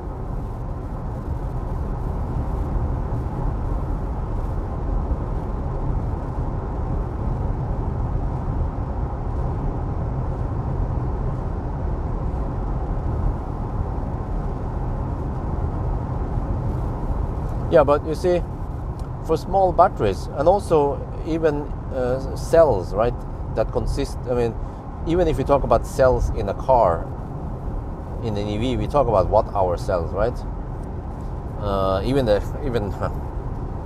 BMW uses amp hour. But as long as we're talking about small units, then watt-hour makes more sense than to say 0.6 kilowatt-hour bicycle battery or 0.1 kilowatt-hour power tool battery. So the same thing goes for kilometer, because we know kilometer as a unit. So that's why when we talk about consumption, it makes perfect sense to say 150 watt-hour per kilometer. And the beauty about it is that if you use watt-hour per kilometer, you don't have to dig around with decimals. So you can just say, yeah, like 145 watt-hour per kilometer, no decimals needed, instead of 14.5 kilowatt-hour per 100 kilometer. It's just complicated and long, and even the display needs to show that shit, and it makes the font small. You have to eat up more space for the stupid unit. Then it makes it harder to read because everything needs to be smaller. So trust me, I've seen those displays. It's like, what? Waste of space, man. Keep it simple.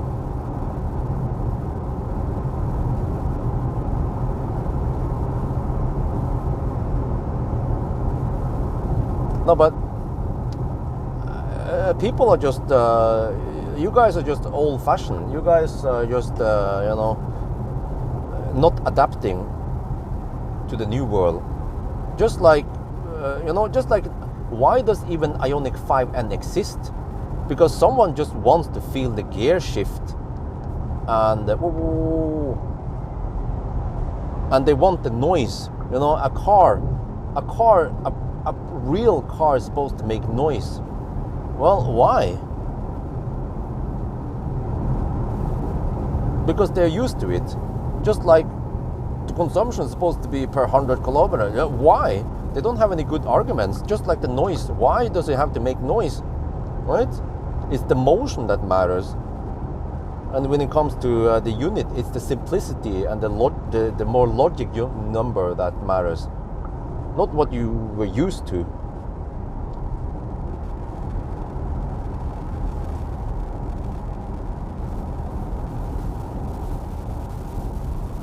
Oh, I forgot that this goes a bit sharp. Okay, let me see. We are not at the halfway mark yet because we started a bit further south. But we are now at 4.5 hours-ish. No, it's not even 4.5. 3 hours and 20-ish. A little bit over 3:22 or something. Let me turn around here.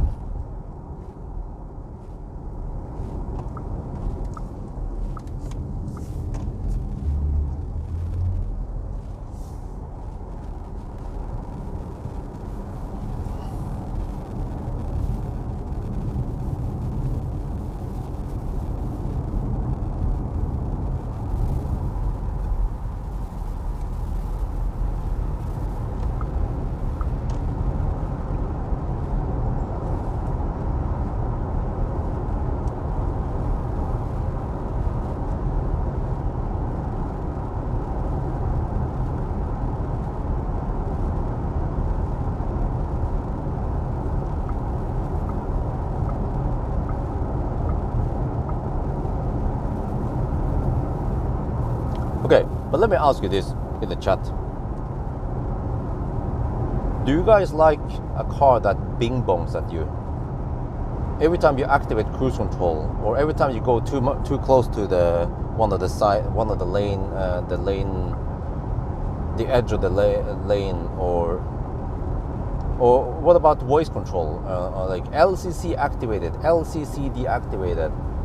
You know, bing bongs and stuff like that. When you change gear, there's a dong dong. You know, when you enable or disable cruise control or auto steer, there's a different sound for it.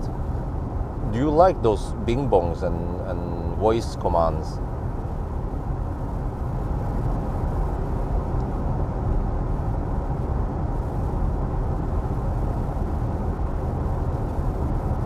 Frustrating. What? No, but has it ever occurred to you that Chinese people want that shit? There was even some Chinese dude who cried so much that Tesla had to add a dong for, what was it again?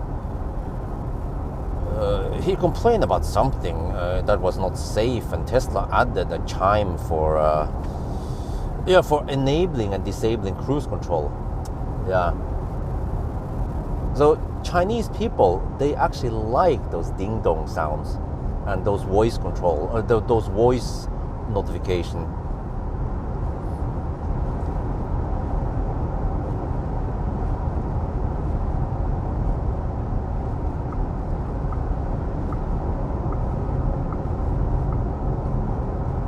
But just because some people or a bunch of people, maybe millions of people prefer ding dong sound, doesn't mean that it's a good thing. Just like watt hour per kilometer. I mean, just like kilowatt hour per 100 kilometer.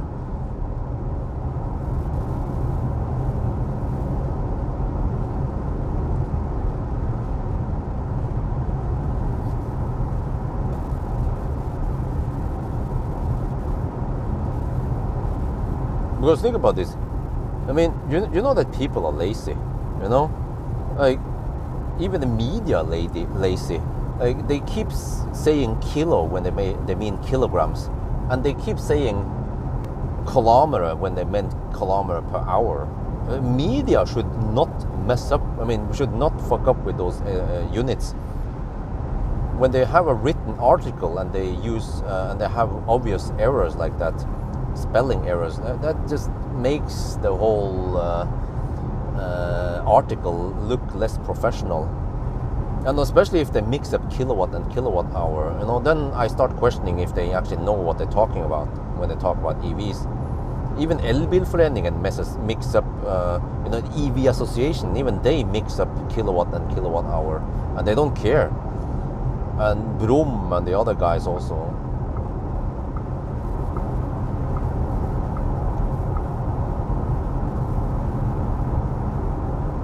Yeah, exactly, and charging in kilowatt hour. But people are lazy. They shorten things. Mobile telephone becomes phone. Like automobile is just, they shorten everything. And one way to shorten things is try to say 16.5 kilowatt hour per 100 kilometer, and then try to say 165 watt hour per kilometer. The last one is shorter. It's shorter to write and it's shorter to read it.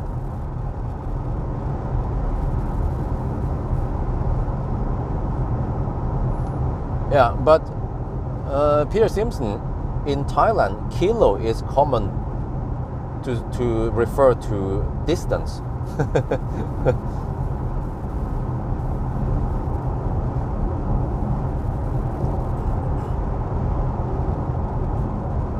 But just because it's one way to say it, like a slang, it doesn't mean that it's literally correct.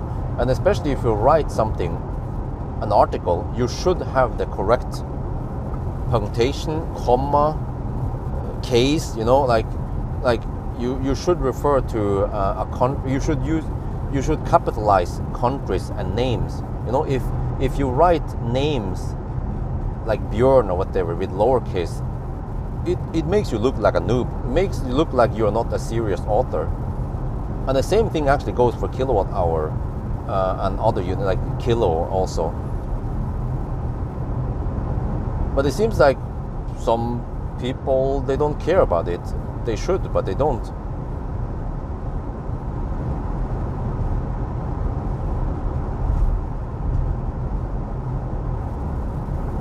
Okay, how is cooking now? 18 kilometers away from Halmstad. I'm down to 10%. Well, spot on. I'm supposedly going to arrive with 6%. Consumption is 238. All good. Like a ninja.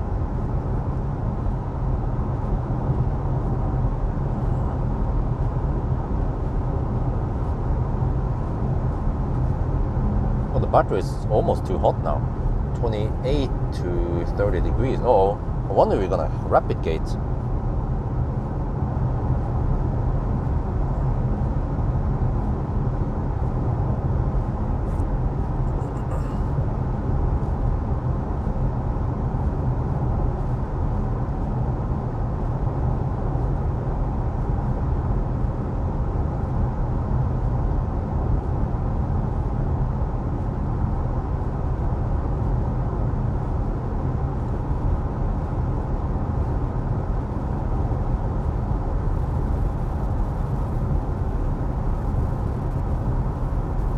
Okay, but then, wait, so my next stop after this was Spekerød, right? Yeah, that makes sense. Probably have to charge around 60% again. But this time I will not mess with the door. Well, actually, kind of need to go to Circle K, maybe buy some stuff, some supplies there. Which means I have to open the door once I'm back. Wait, okay. I'm gonna stay away from the door then. To not mess with the cooling. But we start with higher temperature now than previously.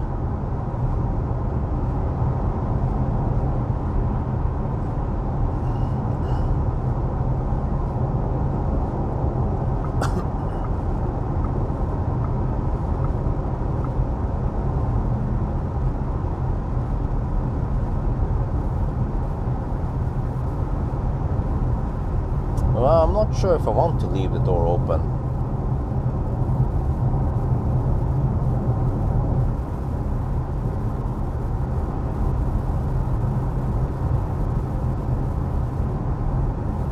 Okay, you know what? As long as I come back quickly before it gets too hot, then the damage is not that severe.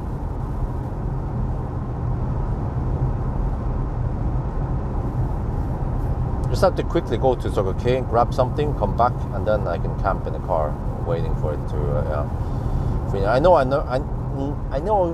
need roughly 60% anyway, so that's gonna take roughly 18-19 minutes again.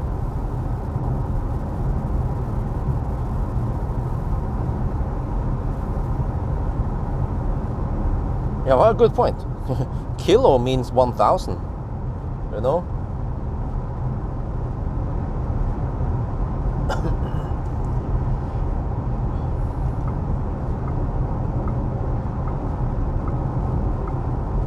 And in Thailand, they refer to kilo as kilometer, but then in the Western world, we refer to kilo as kilogram.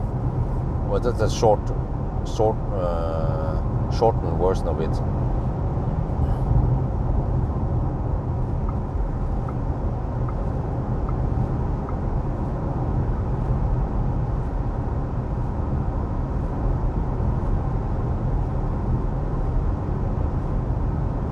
And it's not that hard really for authors to spell it correctly, because instead of just typing kilo like they do, they could just say kg. It's actually shorter to type kg, and it's quite easy to understand what it means.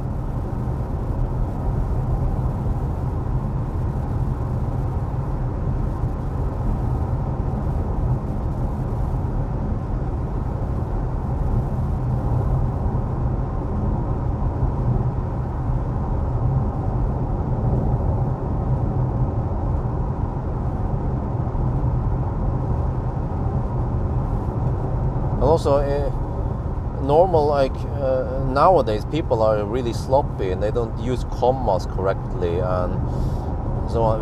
You know, when I type emails, also, well, actually, for emails, when I contact press people, they usually have good grammar, right? They refer to Björn. They use Björn. They put Björn in uppercase. I mean yeah. But I mean, there are some, like, at least in the professional world, you don't type uppercase in an email to customers or shit like that, right? You use as correct grammar as possible.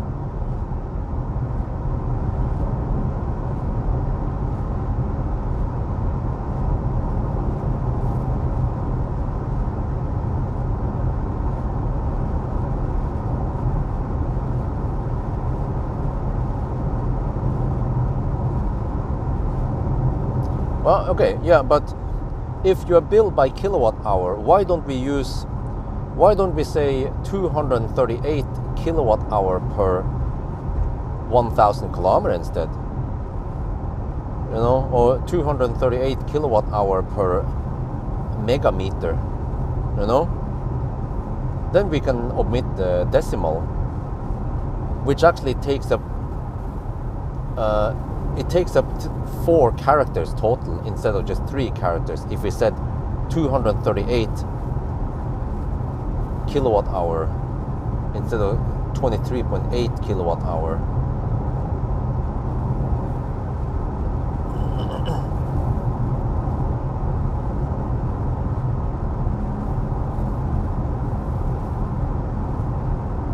Well, but what about if the car cannot go 100 kilometer even?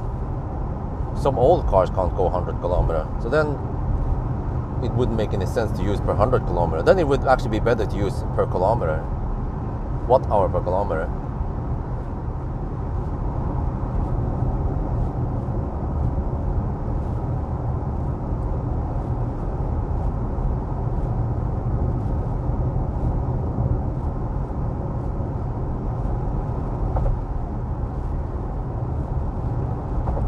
Well, even that could work. 0.2, because think about this, we already have drag coefficient in a low decimal number, 0.235. You know, we use that one, and we are used to it for some reason.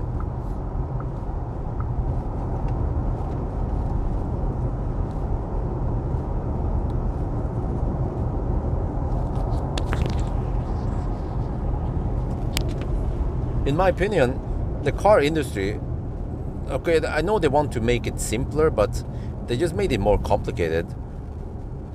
So they should at least say 67 liters per 1,000 kilometer then. But then they avoid the decimal.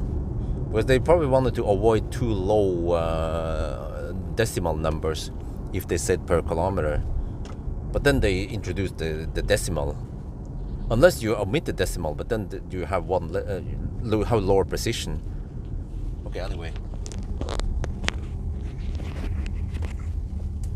I mean, just because it has been existing for a long time doesn't mean that it's a good thing. Just think back to NEDC. Was NEDC a good idea? 9. Did they change it? Yes, they introduced VLTP, which is slightly better.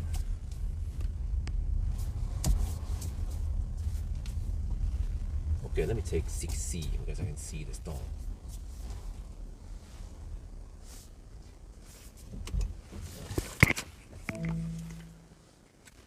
Since charging long term, okay.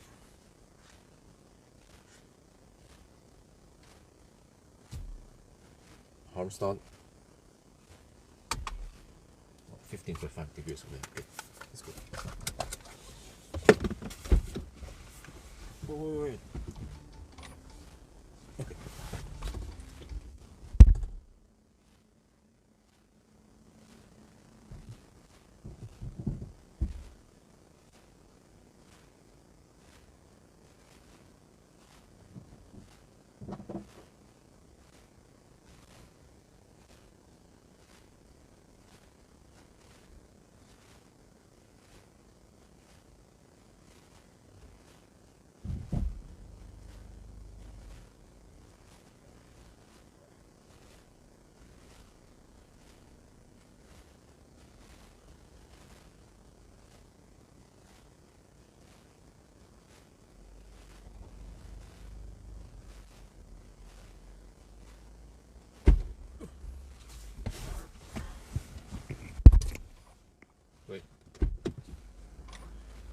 Well, Norwegians use 10 kilometer as a unit, but they actually use that so common that it actually makes sense, because they actually say, oh, from Oslo to Trondheim is 50 mil, 50 miles, right?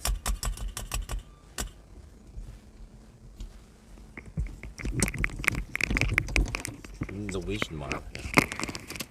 Which is quite long.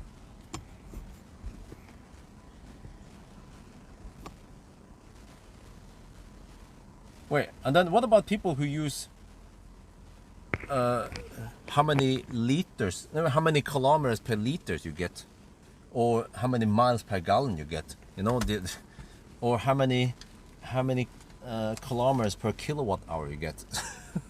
That is also very confusing. Well, anyway.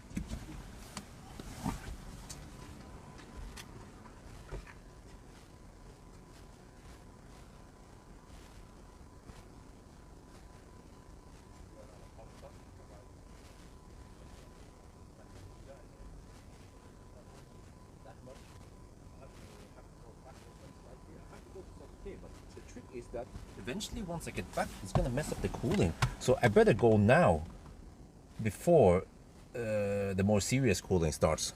And then as always I have HVAC off. Okay, let's go.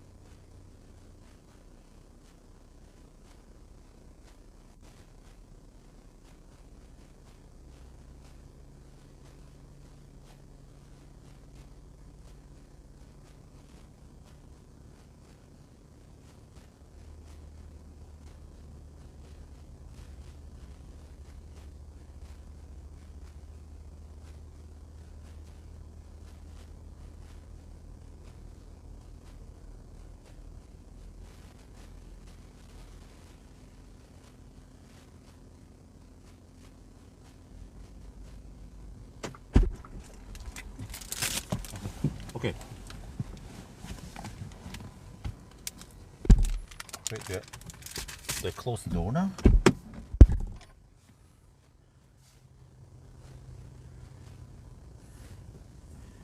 Wait, how is it? Is it schnell?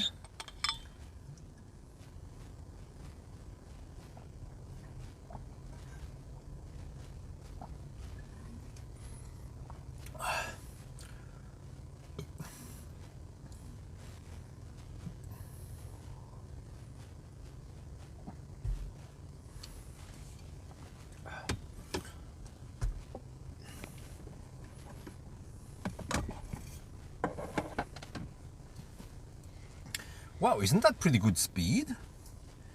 I'm pretty sure we didn't get that speed earlier.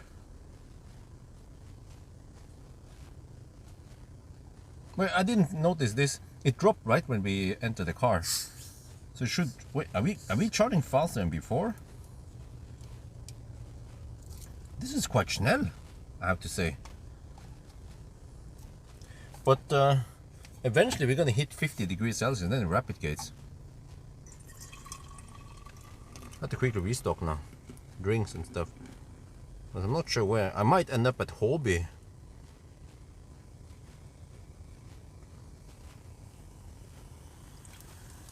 There's nothing there. Okay, let me see. So let me now navigate to Ion til Spekkerød then. Spekkerød.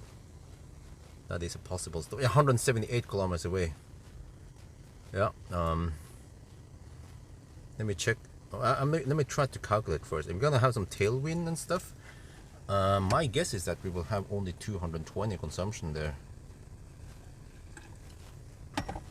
What was the consumption on the last leg now since last charge? Since charging, it was 235. Wow, it's likely to be 220 on the next leg, possibly even lower, but no more than 220. That's my guess.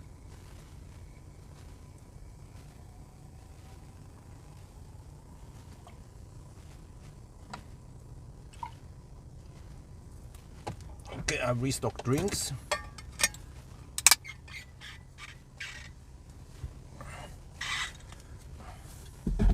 Wow, it seems like it charges faster now, but it's gonna overheat faster also. Let me see.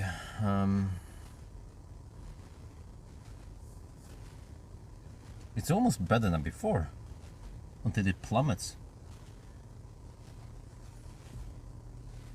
Okay, let me do the math here. 178 kilometers. Okay, 220 times 178 is 39 kilowatt hour. I base it on 75 kilowatt hour. So I need to spend 52%, or let me see. Let me do the other way around. 220 times 178 kilometers. I need 39 kilowatt hour. I have 35, so I don't have enough yet. Okay. And then the percent, I need 52%. Let me check what Planet claims.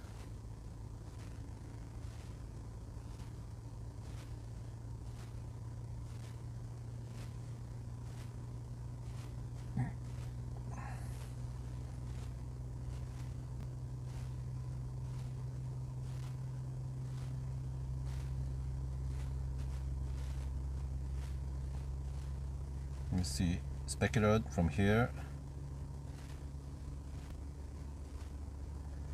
Okay, Planet claims that I need 47%. It seems like Planet has been off many times now.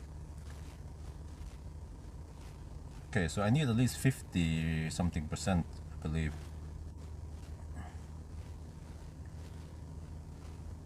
Okay, now it starts throttling. You see, it overheats faster maybe.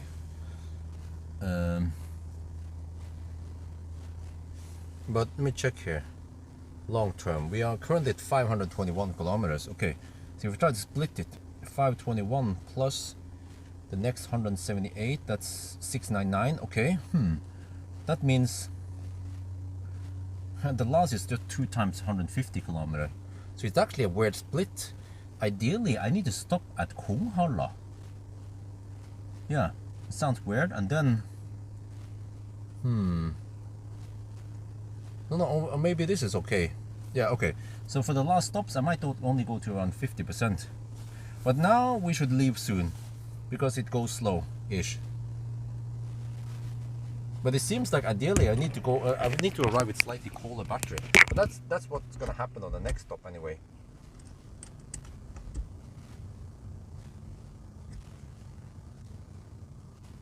What happened here? Is climate on? No, don't run the climate. Suddenly the freaking speed dropped to 80 kilowatt because the climate suddenly came on. What the heck happened there? This is not good. We have only 51%. I'm not sure if we have enough even to reach that one. Okay, whatever. We could bail out at Konghalla in case we don't have enough for Spekkerud. No big deal if we stop at Konghalla. Because it goes freaking slow now. We are only taking 76 kilowatt. But we might have enough. What is the car estimating? Car claims we will arrive with 10%. Okay. 52 degrees now. Shit.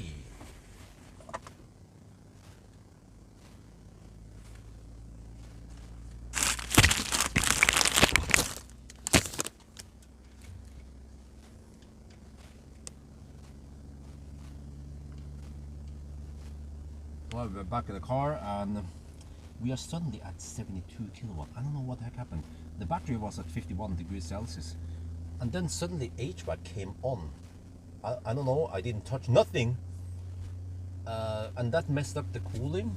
And now we're charging dog slow. But according to my calculation, we should have enough. We're gonna go for Spekkerud. I own this Spekkerud. But if we can't make it there, we can always bail out on the stop before, which is Konghalla. Okay, let's go. We don't want to camp at 69 kilowatt for too long. But it seems like the charging is fine, the cooling is fine, but the software keeps messing up. In case I enter the car, it just messes up some of the cooling and slows down the charging.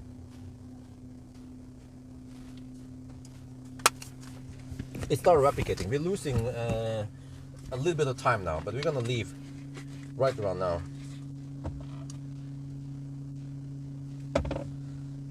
The cooling is in high gear. Well, okay, let's see. Climate on. Now it's gonna scavenge the heat.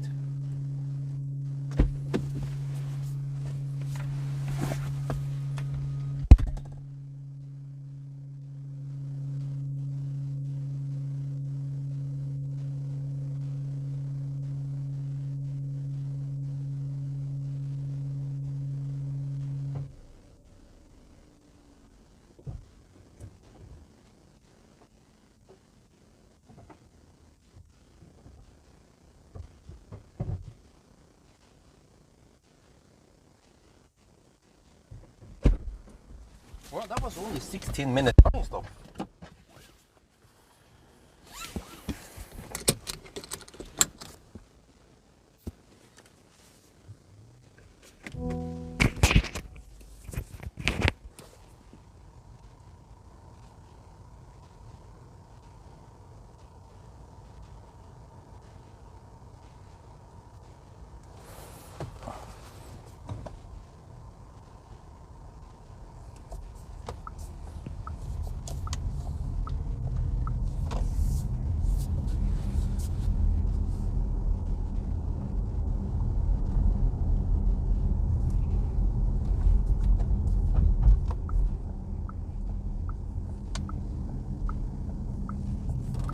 But the battery is hot, 52 degrees Celsius now.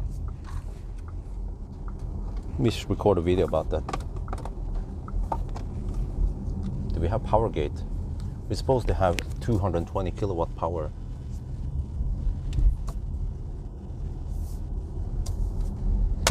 After Halmstad.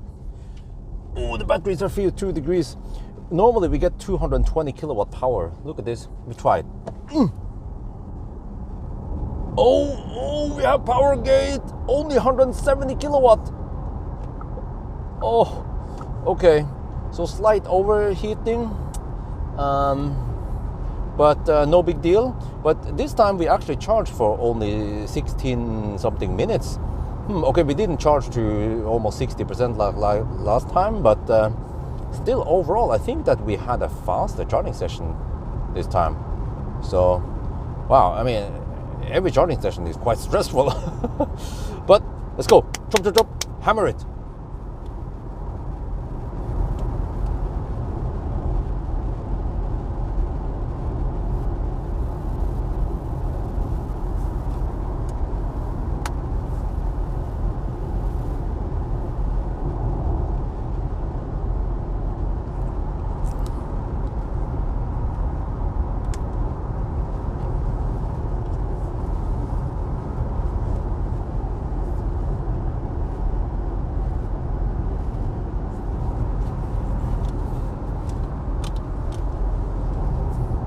So we have a 50 kilowatt power gate now, or 50 kilowatt drop. Oh yeah, I see I forgot to mention it. The dynamic limit for discharge, whatever, is normally 900 amp. It's now at 600 amp, but it's going up fast. 666 amp already. And I'm scavenging heat into the cabin.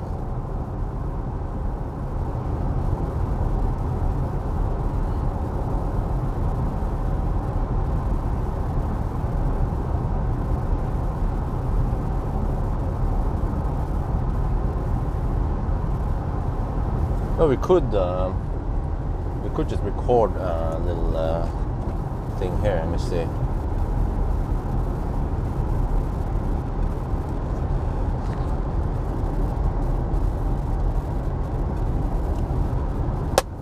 Okay, a time lapse after Halmstad.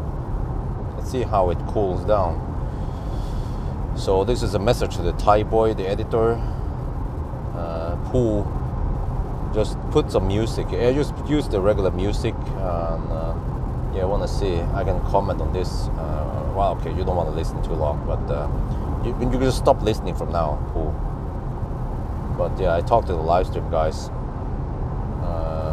Well, just speed it up by 10 times, by the way. Yeah, roughly 10 times. That's good speed. Because if you go more than that, then the whole video, the landscape passes by too fast. But you see that it drops, temperature drops fairly quick. Also, amp limit goes up. We just cool down the battery.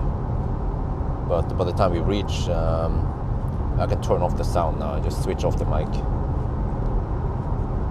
There. Because he already synced it. No, okay. Yeah, he'll notice that suddenly the sound is gone. But, wait, long term, okay. Since charging. Let me see. Yeah, it's actually pulling. The AC unit is pulling 2.2 kilowatt. That's also interesting to see, observe. So I should have at least 10-minute recording. If I have 10-minute recording, it'll be 1 minute time lapse. That's long enough for a B-roll. While the thing is, yeah.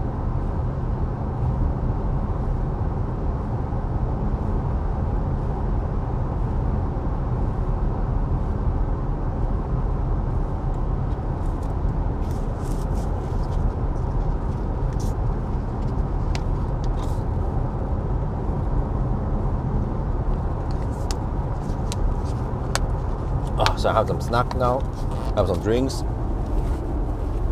I've restocked because the next stop might be just nothing there if it's Konghalla.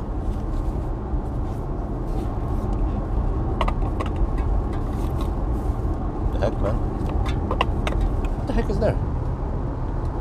Oh, there's another can there. Shit, I forgot. Yeah.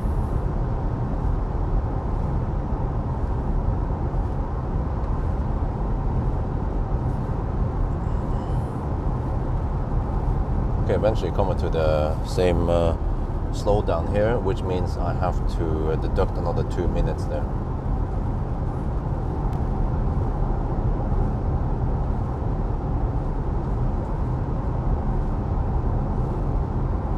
So that would be 8-minute deduction soon.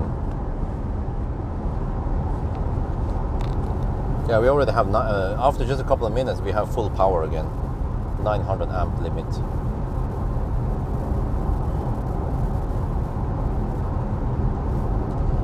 Oh, now I just need to survive for the rest of the challenge.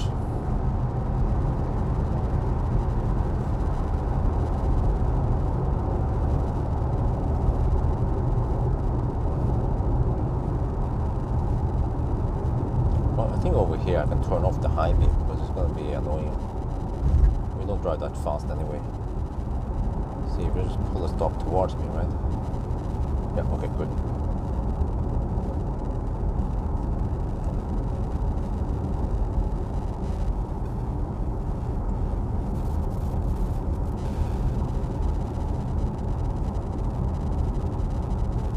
That would be 8-minute reduction. So we take current time plus 3 hours minus 8 minutes. So we are actually now at the 5. Yeah, we are currently at the 5-hour mark. Wow! And we have done. Is there an easy way to see it?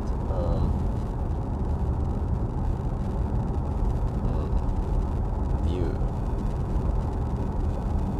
Well, that's just navigation view.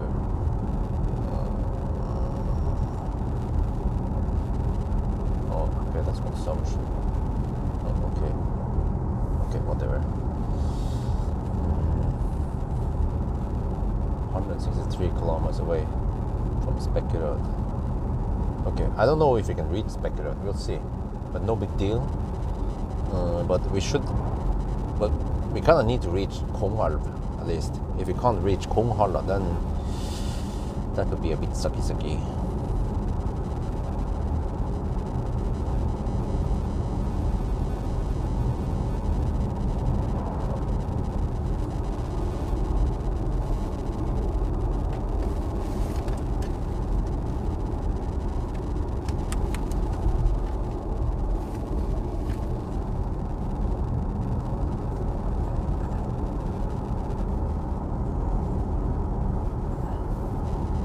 Status, okay, let me, a bit cumbersome, if I switch, okay, long term, okay, 537 kilometers now, and total consumption is 216, wow, it's really close to the other run. The other run was 214, but now we have tailwind all the way back home.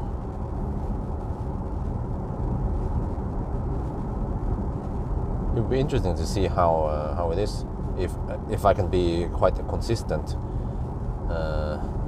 in consumption versus time.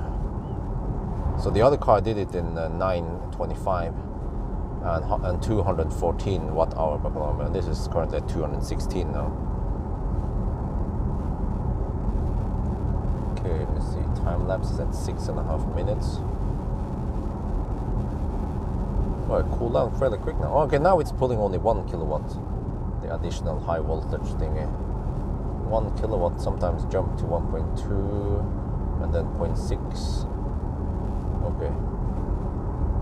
It's not cooling that aggressively anymore.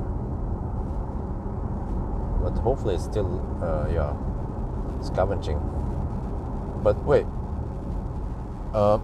Guys, the previous stop was 19 minutes. This stop was only 16.5 minutes. 16 and 23 seconds something. But we did charge to lower, slightly lower. But I feel like this session was higher average speed than the first session. Which makes me wonder. 25-ish degrees Celsius might be too low. Maybe I want to go for around 30 degrees, but I cannot choose that. Because I just navigate to the fast charger and the car just says, oh, it's optimized already, you can't go higher.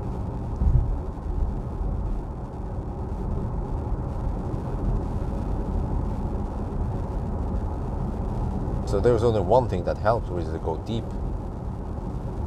The deeper the better. And this car doesn't suffer for any slow ramp up if you go too deep, unlike some Chinese cars tend to do.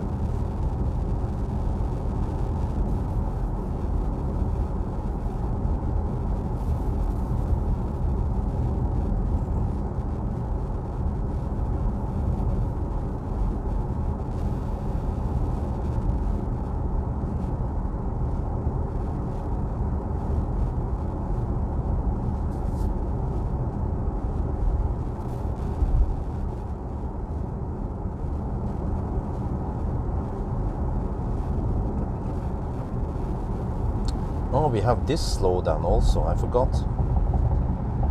Yeah, it's like a 100 zone there for a little bit. So I need to actually deduct 3 minutes there.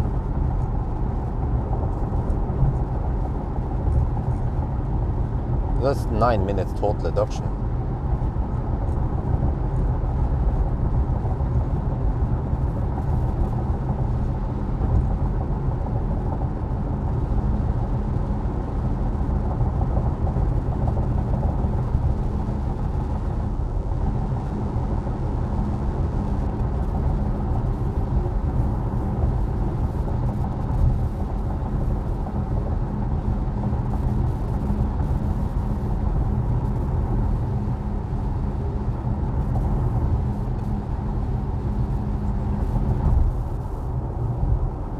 Is that an inlet I can show? Because that maximum energy content is not very useful. It just stays at 77 kilowatt hour. Well, actually, oh, it is useful if I connect it to another car. Yeah, let's keep it there.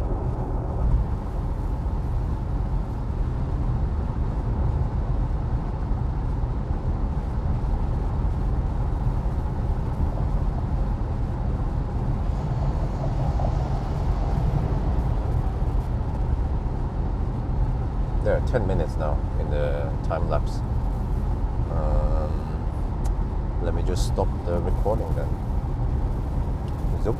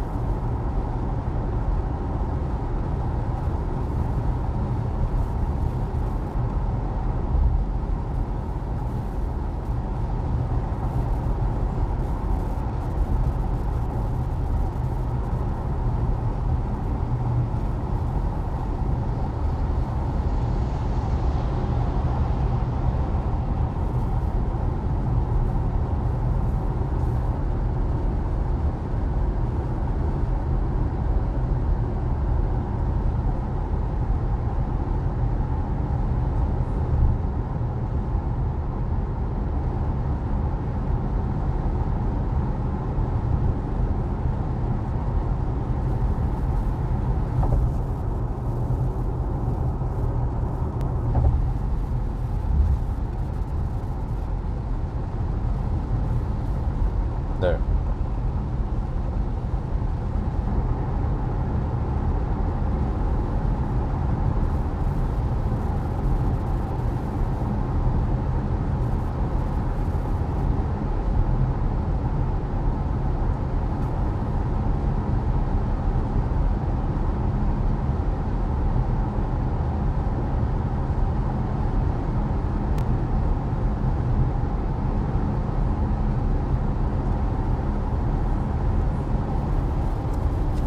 Let me just hug the left lane because it's not so noisy.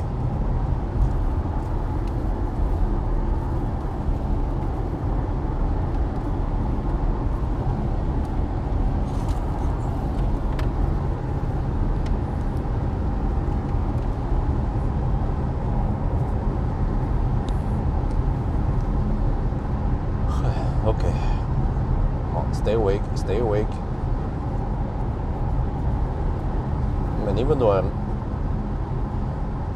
not super rested, at least I didn't. I mean, I got some sleep last night. I think combined maybe at least 6 hours total. Well, actually more. I remember last night I was kind of tired, so I actually slept the same time as Isabel, which is around 9, yeah. And then I woke up around 1 at night, 1:30 rather. So that is at least 4.5 hours of sleep, plus a couple of extra hours in the morning. Yeah. Okay, so I possibly had 6 to 7 hours of sleep, which should be enough for me to stay awake until I'm home. Yeah. Ideally, but here's the thing. Tomorrow morning, once I arrive at home, Lynn will take care of feeding Isabel in the morning, and I should actually stay in the car and nap in the car, because if I enter the home,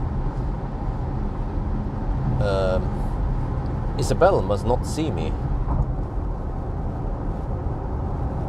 It's kind of hard to explain this, but any parent knows this. If Isabel sees me, she will want me to feed her, but if I leave, then she will not be happy. But as long as she doesn't know I'm nearby, then she will accept food from Lynn and not complain about this. So if I can get like half an hour nap before I deliver the kid to the kindergarten, that would be great.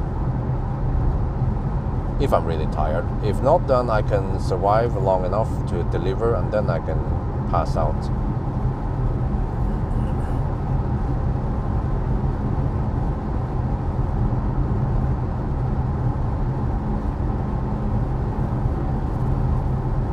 And then I don't have to rush charging the car. Maybe just slow charge at home.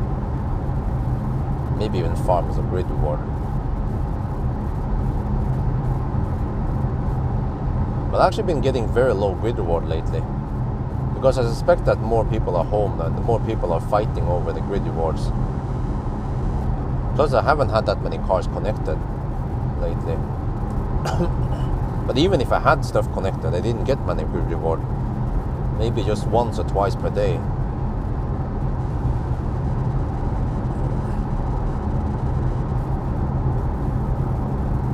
Right, consumption. Wow, wait, let me see. Long term since charging. Current leg. Wow, 222 on the current leg. Wow, my estimation was 220. Well, if I can go deeper beyond Spekerud, I can actually go to Hobby then.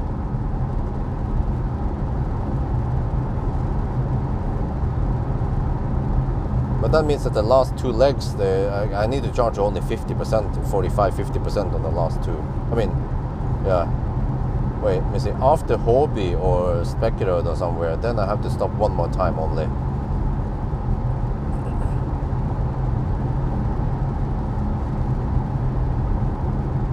Man, I'm gonna get flashed at.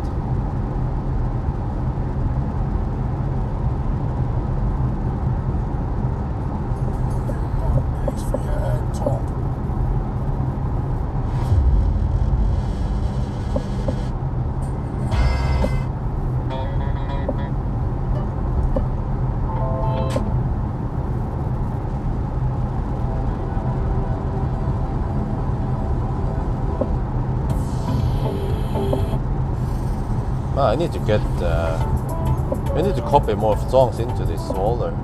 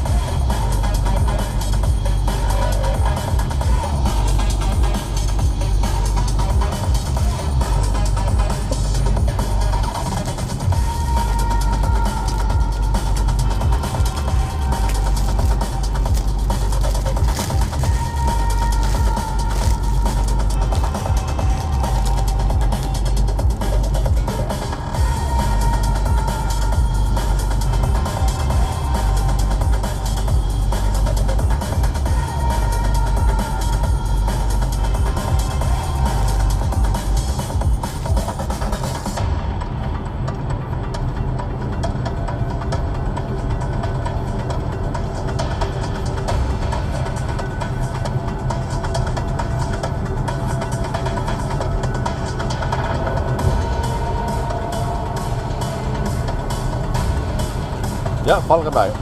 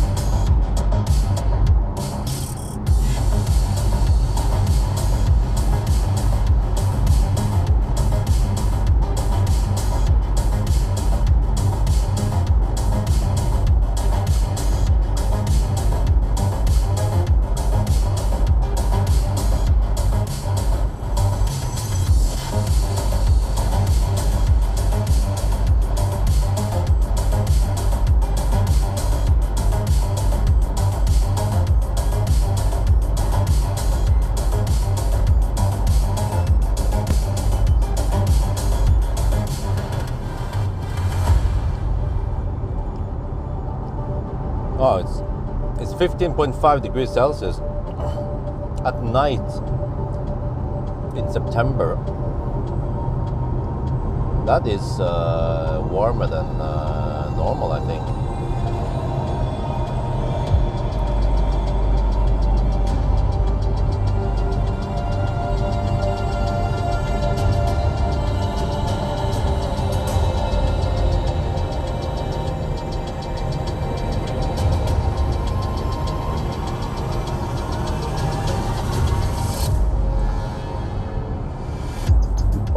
Still have to hurry past Oslo before, well, hopefully by 6 in the morning in 2.5 hours. Wait, is that even possible?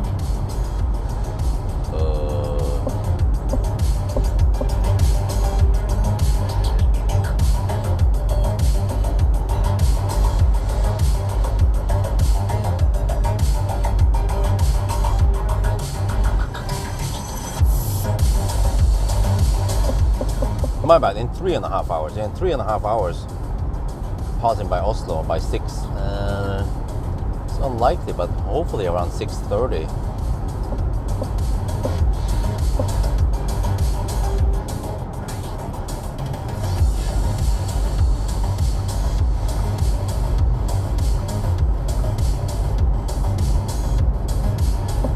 Wow, 30 degrees, that's crazy hot.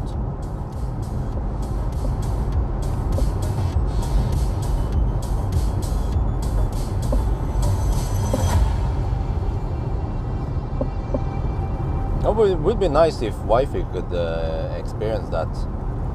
We haven't had that nice hot weather for the longest time. Well, she hasn't experienced.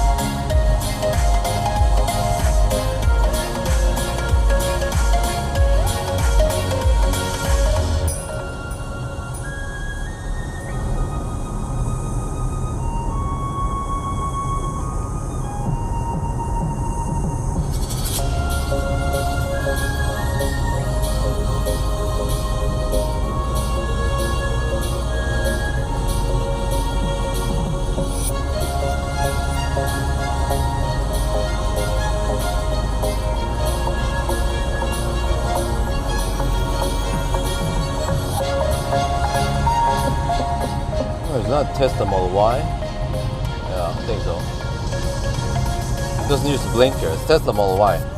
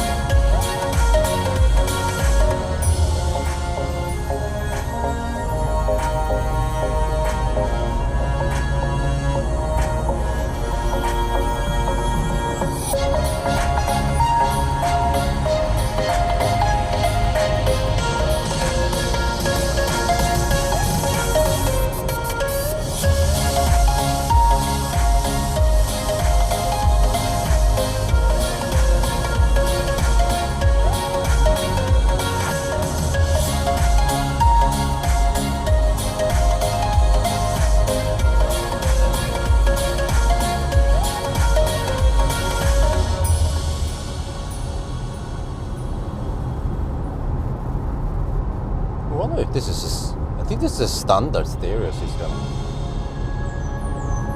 Sounds okay.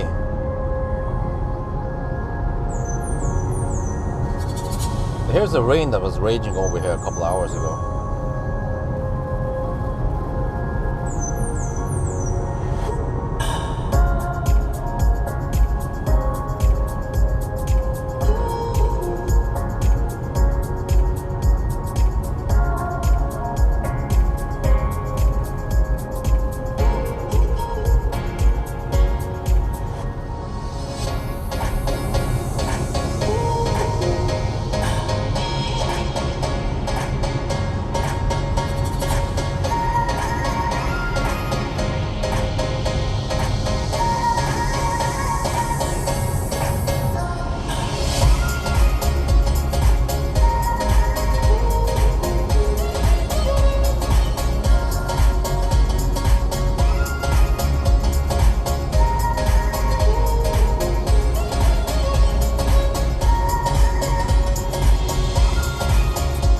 Okay, we might as well go over to part 2 now. It's a bit early, but part 2 is scheduled to start 3 at night, and I'm not busy right now.